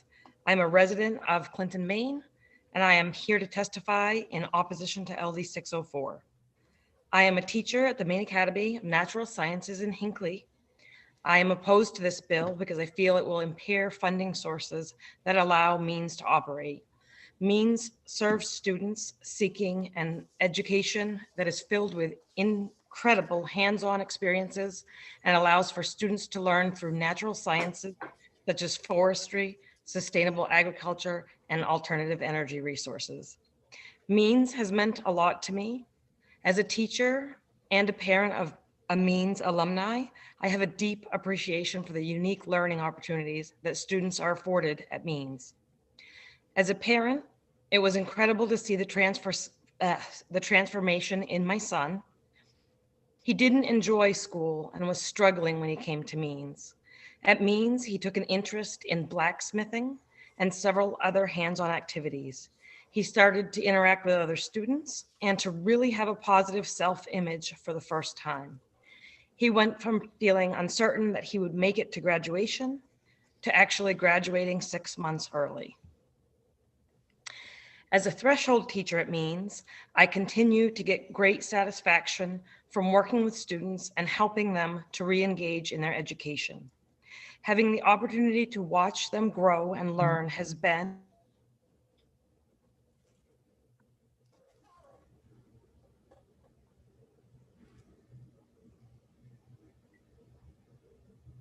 Has anyone else lost? Okay, January, we can't hear you. dropping out of high school, transform into more confident individuals with a plan for the future is absolutely incredible. Means is an amazing charter school. It has and will continue to positively impact the lives of many students and their families. I would ask that you, as members of the Education and Cultural Affairs Committee, please vote against this bill because it will undermine the educational opportunities that Means and other charter schools provide. It will also diminish the operational abilities of these schools, so much that they may be forced to close. Thank you. Thank you, Ms. Hopworth. Just so you know, we did drop your audio for just probably 10 seconds or so, but I assume you did submit your testimony online as well? I did. Yes, I thought I recognized that. So we do have that available to read at a later time. But again, it was for a very short period of time, but I did want to make sure you knew. Technology interfered yet once again. Thank you. Okay, I'll ask the committee if it has any questions for Ms. Hopworth. I don't see any. Thank you for coming this afternoon. Okay, next is Jeremy Jones.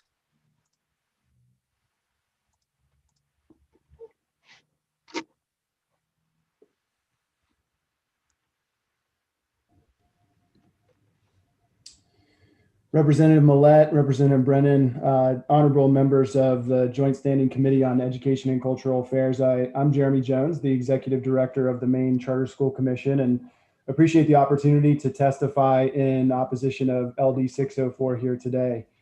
I'll keep my comments brief because I know there are lots of folks who want to speak, but in your consideration of this bill, I draw your attention to an important change. At its core, LD 604 really undermines the independent professional judgment in authorizing by transferring the statutory authority from a gubernatorially appointed commission to the Department of Education. As a commission, we have the staffing, the judgment, and the expertise to really focus on quality charter school authorizing and decisions related to charter school performance in a way that other institutions in the state currently are not capable of doing. Being the entity that is solely focused on the commitment of quality charter school performance, we're really the best organization positioned to exercise our professional judgment in these decisions. For this primary reason, the Charter Commission opposes LD 604, and I appreciate the opportunity to share my thoughts with you today. I'm happy to take any questions. Thank you, Mr. Jones. Excuse me. Are there any questions? Representative McRae. Representative McRae, there you go. Yeah, thank you, Madam Chair. Mr. Jones, thank you for being here. You seem to be the perfect person to give me the answer to a question I just asked. How many students are involved in the Maine charter schools as students? Yes, sir. So the total student population across the 10 campuses is 2662. Thank you very much. Yes, sir. Any other questions?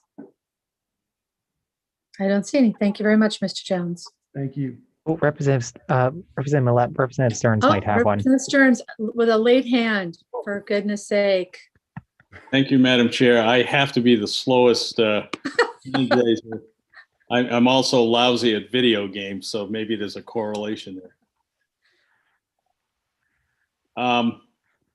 A couple of questions, I think, for the workshop, and that is, I was around when the charters began, and I remember asking your predecessor, Mr. Jones, what the administrative ratio was between students and administrators, and at the time, it was around 760 total students, 240 of which were virtual students, and there were 21.5 full-time equivalents. I'm a former school superintendent, and in my world, those are accountability pieces that fascinated me. First of all, it fascinated me that they actually gave me that data because it was extraordinarily high, and I attribute that to just starting out and a low student count. But I'm wondering if we could get that, what the administrative to student ratio is. And the other piece that I noticed when I go on to the DOE's website and look at the 279s, for me, I can go back to any school system and really get a pretty good picture of where, if I were looking for financial accountability only, sections where I would at least ask questions. Maybe the administrative level seems high. Maybe it's special education seems higher than enough to ask the questions.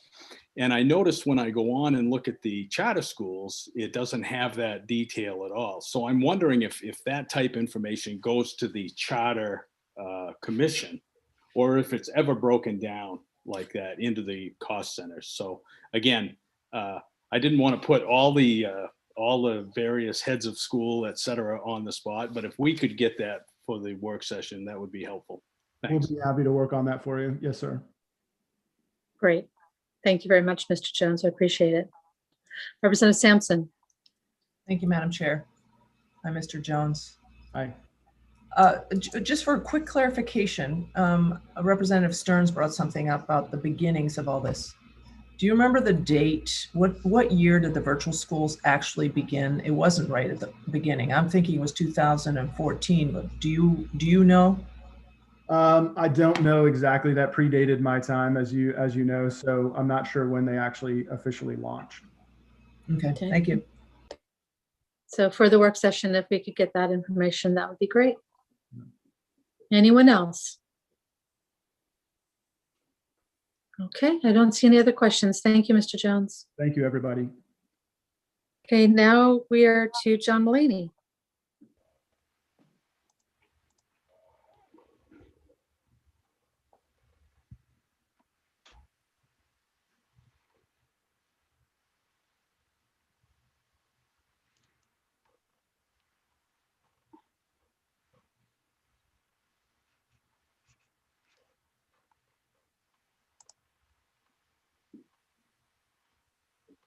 Mr. Mulaney, are you there?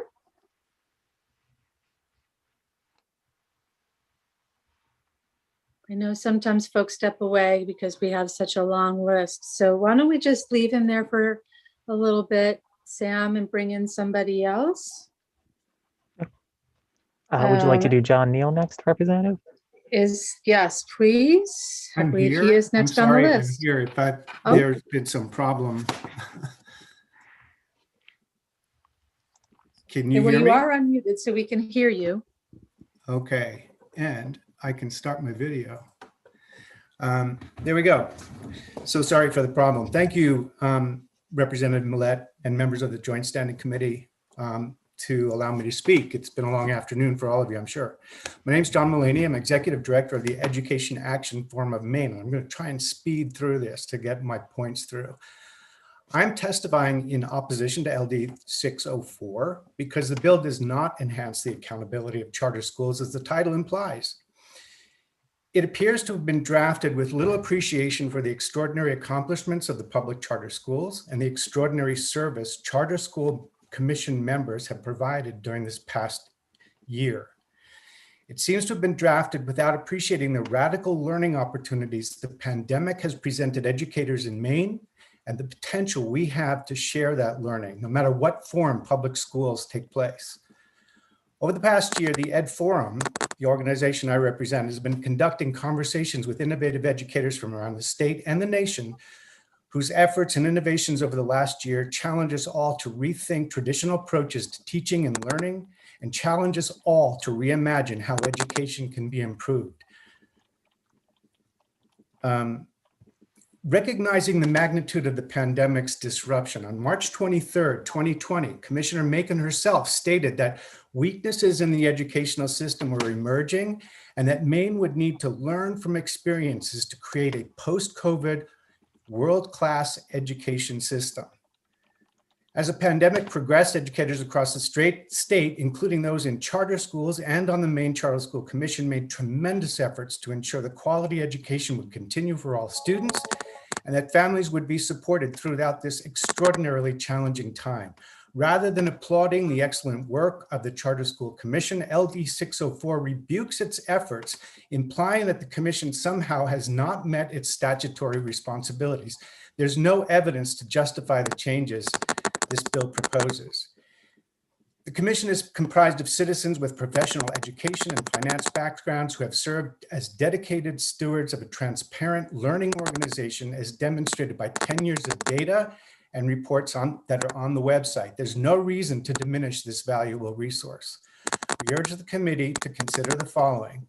Let's be honest, LD 604 is not a simple reassessment of funding, but one more step among a recent set of legislative actions, often partisan, that limit the ability of students, families, and teachers to choose options within Maine's public education system.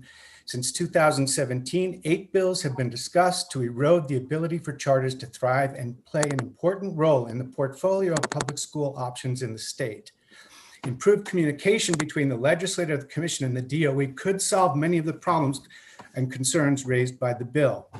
Regarding finances, the state isn't spending X amount of dollars on charter schools. The funding follows the students. The state would have spent the dollars regardless of where the student attends the school. One doesn't need to understand how much is being spent on the charter schools as opposed to how much money the state is spending on public education in general. And that's where some of the discussion should take place. The pandemic has proven that the one-size-fits-all model for public education has no place in an education system designed to best respond to the challenges faced by our children in today's world.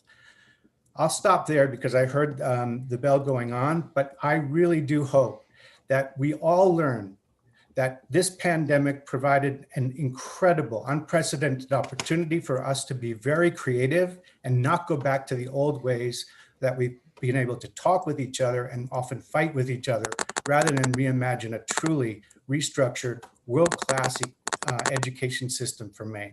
So I implore that LD 604 does ought not to pass. Thanks so much for your time.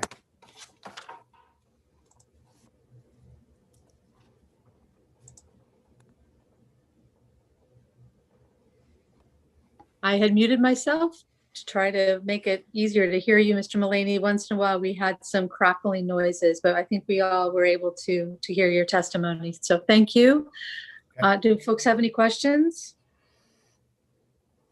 Seeing none, I hope you have a good rest of your afternoon, Mr. Mullaney. Thank you. Okay, next up is John Neal.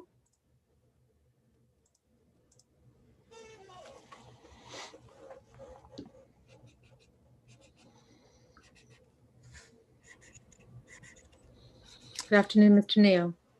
Hello, Representative Brennan, Representative Millett, and esteemed members of the Committee on Education and Cultural Affairs. My name is John Neal. I am the Director of Music at the Maine Arts Academy. I speak in opposition to LD 604 because it unfairly and unnecessarily complicates charter school funding to the detriment of charter school students, because it adds another layer of bureaucracy to charter school operations, and because the result of this bill will be to limit opportunity for Maine students and their families who need an alternative to the local public schools. In the first place, the current school funding formula establishes an equitable funding rate for every Maine student. This essential programs and services rate treats all Maine students equally, no matter where they live or attend school. LD 604 would upend this equitable formula by removing charter school students from the EPS formula and forcing charter schools to go to the legislature to beg for funding every year. This is unfair to those Maine children and their families who have not been well served by their local public schools, and more on that in a moment. This proposal is really no different than requiring, say, Aroostook County schools or South Portland schools or any other organized school district in the state to make special legislative school funding requests.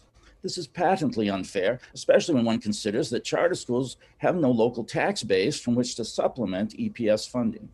Thus, charter schools would operate at the whim of the legislature, and from all appearances, the legislature would actually be empowered by LD 604 to simply close the charter schools and deny school choice to Maine students by just zeroing out the charter school budget line.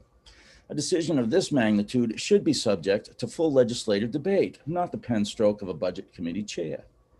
Furthermore, as a Maine educator with over 40 years of teaching experience in Maine high schools, I can readily recall years in which superintendents waited with bated breath for the legislature to pass a budget and specify local school funding in time for local budgets to get out to taxpayers for a vote. Are we to believe that the legislature will be able to address charter school funding in a timely and efficient manner should LD 604 pass? I think not. Thus, charter schools will be asked to operate in limbo, unable to admit new students, hire faculty, or plan programs until such time as the legislature gets around to addressing their funding. Again, would we single out the Falmouth or the Presque Isle schools for such treatment? Again, I think not.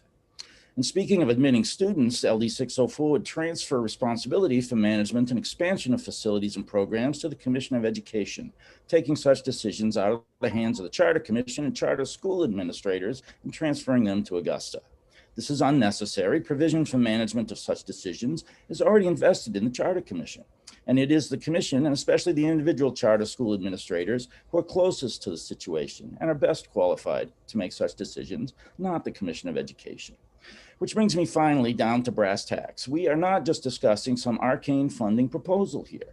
We're debating real consequences for real Maine children. My students at the Maine Arts Academy, we have 200 students from over 80 communities across Maine, their public high school, and come to us. And it's these students that really we're talking about. They're invaluable, irreplaceable, and so this is why I urge you in the strongest terms to oppose LD 604. Thank you so much. Oh, thank you, Mr. Neal, especially for sticking with the timer. I really appreciate it because we still have quite a few people behind you. Any questions for Mr. Neal? I don't see any. Thank you for coming this afternoon. Thank you all so much. Okay. We now have John Wensman.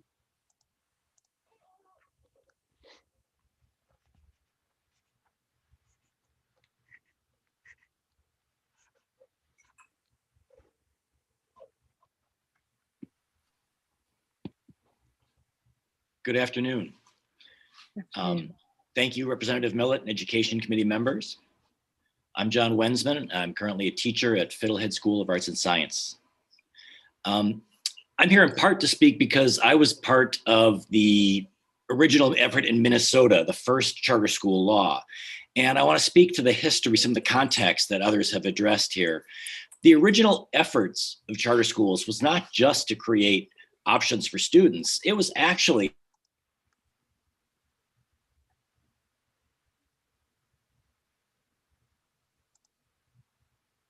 Uh-oh. I think Mr. Wens. There we go. There He's we back. go. Back. Yep. Mr. Wensman, could you just, yep. so not sure where I got cut off here. I'd go back about 2 lines and we'll be good. I'm laughing because it's not quite written like that. But, so yes, the original Minnesota efforts were more ambitious than creating options for students. They were actually to try and leverage change in public schools. Much of the testimony you've heard today comes from students and teachers who still feel conventional schools haven't served them well, and they've needed the safety valve of charter schools and the diverse ecosystem of schools created by some choice in the system. Unfortunately, we still use the phrase conventional schools. Education is resistant to change. Charter schools, while may not leveraging the change in the main system that they were originally intended to, are effective at creating small systems and places that meet the needs of a diverse range of kids. I've seen parents really seek opportunities for their parents in a tremendous range of places. And whether that was as a Fulbright scholar in India, I saw a school of parents parents of handicapped kids created a school because there was no opportunity for them in that place. The similar passion for opportunities for kids is evident in all of our schools and all of our charter schools. And here at Fiddlehead, our parents are definitely looking for those opportunities and appreciate having them. So I urge you to oppose this bill, which is a euphemistic effort to seek accountability, which is in fact an attack on the system. Thank you. Thank you, Mr. Wensman. I appreciate your ability to roll with some of our technical bumps. Any questions for Mr. Wensman? Okay, I don't see any. Next up is Jonathan Amory.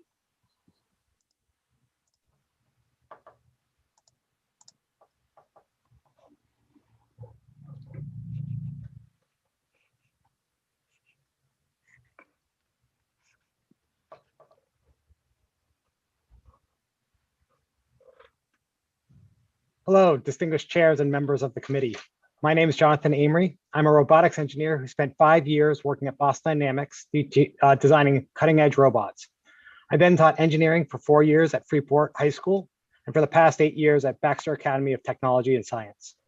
Baxter Academy is not in competition with other public schools. Instead, Baxter Academy supplements public school systems across Southern Maine by providing specialized engineering and other STEM programs that most public schools can't provide.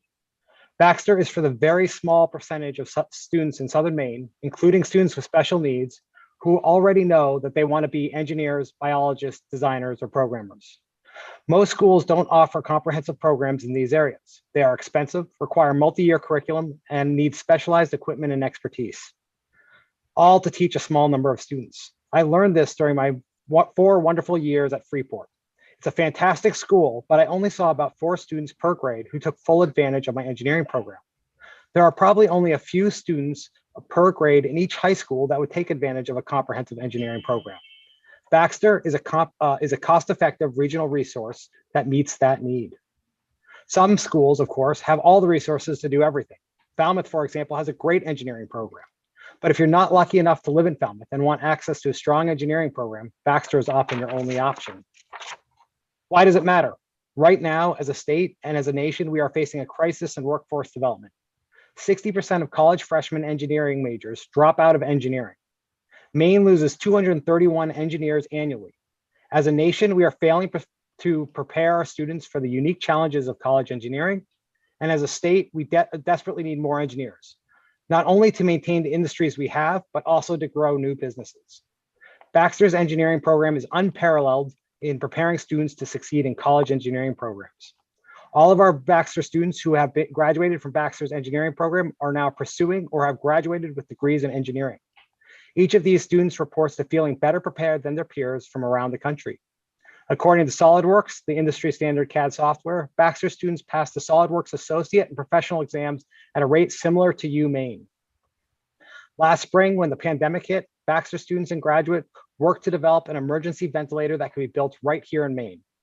Our design was so successful that we were one of 7 finalists in Mass General's Covent 19 Challenge, a worldwide challenge with over 200 entries from professional engineering firms, graduate programs, and 1 small public high school in Maine. In a time of crisis, our students, graduates stepped up. They put their training into practice and competed against professionals at an international level. Baxter offers a unique opportunity that's available to all Maine students. It plays its part in Maine's workforce development and is a regional resource that has proven its worth. Thank you very much, Mr. Amory, and congratulations. Thank you. Does anyone have any questions? I don't see any hands. Thank you for your testimony. Thanks. Okay, next we have Joseph Drago.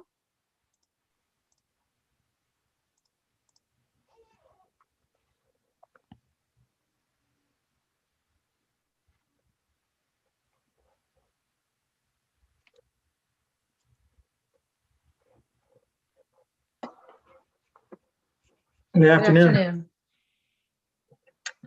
Good afternoon, distinguished chair and members of the Joint Committee. Thank you for the chance to speak with you today. My name is Joseph Drago, and I live in Bath. I've been involved in charter school financial management for nearly 10 years and in accounting and finance for 35. I've served as the CFO of a large, successful charter school network. I've been a consultant to charter schools, and I'm a consultant to the Maine Charter School Commission on Financial Matters. I'm here today to share my experience and observations with you and to urge you to vote ought not to pass on LD 604.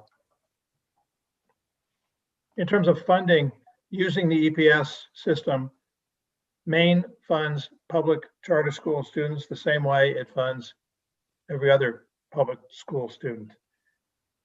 It is a simple system, it's robust, it's very well vetted, and it is based on a philosophy of fairness, because it funds each student in the same fashion.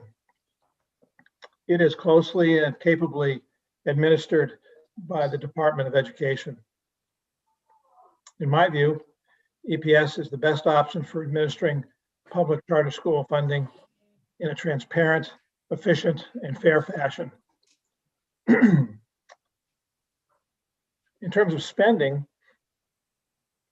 there is a robust framework of continuous reporting and auditing that, in my view, well supports DOE in their mission of oversight of the public charter school spending. Let me give you just a couple of highlights that occur. On a quarterly basis, the public charter school accounts that reflect all funding, that reflect all spending, all of the transactions that have occurred are uploaded in detail to DOE for their scrutiny.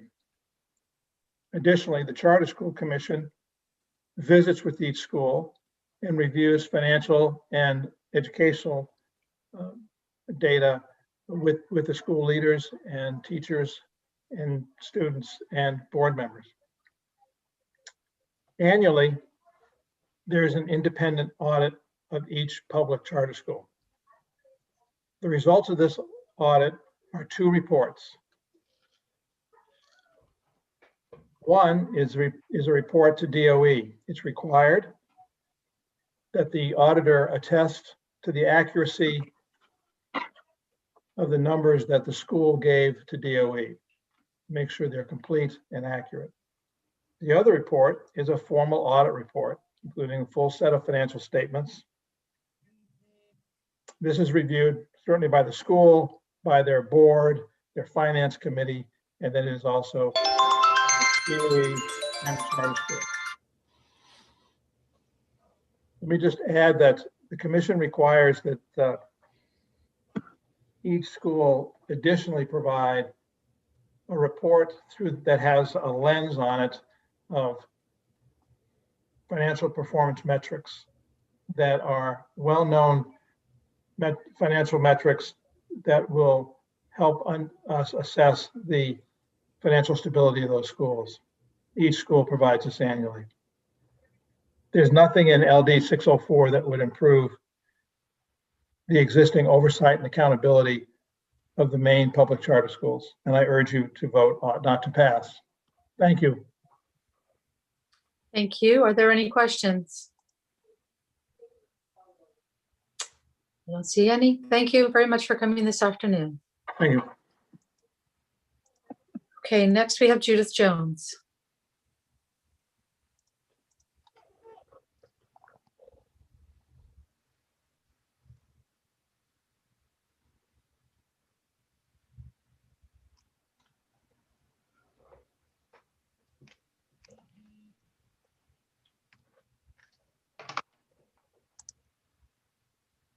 Mute.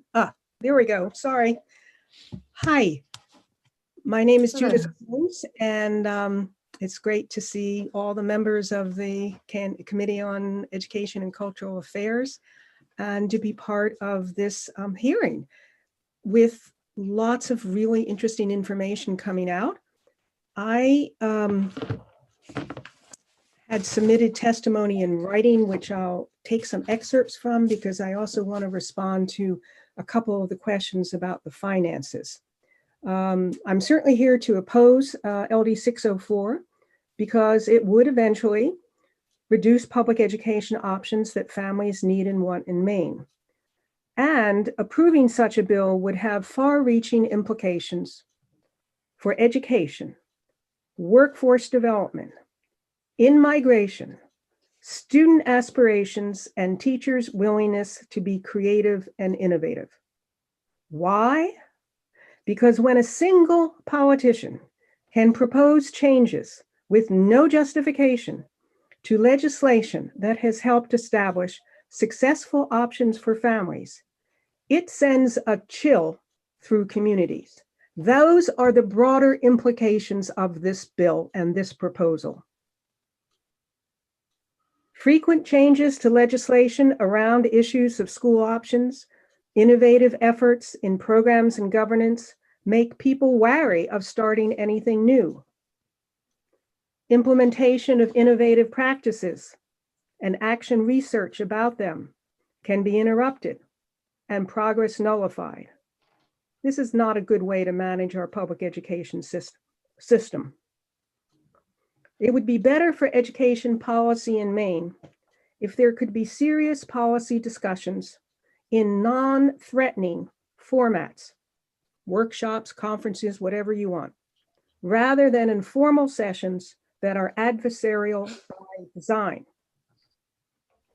So, trying to look at the positive side of things, let's assume this bill is defeated. What good things might happen? More consistency in education policies that support innovation would enable the Department of Education to use its federal funds more effectively. School boards and superintendents could design flexible programs that meet the needs of more of their resident students. It would allow new design models to emerge that support the various sectors of the Maine economy. For example, we could have programs that support the hospitality sector. I can point you to programs in other states that are doing this. Programs in health sciences could attract young people and help address a wide spectrum of health needs of Mainers.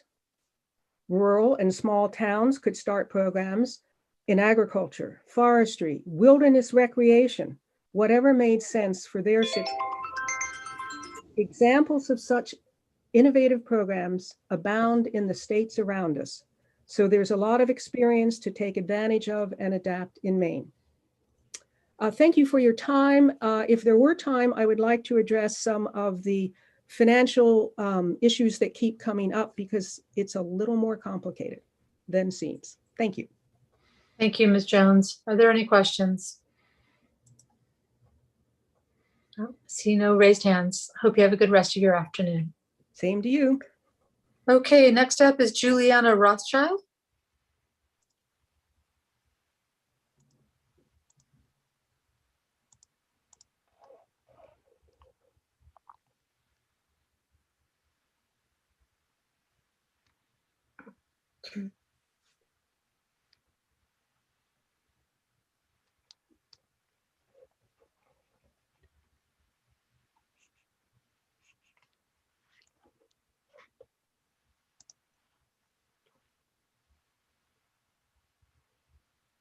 Good afternoon. Sorry about that.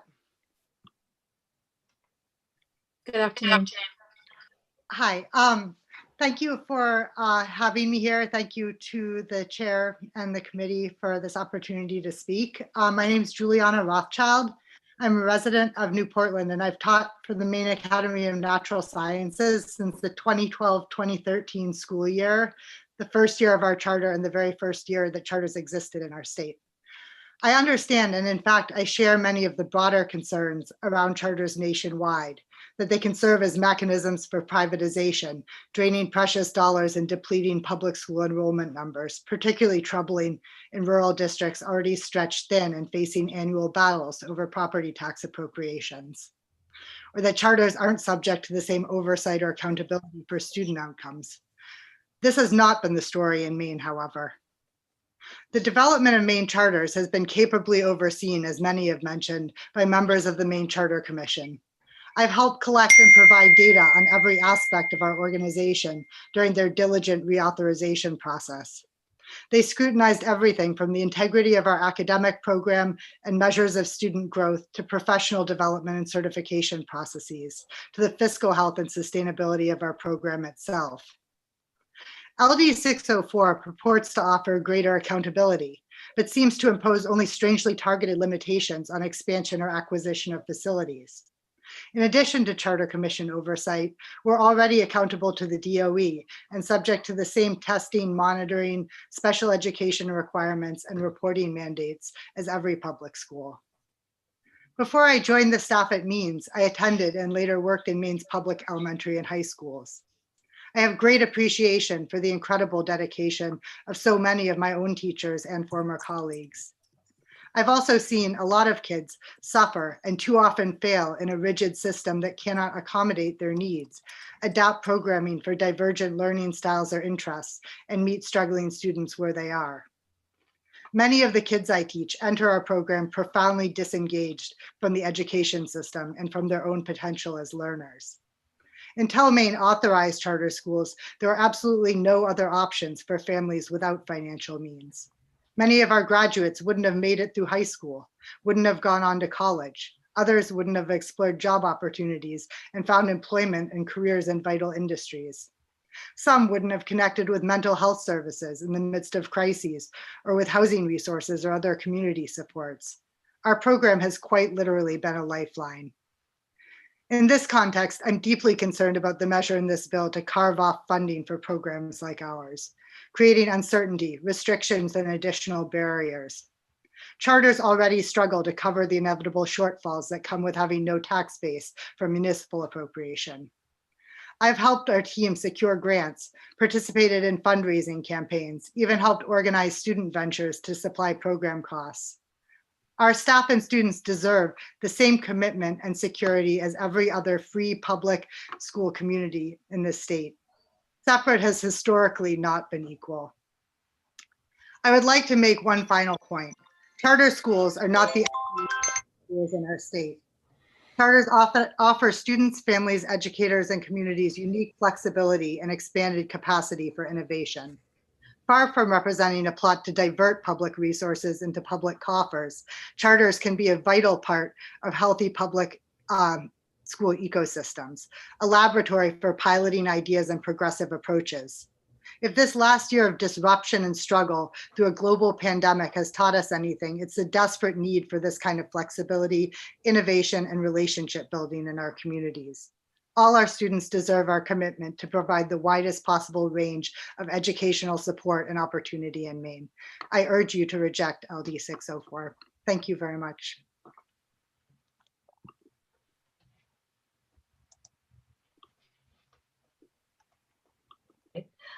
Are there any questions for Juliana? Seeing none, thank you very much. Thank you. Okay, so I have little bird has whispered in my ear that Aaliyah Sabri is back in the waiting room, and I would invite her, or I believe it's her, that is an assumption, but Aaliyah to come in and offer testimony. Yeah, sorry, I was on the bus. No worries.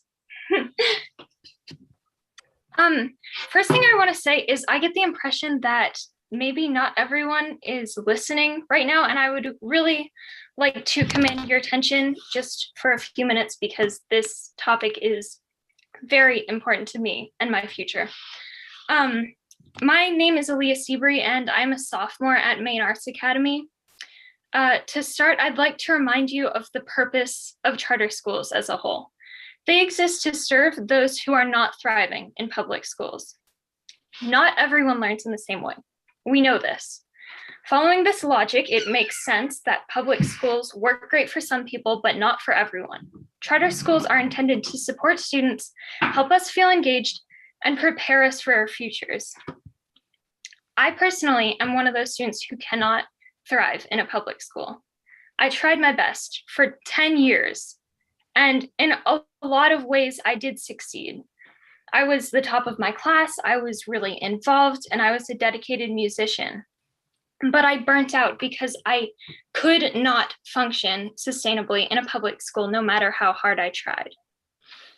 Every moment, I felt suffocated. But when I came to Maine Arts Academy, my grades went up, I started learning quicker, and for the first time in my educational career, I felt like I could finally breathe. A feeling that I'm certain many, if not all of my fellow charter school students can relate to.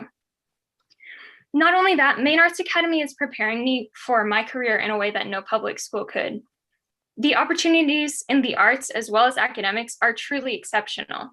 It's preparing me for any competitive arts program that I would like to get into or any type of higher education. At the end of the day, I'm going to pursue arts no matter what. Harming my school would only succeed in failing to prepare me for my future. This bill would slowly extinguish charter schools.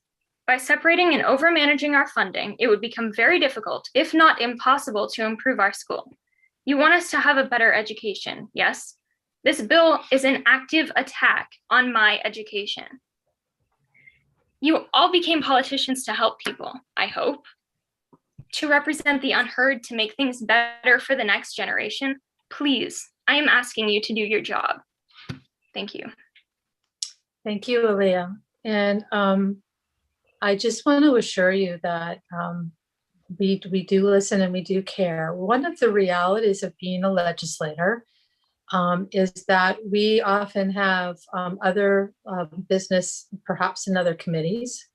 And so we will kind of pop in and pop out. If we were actually physically in the building, you would see us get up and leave and then come back. When we're virtual, how that translates is into our screens going dark. We also have been listening to public hearings for 3.5 hours. And so periodically we do have to kind of get up, stretch our legs, perhaps get a glass of water, visit the restroom, and other issues. So please don't take these screens as any indication that we're not listening and that your testimony is important. So I'm very glad that we were able to get you back in.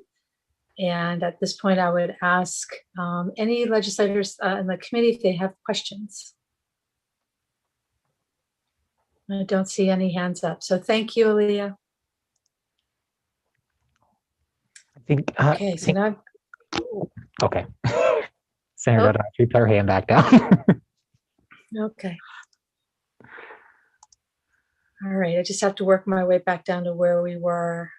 I think we're up to Caitlin. Oh boy. My screen's not cooperating. You're right, But you know who I It's mean, Kate. right? Yep, Caitlin. Yep. I can't get this to stop. Stop.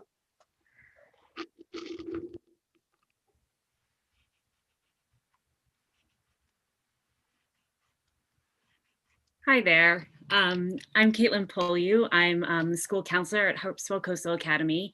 And thank you for this opportunity to speak before you today. As you know, I am here to express my opposition to LD 604.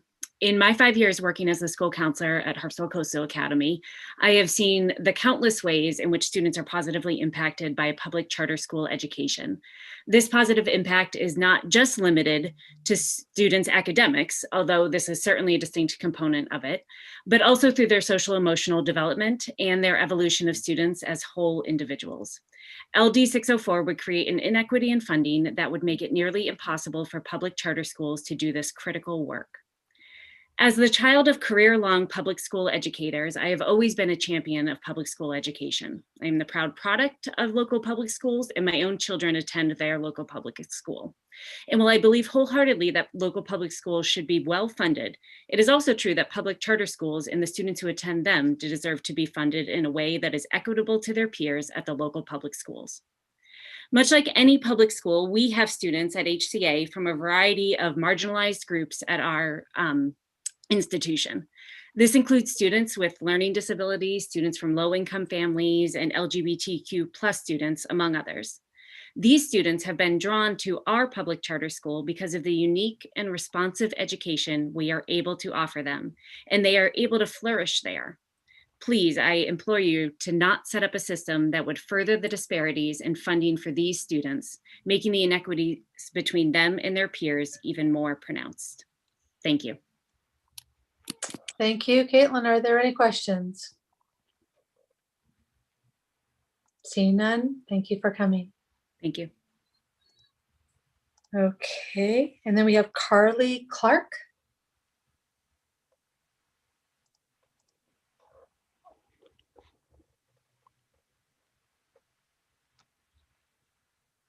Okay. Hi, Carly. Hi. Hello, distinguished members of the committee. My name is Carly Joe, and I'm here to speak against LD 604. Thank you for giving me that chance to speak. I'm a previous graduate and current employee of Harpswell Coastal Academy, a public charter school in Brunswick and Harpswell. And for my entire life, I felt like I didn't fit the mold. I was too weird, quirky, or blunt. I was unable to thrive in a system that felt like it wasn't for me. My life was a fight at traditional schools, and I eventually gave up. I was deemed as a low intelligence student, and I felt like at a certain point there was no place for me inside of a classroom.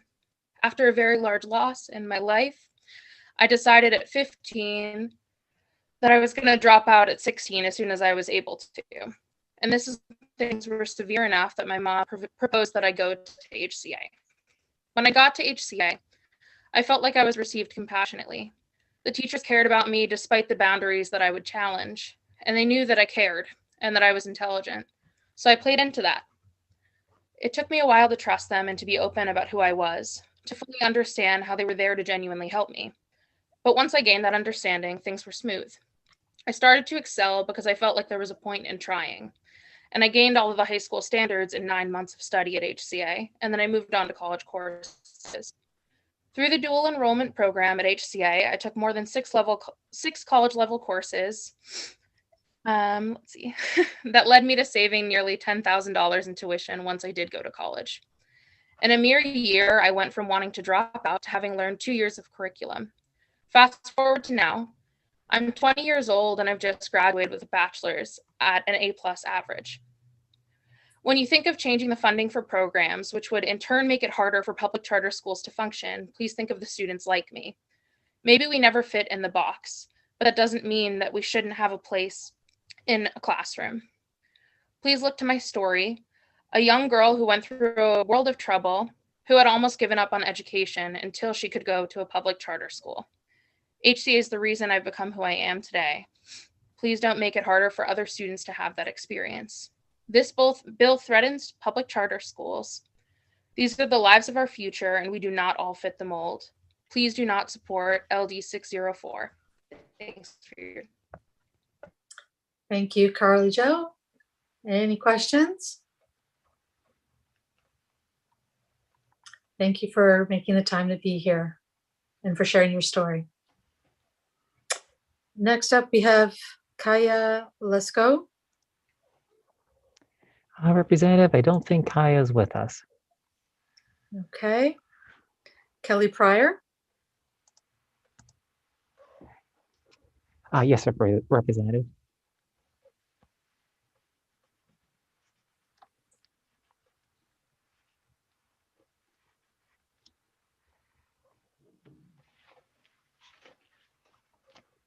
Good afternoon, Kelly.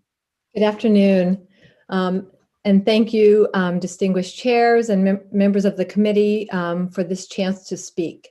Some of you have heard me present before as Executive Director of Baxter Academy, but I'm here today as a parent.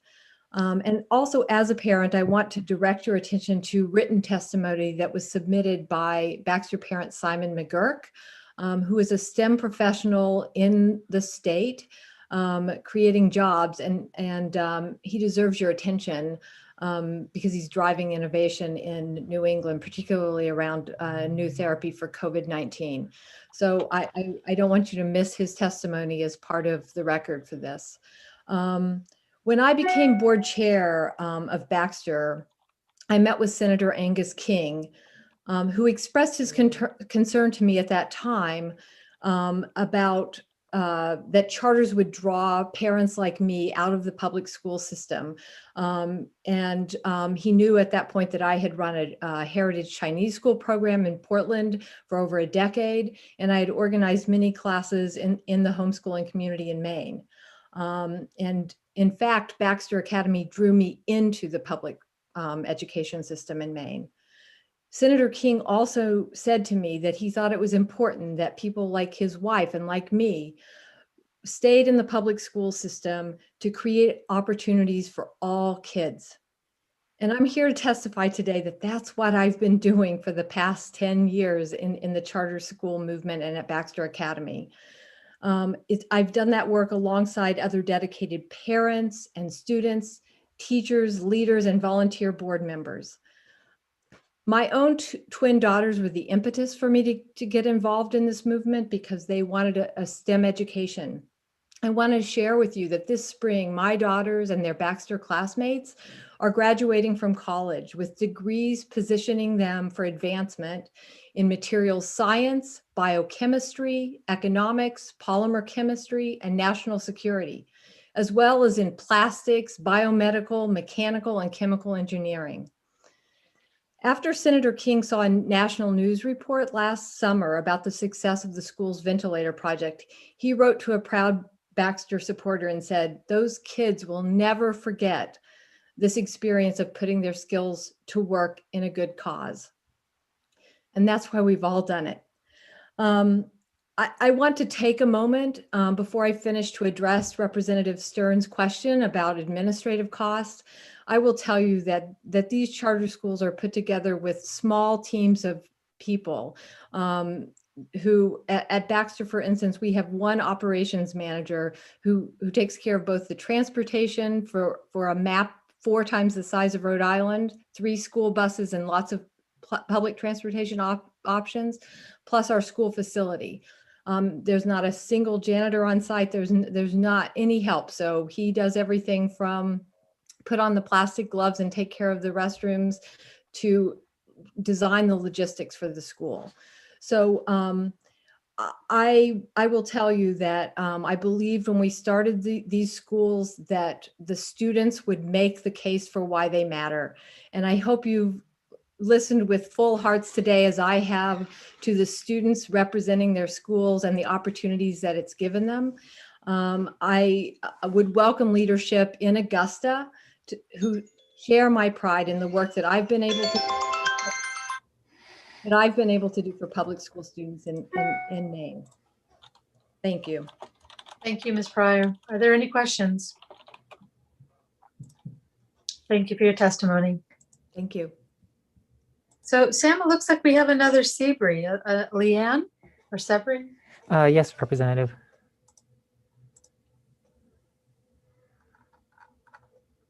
Oh. Sometimes they put their hand up and down and they jump all around. All right, there we go.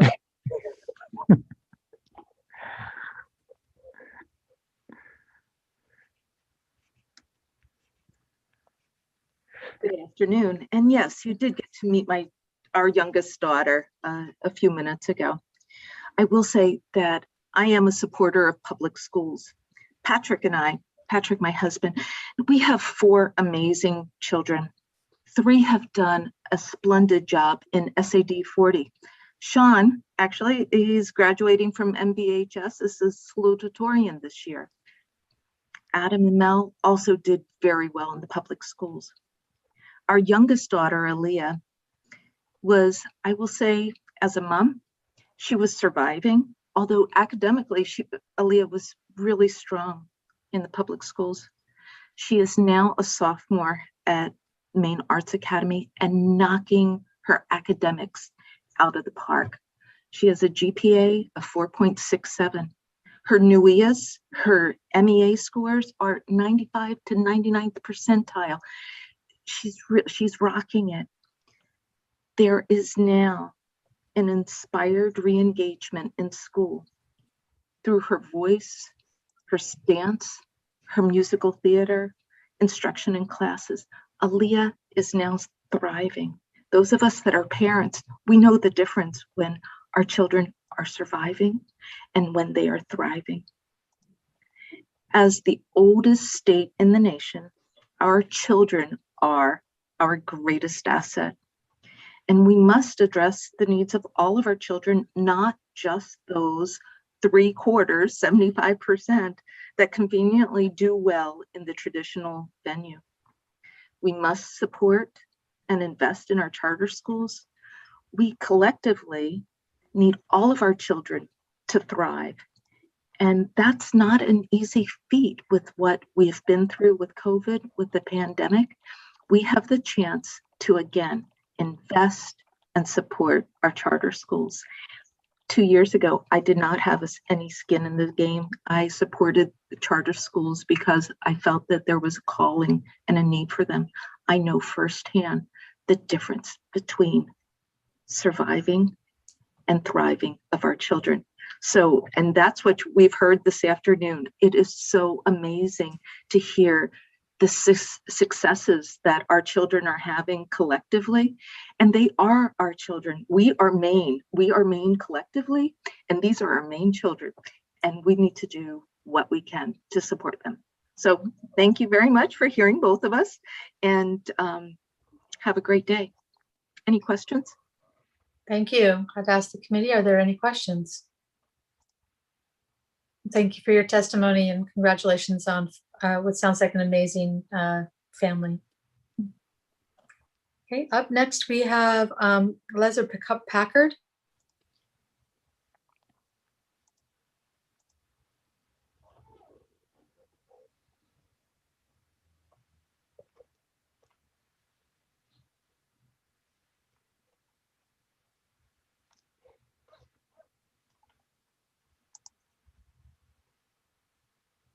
Good afternoon. Can you hear me? Yes, we can. Hi, good afternoon, Representative Millett, Representative Brennan, and honorable members of the Joint Standing Committee. My name is Lisa Packard, Executive Director of the Ecology Learning Center. As a strong advocate for public education, I strongly oppose LD 604. The Ecology Learning Center is Maine's 10th newest and smallest public charter. Following years of planning, we opened as scheduled on September 1st during a pandemic. Maine has grown its public charter schools slowly, cautiously, and wisely. I've been excited to open a public charter school since for the last 10 years. As Jeremy Jones stated earlier this afternoon, the total charter school student count is only 2662. We, public charter schools in Maine, focus on quality over quantity, stretching limited funds as far as possible to offer children more educational options. The Ecology Learning Center spends a good portion of our budget to support our local school district, RSU3, by contracting services for transportation, a special education director, and athletics. Our goal is to partner with district schools and not compete. And in an article that was posted in wintertime, the superintendent, Charles Brown of the RSU3, said, it is a positive relationship and we are looking forward to working more ways that we can work together. LD 604 limits a charter school's ability to expand beyond a home campus. This limitation infringes upon parents' rights to choose the education that best serves their child. By enrolling children beyond a district, public charter schools promote diversity. Fixed geographical boundaries perpetuate systems of inequality. These boundaries are rooted in housing and economic discrimination. The Ecology Learning Center's first year in Waldo County has been a huge success due largely to this diversity. Public charter schools are accountable to the state's charter commission and the families they serve. Giving families options means they can vote with their feet. If a charter school is not a good fit, parents have the power to change schools. LD 604 limits options for families when we should be expanding options. LD 604 alters the flow of funding from the publicly appointed charter commission to the Maine Education Commission, and this will reduce our already limited budget and hinder our ability to offer quality educational experiences. LD 604 is a recipe for destabilizing budgets, reducing accountability, narrowing equity, eliminating parental choice, and severely damaging efforts to innovate. Please vote ought not to pass. Thank you. Thank you, Ms. Packard. Are there any questions? Okay, I don't see any. Have a good rest of your afternoon. Thank you. Up next is Lisa Moore.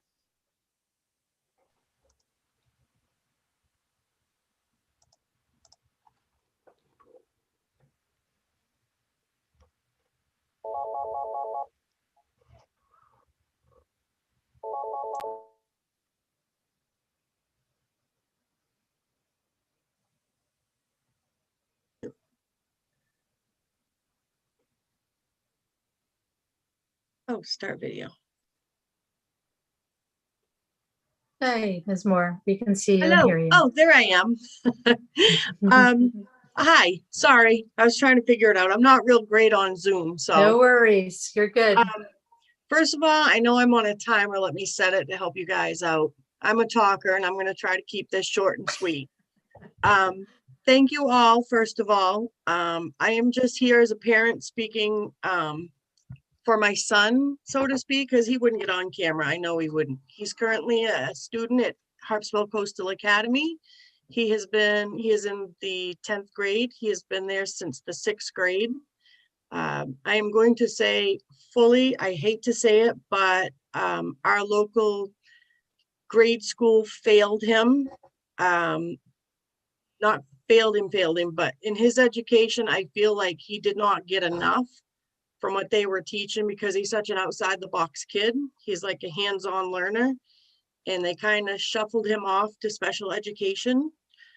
What Harpswell Coastal Academy did for my son is they had to teach him math from what he should have learned and been prepared for from grade school. He wasn't prepared for what his next step would be. Like if he went to a regular public middle school, I think he would have fallen way behind, like worse than ever. This year, he is a sophomore, and we just had an SLC, which you guys, if you do not know, they are a student-led conference, which we work together, and we have they call them the crew leaders present to help me understand what they're teaching and all their classes are. And my son is excelling, and at the end of this year, he will be caught up to his grade level from when he started HCA of being at least 3 years behind. And he has his plans to go on to vocational school because he is not a cookie cutter kid. He is not the college kid that has that way. He's the kid that's going to work on your car. He's going to maybe go to BIW and build ships. He's one of those guys that's going to take care of the other side, so to speak, the vocational part. And they provide, let me see, get down there. They provide the option for college and vocational, which I like because he is not that kid. He's an individual, and Harpswell Coastal Academy has provided us and me. I am excited as a parent to learn, and I would hate anything to change because I would love to see other parents have the opportunity for their kids to excel like my son has. And I'm going to try to wrap it up because I have 8 seconds left. So I think I'm doing pretty good. You did great, Ms. Moore. And by the way, you don't ever have to introduce your testimony as I'm just testifying as a parent. Oh, okay. Parents' testimony is very valuable, and we appreciate you taking the time. Oh, so I'd thank ask you. the committee if you have any questions for Ms. Moore. Looks like we're good. Thank you so much for making the time. Thank you. You have a good evening. We're all towards evening. We're getting close. Yes. And on that note, I'm going to tell the committee and those that are still waiting to testify, I'm going to be passing the baton over now to Senator Daughtry. In the past, when we've had really long public hearings like we are having this afternoon, the chairs often take turns. Earlier I had mentioned that members sometimes get up and stretch and get a glass of water, and I've needed to do that for at least the last 45 minutes. So thank you, Senator Daughtry, for taking over. Absolutely. And we'll jump right in. Up next, we have M. Pierce. And I just want to thank, while we're transferring everyone, everyone for their patience this afternoon. I know for folks who are waiting to testify, it's been a long day, but all of your testimony is important and we're really excited to hear all of it. So thank you. And welcome, Em. Oh, Em, you're on mute. We can't seem to hear you. Oh, no, there we go. Good afternoon, honorable chairs and members. My daughter's bringing me supper. My name is Emmeline, or M. Pierce. I'm a sophomore at Baxter Academy for Technology and Science. I'm here to testify against LD 604, an act to promote accountability in Maine's charter schools. I came to Baxter with an interest in engineering, math, and robotics. In Baxter, there are programs and courses that are not offered at my sending district school, RSU 5. These programs and courses provide an education that propels me and my peers much closer to our chosen career goals. For instance, this year I will complete calculus and take the AP exam. Next year, I will be taking differential equations, a course offered at Baxter, however, not traditionally offered at main high schools. With the education Baxter has and will provide me, I am prepared to excel in my future program of study. Charter schools like Baxter make it possible for students like me to constantly be challenged and have our educational needs met. The current funding structure enables Baxter to focus its time and resources on their students. Thus, programs like robotics and courses like differential equations can be offered. If time and resources are taken away from the educational focus of my school, it is possible my school would not be able to challenge me or students like me.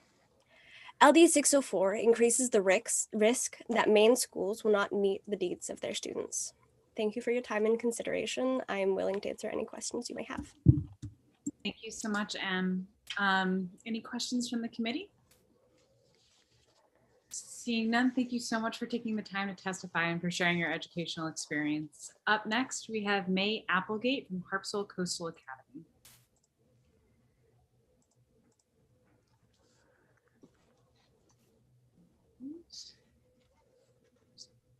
Moving that over.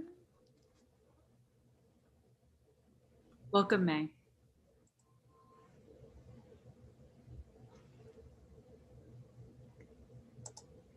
Hello, everyone.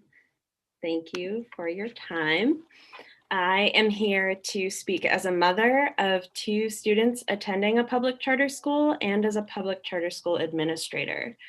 LD 604 guarantees further inequity in our education system and threatens to destroy the diversity in educational options that our children need in order to thrive and become successful adult citizens in our state. My children have collectively attended 8 different local public schools thus far. We have witnessed inequities in our educational system in every district they've attended. Making the switch to a public charter school has helped my children grow as learners and people. Their public charter school and staff sees them as unique individuals and offers an environment where they feel safe and cared for. My son with high functioning autism went from refusing to attend our local public school at least once a week to being excited every morning to wake up and go to his public charter school. As a mother and a professional who is committed to education, this shift in engagement and enthusiasm means everything to me. Public charter schools are not for everyone, but for the students who find themselves at our door, they are everything. The teachers and experiences that our students have in our public charter school oftentimes changes the trajectories of their lives. While inequitable funding has always been a reality among the public school districts of Maine, that reality does not justify this shift in public charter school funding. If a student is entitled to a certain financial allotment within their local public school, based on where their parents and guardians live and pay taxes, it would be unethical and wildly inequitable to deny the public charter school of their choice guaranteed access to that amount of state funding, especially in light of the lack of local funding support for public charters. A student's education would ultimately receive less funding based on their choice to attend a public charter school, even though a public charter school may be a better fit for those students. Students of many minority groups also find themselves in public charter schools because they're equipped to better support and meet their needs. These minority groups already experience inequity in our society. LD 604 would exponentially increase the disadvantages experienced by many of our minority students in Maine. Why exacerbate the inequities that they experience within our system?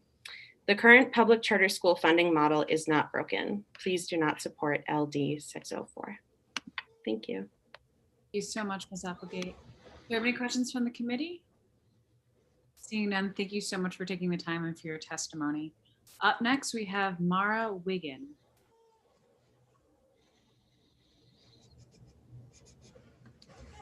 And good evening, Mara.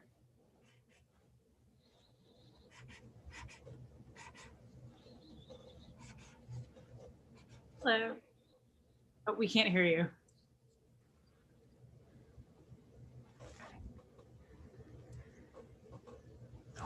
Still can't hear you. Can you hear me now? Yes. Okay. Good afternoon. Thank you to the members of the committee for allowing me to speak. My name is Mara Wiggin, and I am a third grade teacher at Fiddlehead School of Arts and Sciences.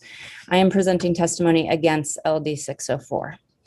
I have been in education for close to 20 years, working as a special educator and a classroom teacher for close to 15. My introduction to education began with my own children's experiences in private Waldorf and Montessori schools. I felt they were blessed to be introduced to learning through that holistic, community-based educational approach, yet could not get rid of the nagging realization that it was exclusive. My journey as an educator began there with the goal of bringing this whole child multidisciplinary approach to public education so that it could reach the children who truly needed it. 3 years ago, I applied for the position I now hold at Fiddlehead School. I walked into that interview not knowing whether I wanted to teach anymore. After more than 10 years of working in traditional public schools, I was dispirited by the heavy emphasis on data, scores, and expectations that every child meet the same benchmarks at the same time, and the resistance that I met to creative and alternative pedagogy. I saw the negative impact that it had on children. Due to these constraints, I struggled alongside my colleagues to be able to teach in a way that valued individual children's needs, nurtured their strengths along with their challenges, and valued their social emotional well-being. I decided that if that was education, it wasn't for me. But I applied one more time, this time to a public charter school whose mission expressed the same values for education that I have, and I was hired. I stay at this job because the environment has strengthened me, both as a teacher and a person, and most importantly, reminded me that I love to teach. I know what it's done for me, and I see the amazing things that it does for our students every day, especially during this past year. I work with children who love to learn, who come to school knowing it's a place that they are loved and safe. I work with educators who know the standards, but still value that we value teaching the whole child, which includes their social, emotional, and creative well-being. Our curriculum each year is based on the learning standards, but still has a place for student voice.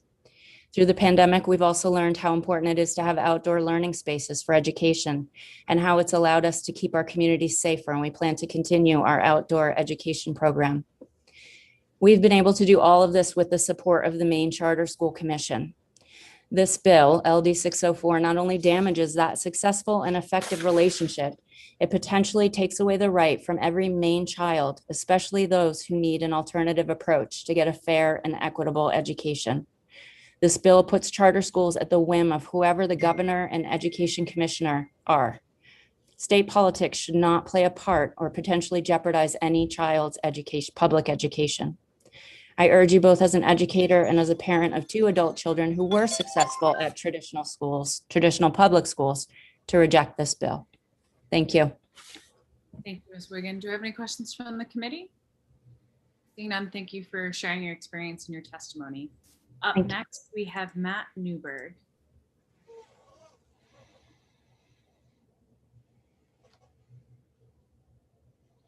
Good evening, Mr. Newberg. Good evening. Representatives Daughtry, Brennan, and the honorable members of this joint standing committee. Whoops, my video is not on. Not that matters. You're all good now. There we are. My name is Matt Newberg, and I'm the head of school at the Maine Academy of Natural Sciences, and we are in firm opposition to LD 604.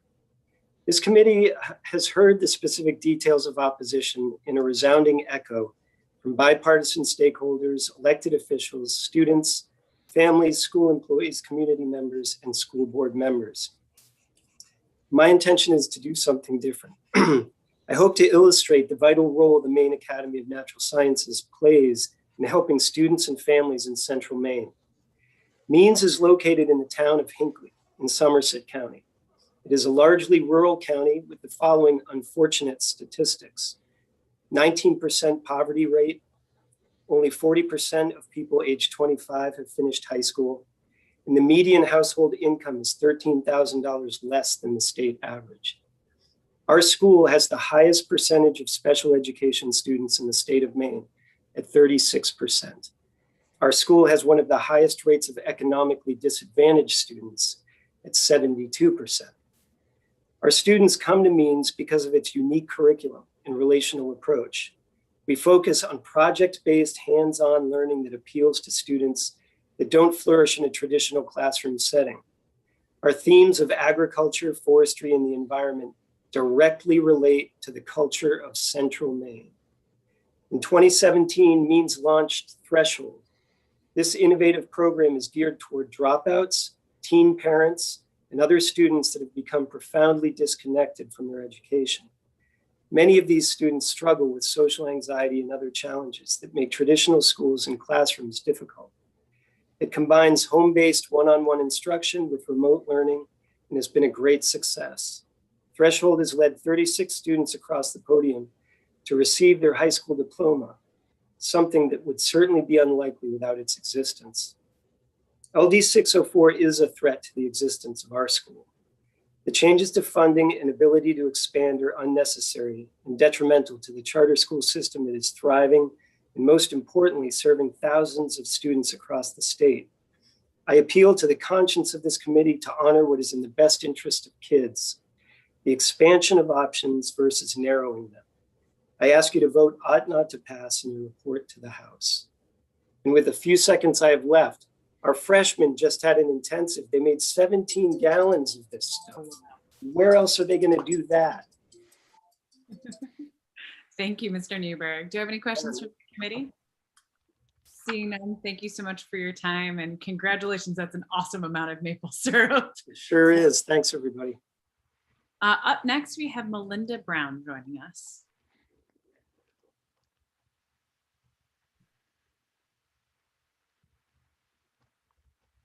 Good evening, Ms. Brown. Hello. It's been a long afternoon. Well, great to be here, and thank you, Representative Millett, and the Education and Cultural Affairs Committee. I'm here to speak in opposition to LD 604. You know, you've heard a lot about how it likely limits, what charter schools can do. But I just want to start off by saying that founding a virtual school, and of course, Maine Virtual Academy is the second virtual school that was founded in the state, opened its doors in September 2015. Our governing board is a volunteer governing board. They are so committed to the school. They have been with the school since even before it was founded. So that said, we are a not-for-profit organization. We're a 501c3.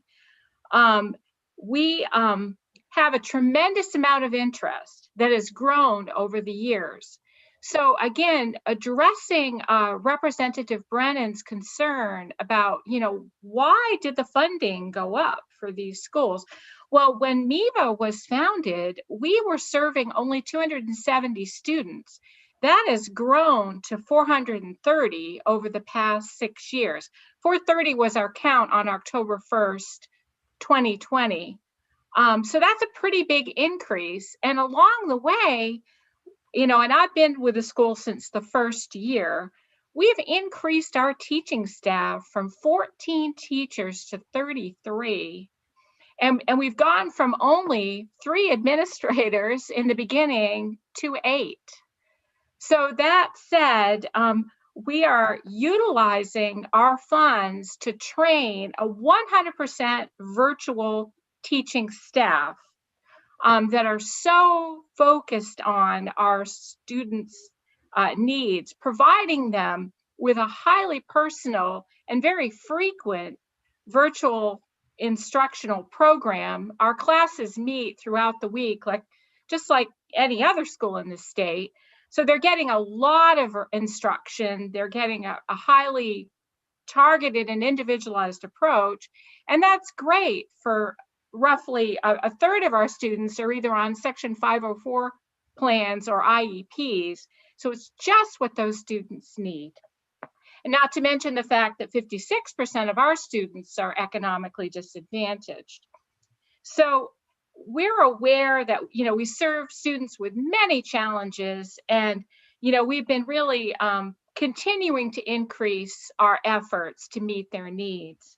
And, in recognition of the fact that over half of our students enroll in the high school with credit deficiencies, we just were recently the recipient of a grant that's helping us to create programs for those students. So. Thank you, Ms. Brown. Any questions from the committee? Seeing none, thank you so much for being here and for your testimony. Thank you. Yep. We have Patty Old Mixon. Hopefully I got that last name right.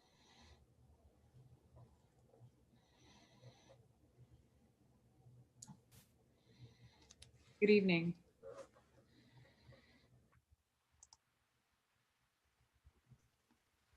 Hello. Can you see me now and hear me now? Yes, perfect. Excellent. Thank you. I wasn't quite sure how this was going to happen. So good afternoon. Thank you, Senator Daughtry, Representative Millett, Representative Brennan, and distinguished members of the committee. My name is Patty Old Mixon. I'm the board chair for Baxter Academy, a senior director at IDEX Labs, a parent of a Baxter senior, and a resident of Portland. I'm here to speak in opposition to LD 604. In common with other public schools in Maine, Baxter Academy must parse limited resources to meet all the needs of our students, manage our budgets openly, and test our students' progress. Unlike district public schools, we operate solely on the EPS rate provided by the state and without access to local funds and without recourse of raising local taxes to meet an emergency. We're accountable for reporting our financial and student data not only to the Maine Charter School Commission, but also to the Maine Department of Education, which provides online dashboards for each school, each public school in the state, and monitors the school performance multiple times a year. Contrary to what Mr. Kaczynski said, public charter school funding doesn't come off the top. It just gives charter school students the same EPS state support with the same priority as other public school students. LD 604 would unfairly disadvantage our school and our students. By delinking charter schools from the EPS funding model and timeline applicable to all other public schools, LD 604 would limit our school's ability to meet its obligations to collectively bargain with our teachers, to admit the appropriate number of students through a lottery in the winter, and to issue teacher contracts by May 15th. Charter schools, as a practical matter, would not know the level of funding for the upcoming fiscal year until the budget was approved through the appropriations process. Failing to provide equitable and predictable funding for charter schools ultimately fails not only students, but Maine itself. Finally, I would like to address the question of graduation rates and share that Baxter Academy's graduation rate has hit 100% 3 times in 5 years and has never fallen below 95%. In addition to Alex, who we heard from earlier today, who will be attending Rensselaer Polytech, other graduates have been accepted to MIT, Cornell, Yale, and the University of Maine at Orono. I thank you for your time, and I ask you to please vote ought not to pass on LD 604. Thank you so much. Do I have any questions from the committee at this time? I have one from Representative Stearns. Thank you, Madam Chair. The success of Baxter School, Baxter Academy, is really amazing for certain. And this probably isn't relevant to this bill, but if I could get the information at some point moving along, what I'm wondering about is what's the percentage of students at Baxter that currently have an IEP or receive special services? It appears to me to be a very, very successful, almost a magnet school, similar to the Maine School of Math and Science in the north. But I'm just curious about that. And again, I'm not sure how pertinent it is to this bill, but at some point, that'd be great information. Thanks. Yes, I'm happy to answer that. It's 17.4.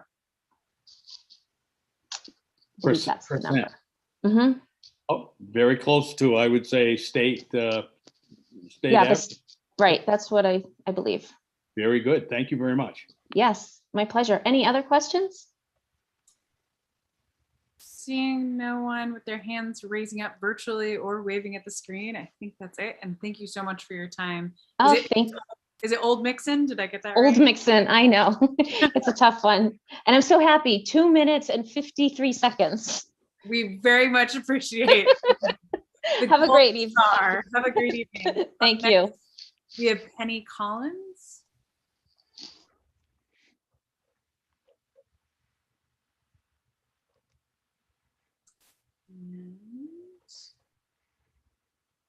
Welcome, Penny. Or good evening, I should say. Okay, did I do it right? Yep, we can hear and see you. Good evening. My name is Penny Collins and I'm from New Gloucester. I speak today in opposition to LD 604 as it reads as a new effort to weaken Maine charter schools. Today you've heard people defending their experiences at charters because it feels like we have to. As a staunch Democrat, a clinical social worker, and a parent, I have found the ongoing attack on charter schools discouraging. The latest legislation is particularly poorly timed as all schools work to stabilize Maine children in the wake of COVID-19. I find myself repeatedly defending charter schools to politicians and lobbyists. Families are not showing up to testify against charter schools. Rural communities are not showing up to testify against charter schools. Your constituents are not here demanding additional hurdles to charter schools. Rather, parents and educators are here to defend these schools during a worldwide pandemic when creativity and education is desperately needed. I'm a clinical social worker working with children and parents. I spend most of my day asking adults to put children at the center of decision-making. This proposed legislation puts politics at the center of decision-making and using time that could be much better spent building our learning communities up, not tearing them down. Maine charter schools stand apart from the national for-profit charters we've seen in the news. They also use a sliver of the overall dollars spent in education. While proponents of the bill are quick to point out that charters cost $30 million annually in Maine, I think it bears noting that this represents about 1% of Maine's education budget of more than $2.7 billion. Further, this $30 million is per pupil dollars spent directly on educating children, which is what those dollars are meant to do. My kids attend Fiddlehead School and have for 8 years. I did not take the decision to send my children to a charter lightly, as we feared we might be disconnected from our community. It's been a wonderful experience to find that Fiddlehead has served to pull us closer into our community. My husband and I have each started businesses local to our charter school. We're expanding our house, and we plan to send our kids to New Gloucester High School with many of their friends from G&G Middle. We're not a drain on community resources, we're an asset. I also serve on the Fiddlehead board. Over the past several years, I've been part of the hiring process for many talented educators. Some have brought new and exciting ideas with them, and others have moved on, bringing their exciting ideas to other schools. Most recently, one of our top administrators left us to be a vice principal in a Portland elementary school. I've heard from teachers in the district that she's been a welcome addition. In this way, charters in Maine serve as learning labs for both students and educators. There's already a significant amount of oversight and limits on charter schools. Maine charter schools are public schools, and they can be a beautiful piece of the fabric of Maine's education system. Let's work together on what could be bipartisan support for all Maine students. Thank you for listening. Thank you so much, Ms. Collins. Thank you for your testimony and for sticking within the time. Do I have any questions from the committee? Seeing none, thank you so much. Up next, we have Peter Mills.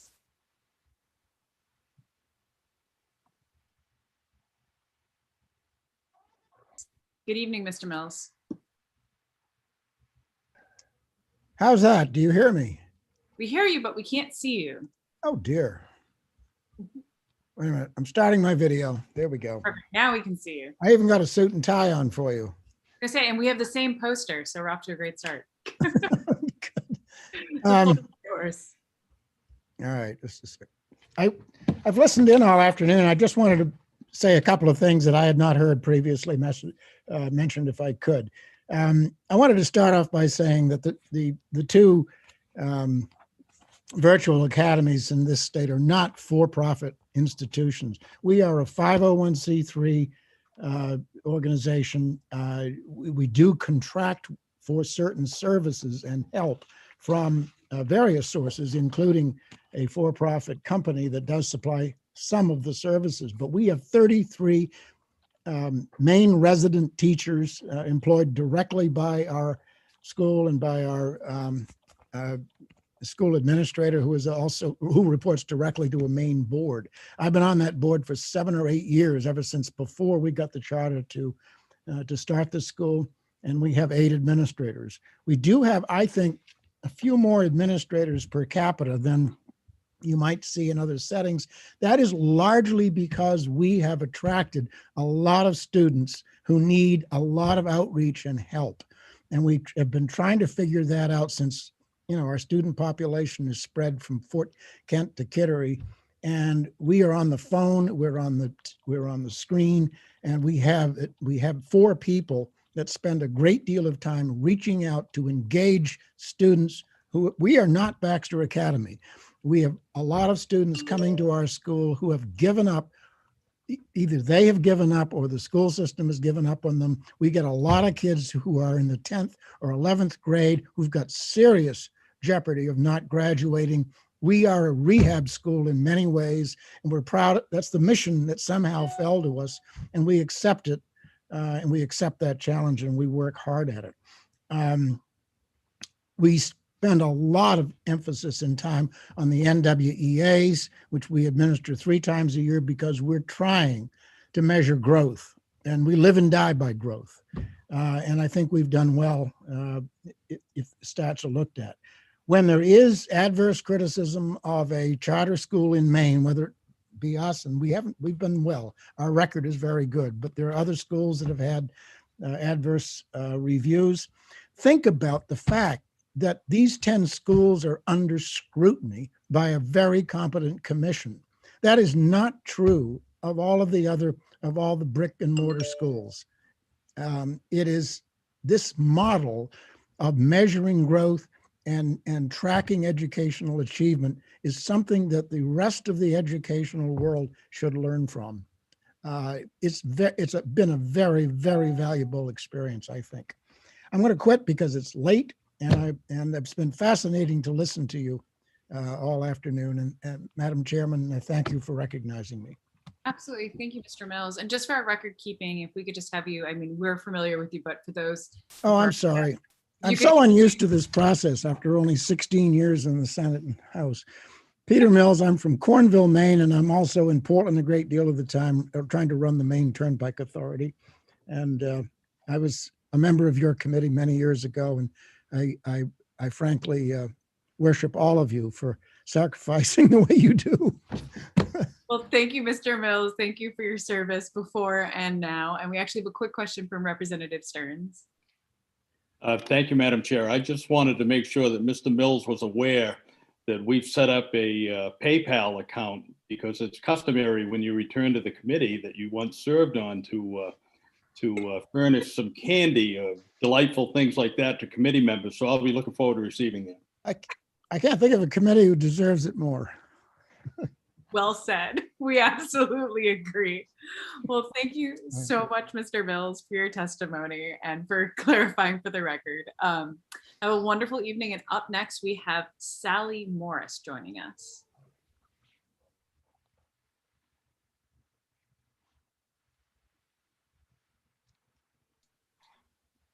Good evening.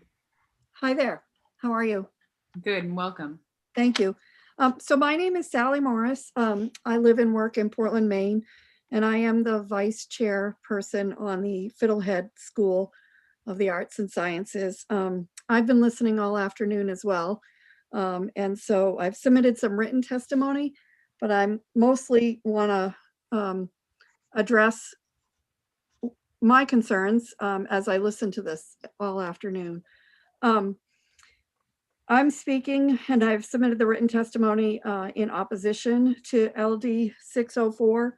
And primarily, I think the avenue of concern is that by putting this charter school funding as a line item in the budget, I think today's process kind of demonstrates that it puts children squarely in the middle of an emotionally charged adult dispute. I can imagine that every year as the charter school line item on the budget comes up, there'll be hearings and testimony and families coming to Augusta saying many of the things that you've said today or that you've heard said today. And that's just not okay for kids. It's not in their best interest. It's not in their, as we learned this year, disruption and instability in a child's school experience is harmful to children. And the idea that they have to go through the budgeting process to know if their school will be functioning and they'll be able to return for their sophomore or junior or senior year of high school is unhealthy. And I think that primarily that's what I've heard today when you hear some of these kids talking and the benefits that the schools have given to them, where they haven't been able to succeed in the traditional school district or get their needs met in whatever way they need. I mean, the bottom line is Maine made a commitment to its families and to its children to provide charter school options to students. Families have taken advantage of that. They've enrolled in it and they've structured their lives around it. And for that reason, we can't undermine one of the educational options that Maine's families and children have taken advantage of.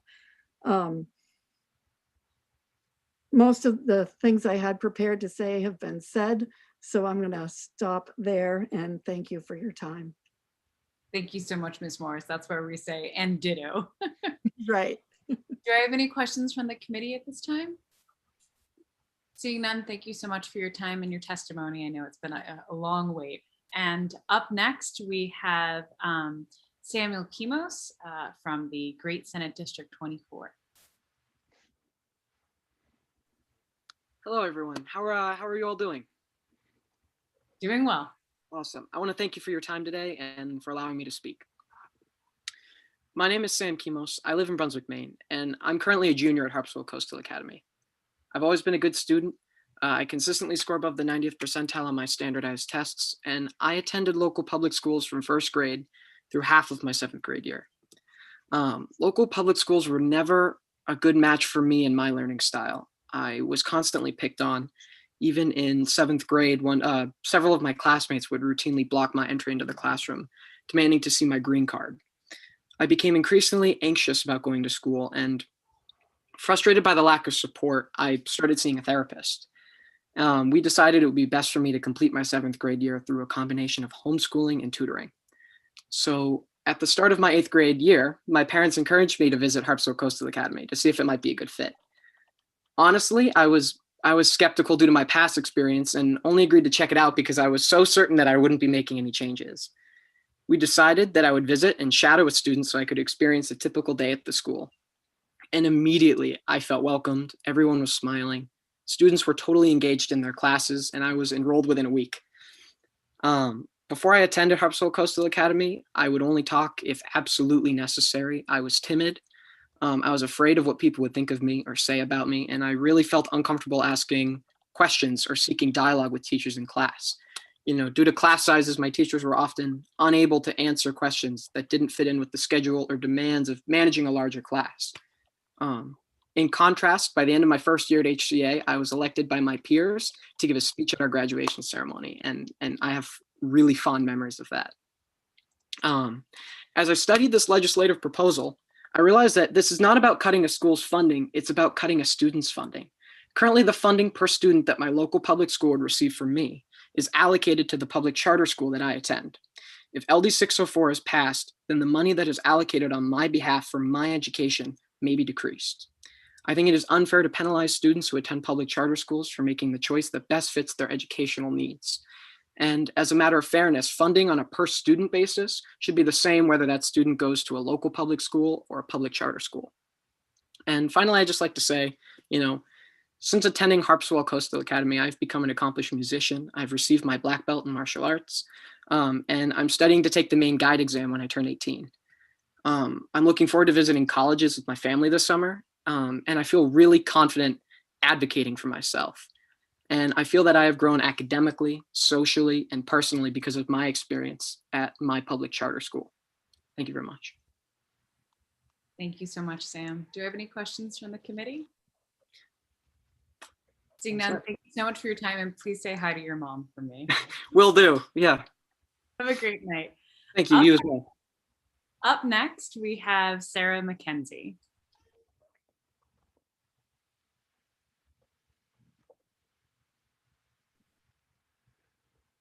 Welcome. There I am.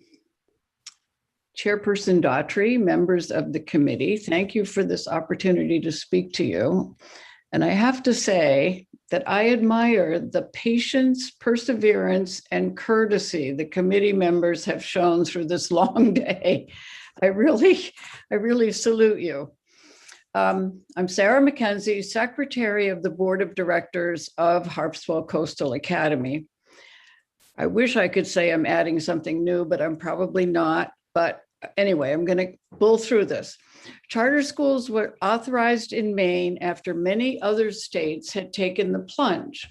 The crafters of the Maine charter legislation learned much from the other states' experiences and created a process and oversight for any charters to be considered in the state. Charters have succeeded in Maine so far under the current parameters provided by the Maine Charter School Commission.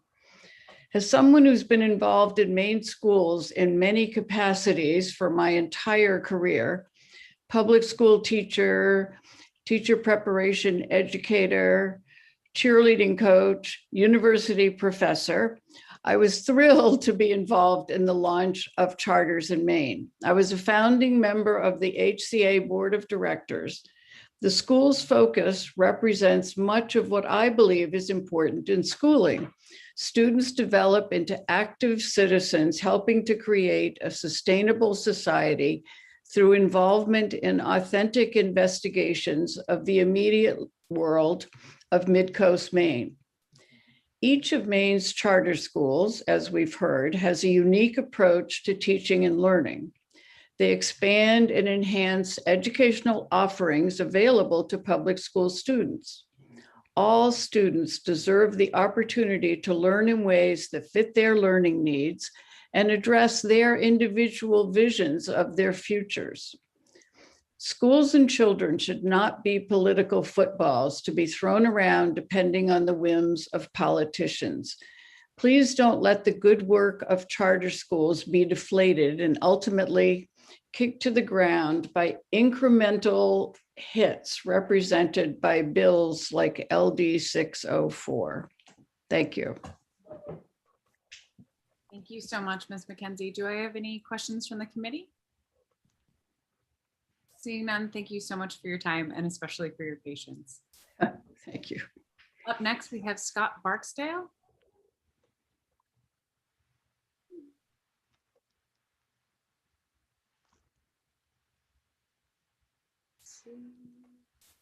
There we go. Welcome, Mr. Barksdale.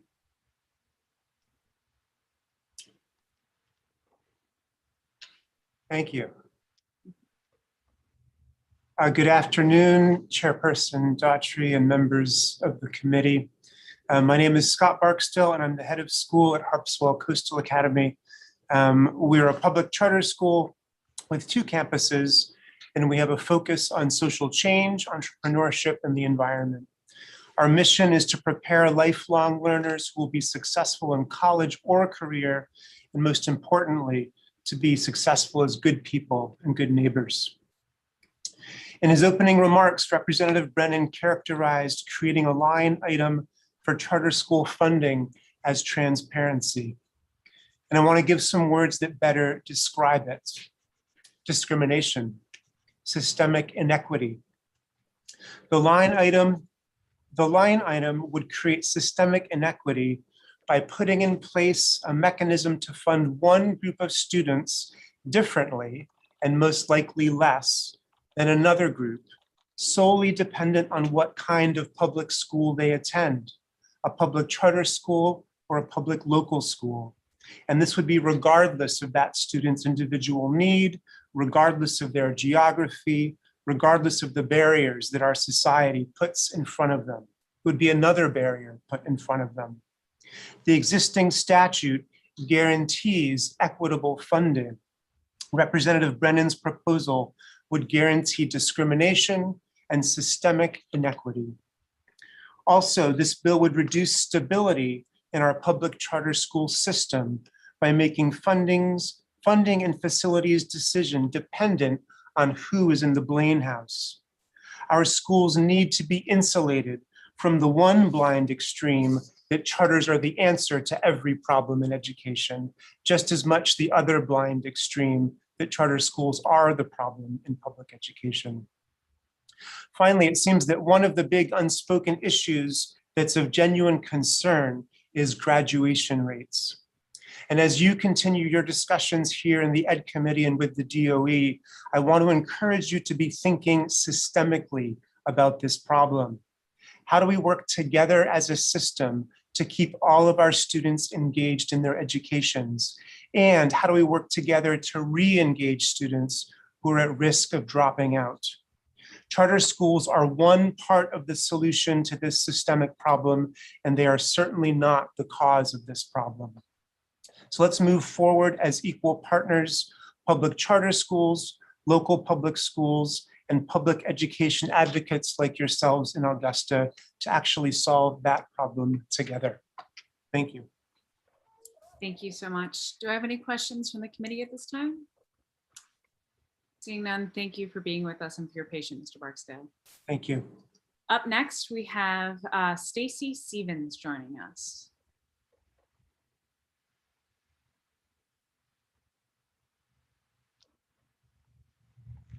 Good evening, Stacy. Hi.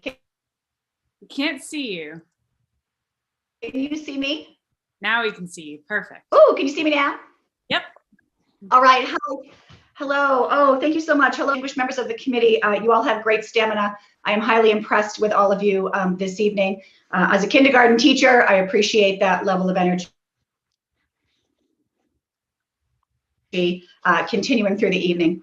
My name is Stacy Stevens. My son is a sophomore at the Maine Academy of Natural Sciences. I'm here to oppose LD 604 as I feel it would be detrimental to schools.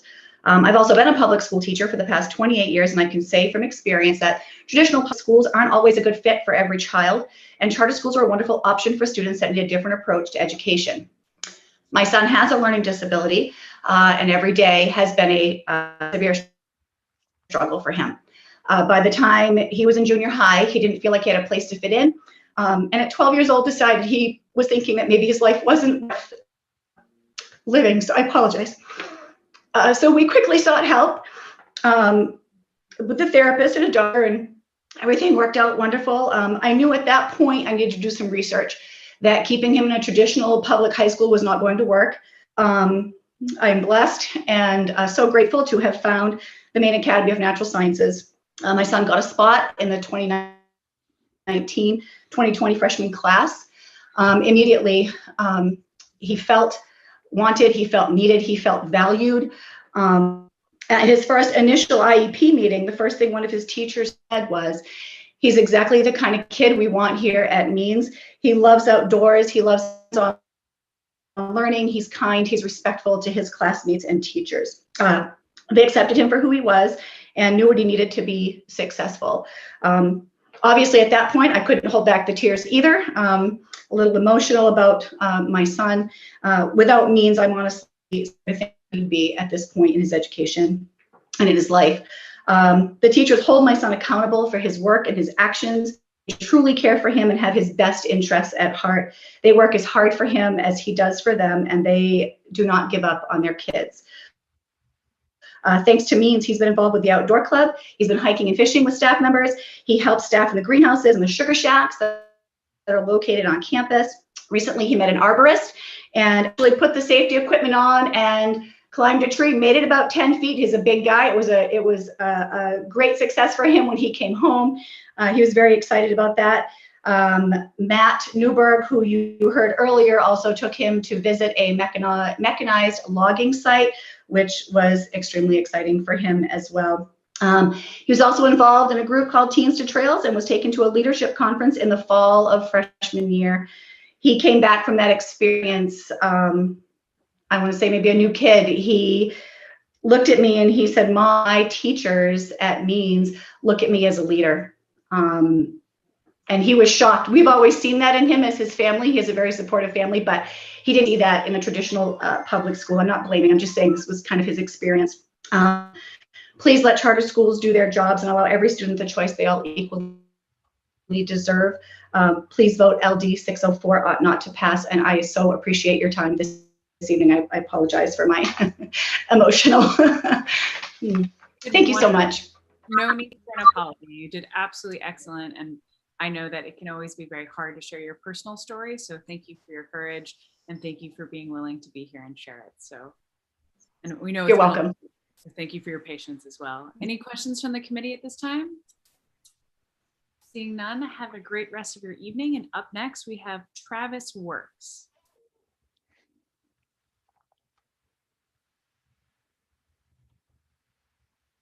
Welcome, Travis. There we go. There I am. All right.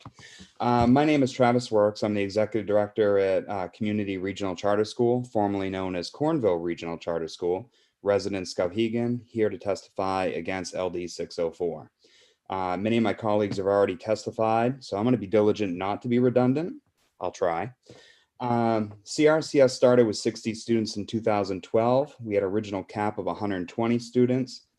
It's true that in 2017, we did expand to 2 new buildings, but that's because we added grade levels. That wasn't because we were replicating our program. We could not fit underneath one roof, and because we do not qualify for revolving renovations funds, we took out commercial loans to purchase 2 new buildings to accommodate. If we could be underneath one building today, it'd be beautiful, but we cannot. So in 2017, when we expanded, it met the need in our area, and this fall we'll have close to 400 students from over 22 towns and 4 counties. So we did expand. But once again, it wasn't about replication. It was all about adding grade levels. No school district has a cap on how many students can enroll in their system. How many public schools cannot enroll or get funded for students that enroll prior to October 1, even with that 1-year delay. Furthermore, putting a cap on how many students can enroll in a school means that charter schools are not treated equally, nor does it appear that there's a genuine interest in equity with LD 604. My concerns with LD 604 are centered around equity. Charter schools are a major disadvantage of 2 areas that the bill highlights, which are facilities and funding. The notion that charter schools are not accountable is false assumption. At the end of the day, there are only 4 major differences between a public charter school and a traditional public school.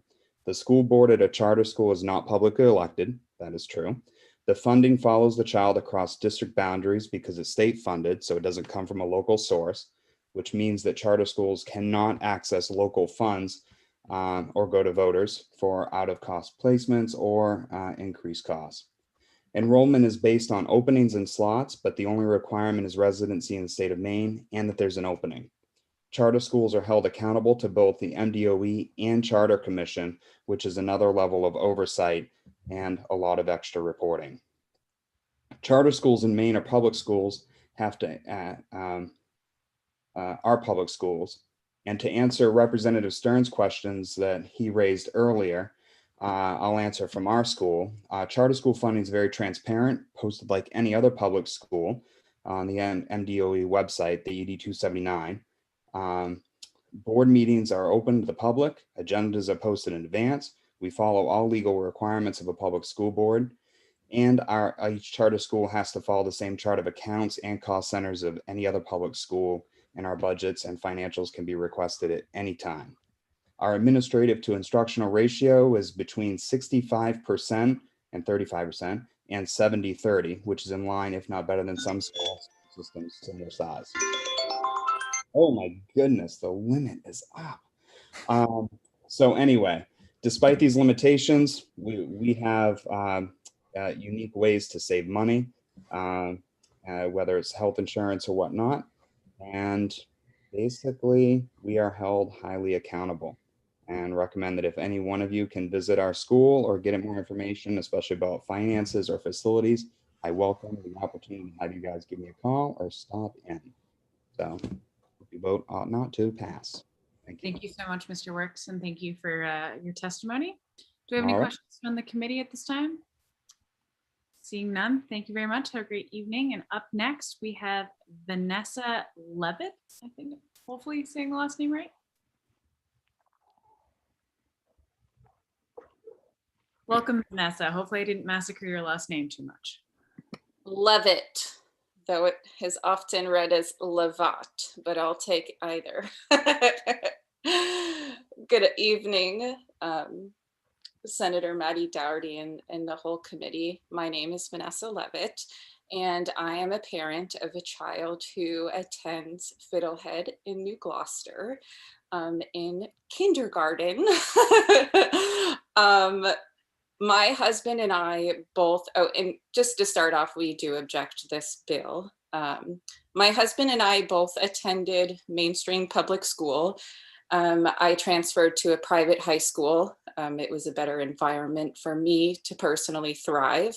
And I was very fortunate that my family could afford that. We moved to Brunswick with every intention of sending our child through the Brunswick school system. It was diverse. It was not too big, not too small back then.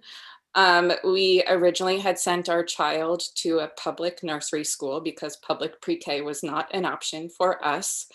And we learned very quickly through this very small, unique experience that he required extra accommodations, specialized plans in order to thrive. In fact, one of his teachers said it would be a huge disservice to your son if he stayed here. And they said it in the most loving way possible because they cared so much about him. No parent wishes their child to have these kind of accommodations. It's not something that you go into parenting to want. But when you're presented with that, you have to make the adjustments. And the fact that these schools are available for him is just so heartwarming for us. So we made the decision when kindergarten came, do we send him to Brunswick, which has a very decent special ed program? Do we keep him home, or do we search for alternative schools? I had seen firsthand the impact that they make on students during my grad studies at NYU. I worked at several charter schools, so I knew a little bit about them. We did find Fiddlehead and said, this is it, wow. Except, yikes, it's 40 minutes each way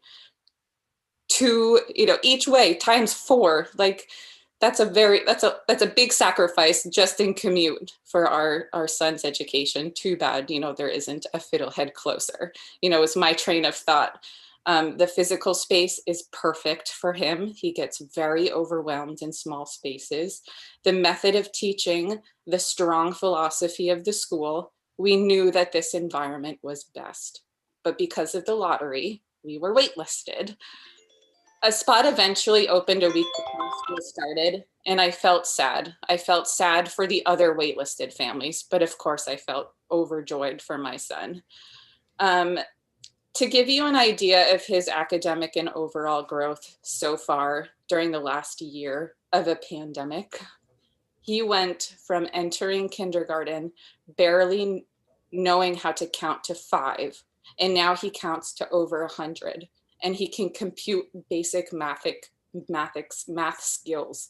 He went from barely recognizing letters, forget the sounds the letters make, recognizing the letters, to now writing full sentences and reading sight words in 1 year. It's amazing. And it's all because of the environment. It has everything to do with the philosophy. He is accepted and celebrated, and that's all because of the environment that was created.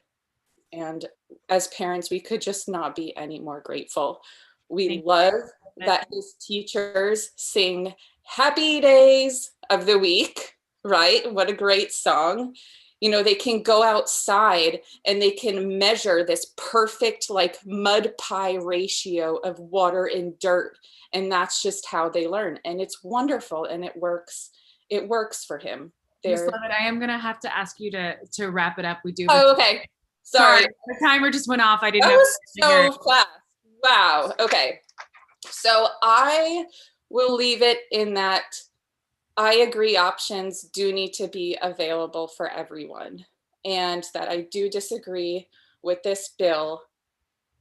Funding for Fiddlehead is different in the sense that when public school kids send home fundraising letters to help support their sports team, Fiddlehead kids are sent home with letters of help me replace windows in my building. That's a little bit of perspective, and I can't leave without a little bit of a song, because that is the Fiddlehead way. It'll take 2 seconds, I promise. No, no, LD 604, this bill we will not support. A choice for you, a choice for me. Let's keep this choice of diversity within our communities. Vote no, no, no, no, no, no. Thank you. I really appreciate it. Thank you so much, Ms. Levitt. And thank you. I know it can be very hard to share your personal experience. So thank you for speaking from the heart and being willing to come and testify today. And sorry, we're just trying to stick to the 3-minute time. No, I understand. That one goes by way faster than I had anticipated. Even practicing, it was way longer. It felt way. Absolutely. It does go by in a flash. Do I have any questions from the committee at this time? Seeing none, thank you. Oh, Representative Stearns.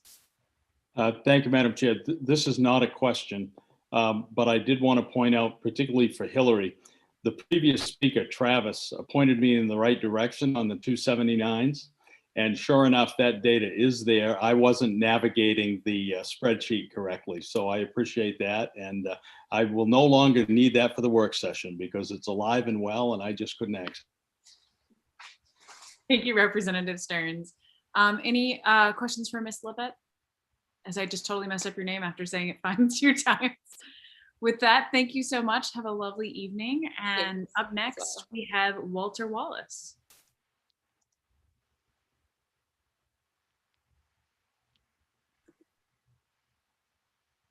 Good evening, Mr. Wallace.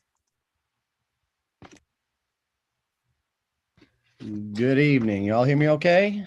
We can hear you. We can't see you. How about now? Perfect. Great. Thank you all very much. And again, thanks for your patience today here after hearing everybody. I know you've heard some themes, and I'm gonna talk about those themes a little bit, but talk to you about how it affects my school, which is Maine Connections Academy. And you know, good afternoon to everyone, and thanks again for hearing me. My name is Walter Wallace. I'm the school leader at Maine Connections Academy, and I've been there for the past 2 years. And I'm in opposition to LD 604 and ask that the funding of public charter schools remains unchanged. When I became the school leader at MCA, I was immediately impressed with the level of intellectual sophistication that went into providing a remote learning experience. For those of you who don't know, we are one of the 2 virtual schools in Maine. It was evident that years of research, creative thinking, technological expertise, and time and effort had gone into creating a full service education of this type. The students at MCA, who were largely unsuccessful in their local schools, were now regularly attending and learning. A flexible schedule was allowing for innovation at high levels to help our students. We have all seen firsthand the struggles, the challenges and frustrations of a hastily developed online program that has been created under tremendous amount of stress. MCA are experts in online educational options.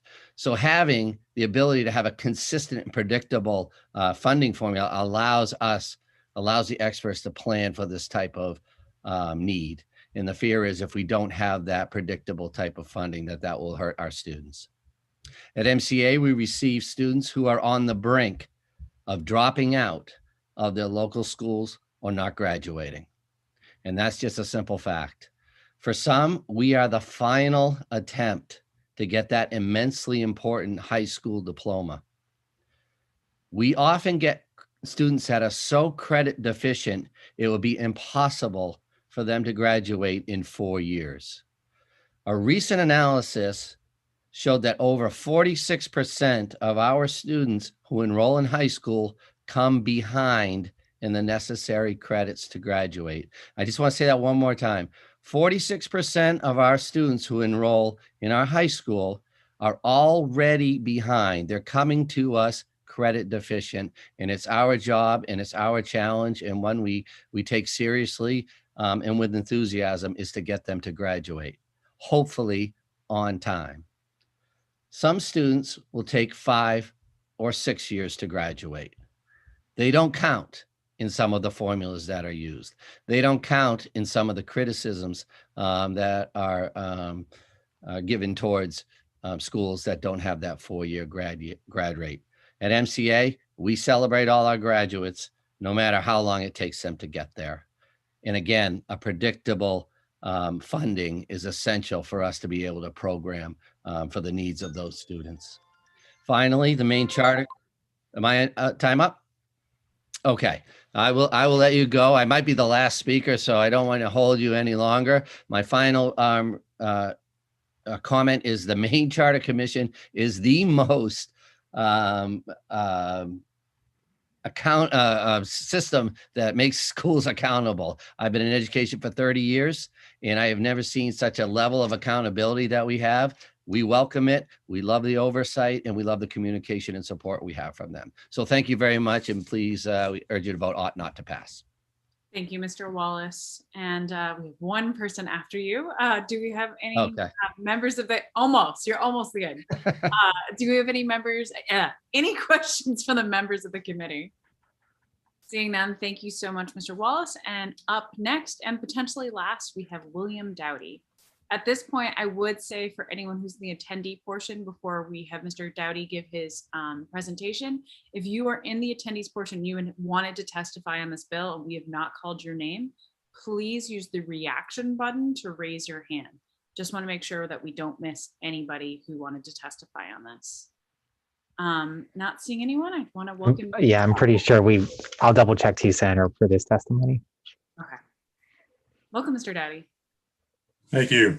Senator Daughtry, respected members of the Education Committee, thank you for making the time for me.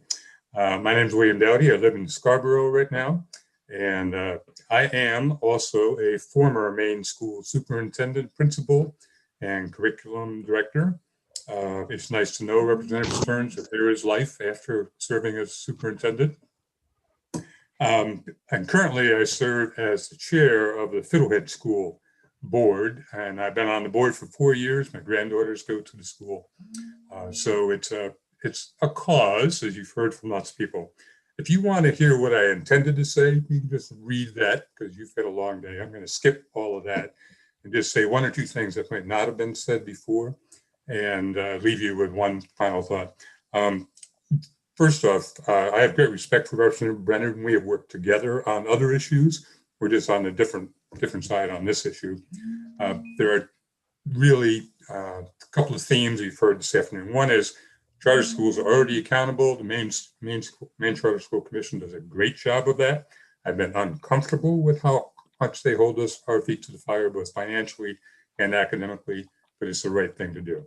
Second is that charter schools are working. I don't think you could listen to the testimony this afternoon and not believe that charter schools are working. In effect, you could think of charter schools as simply another school district in Maine. It's a school district of 2,600 kids. We get our funding from the same source. We take different approaches, which is exactly what charter schools are supposed to do. This bill has two main ideas, and they're both bad. One is to restrict how charter schools can choose not only their facilities, but their locations. Currently, that would greatly restrict how charter schools can respond to COVID-19. All the recommendations from the state and national folks about responding to COVID-19 says get your kids outside as much as possible. At Fiddlehead School, we've established 2 outdoor education areas that are separate from the school Students go there, one for upper grades, one for lower grades. We would not be able to do that if LD 604 were under law. Many public schools and many charter schools have done the same thing, but LD 604 would make that harder. So let's talk about the other really big weakness in the bill, is what it proposes to do to lift out the charter school funding. I don't have any doubt that no matter how you do the math, the department is going to come up with the same figure of a per pupil allocation for charter schools and other schools. It's the only fair way to do it. Anything else cannot pass the straight face test of equity. And it's going to end up with the same answer. So why put it out there? It could put it out there so that every biennium, there can be an argument about charter school funding. And I would submit that back when the form of charter school funding that's in place now, in regular general school funding, that was put in place, it was put there so we wouldn't have to have this argument every year. Finishing up with, this is very poorly timed. We and every other school in Maine are doing our best to get our kids back in school full time, still facing the COVID that our governor and our commissioner remind us almost daily is still going on. We don't want to be fighting with each other about this. This bill should not pass, and we should focus on getting our teachers, our students, and our schools back together after a pandemic. Thank you for hearing me out, and thank you for your service to the state. Thank you so much, Mr. Dowdy. Do I have any questions from the committee at this time? Seeing none, thank you so much for your testimony. You get the gold star of the most patience because it does appear that you are our last person to testify for this evening. So thank you. I think that you all earn gold stars too. Thank you so much. Oh, I think, are these questions for, oh no, these are comments for after we close it. So yeah.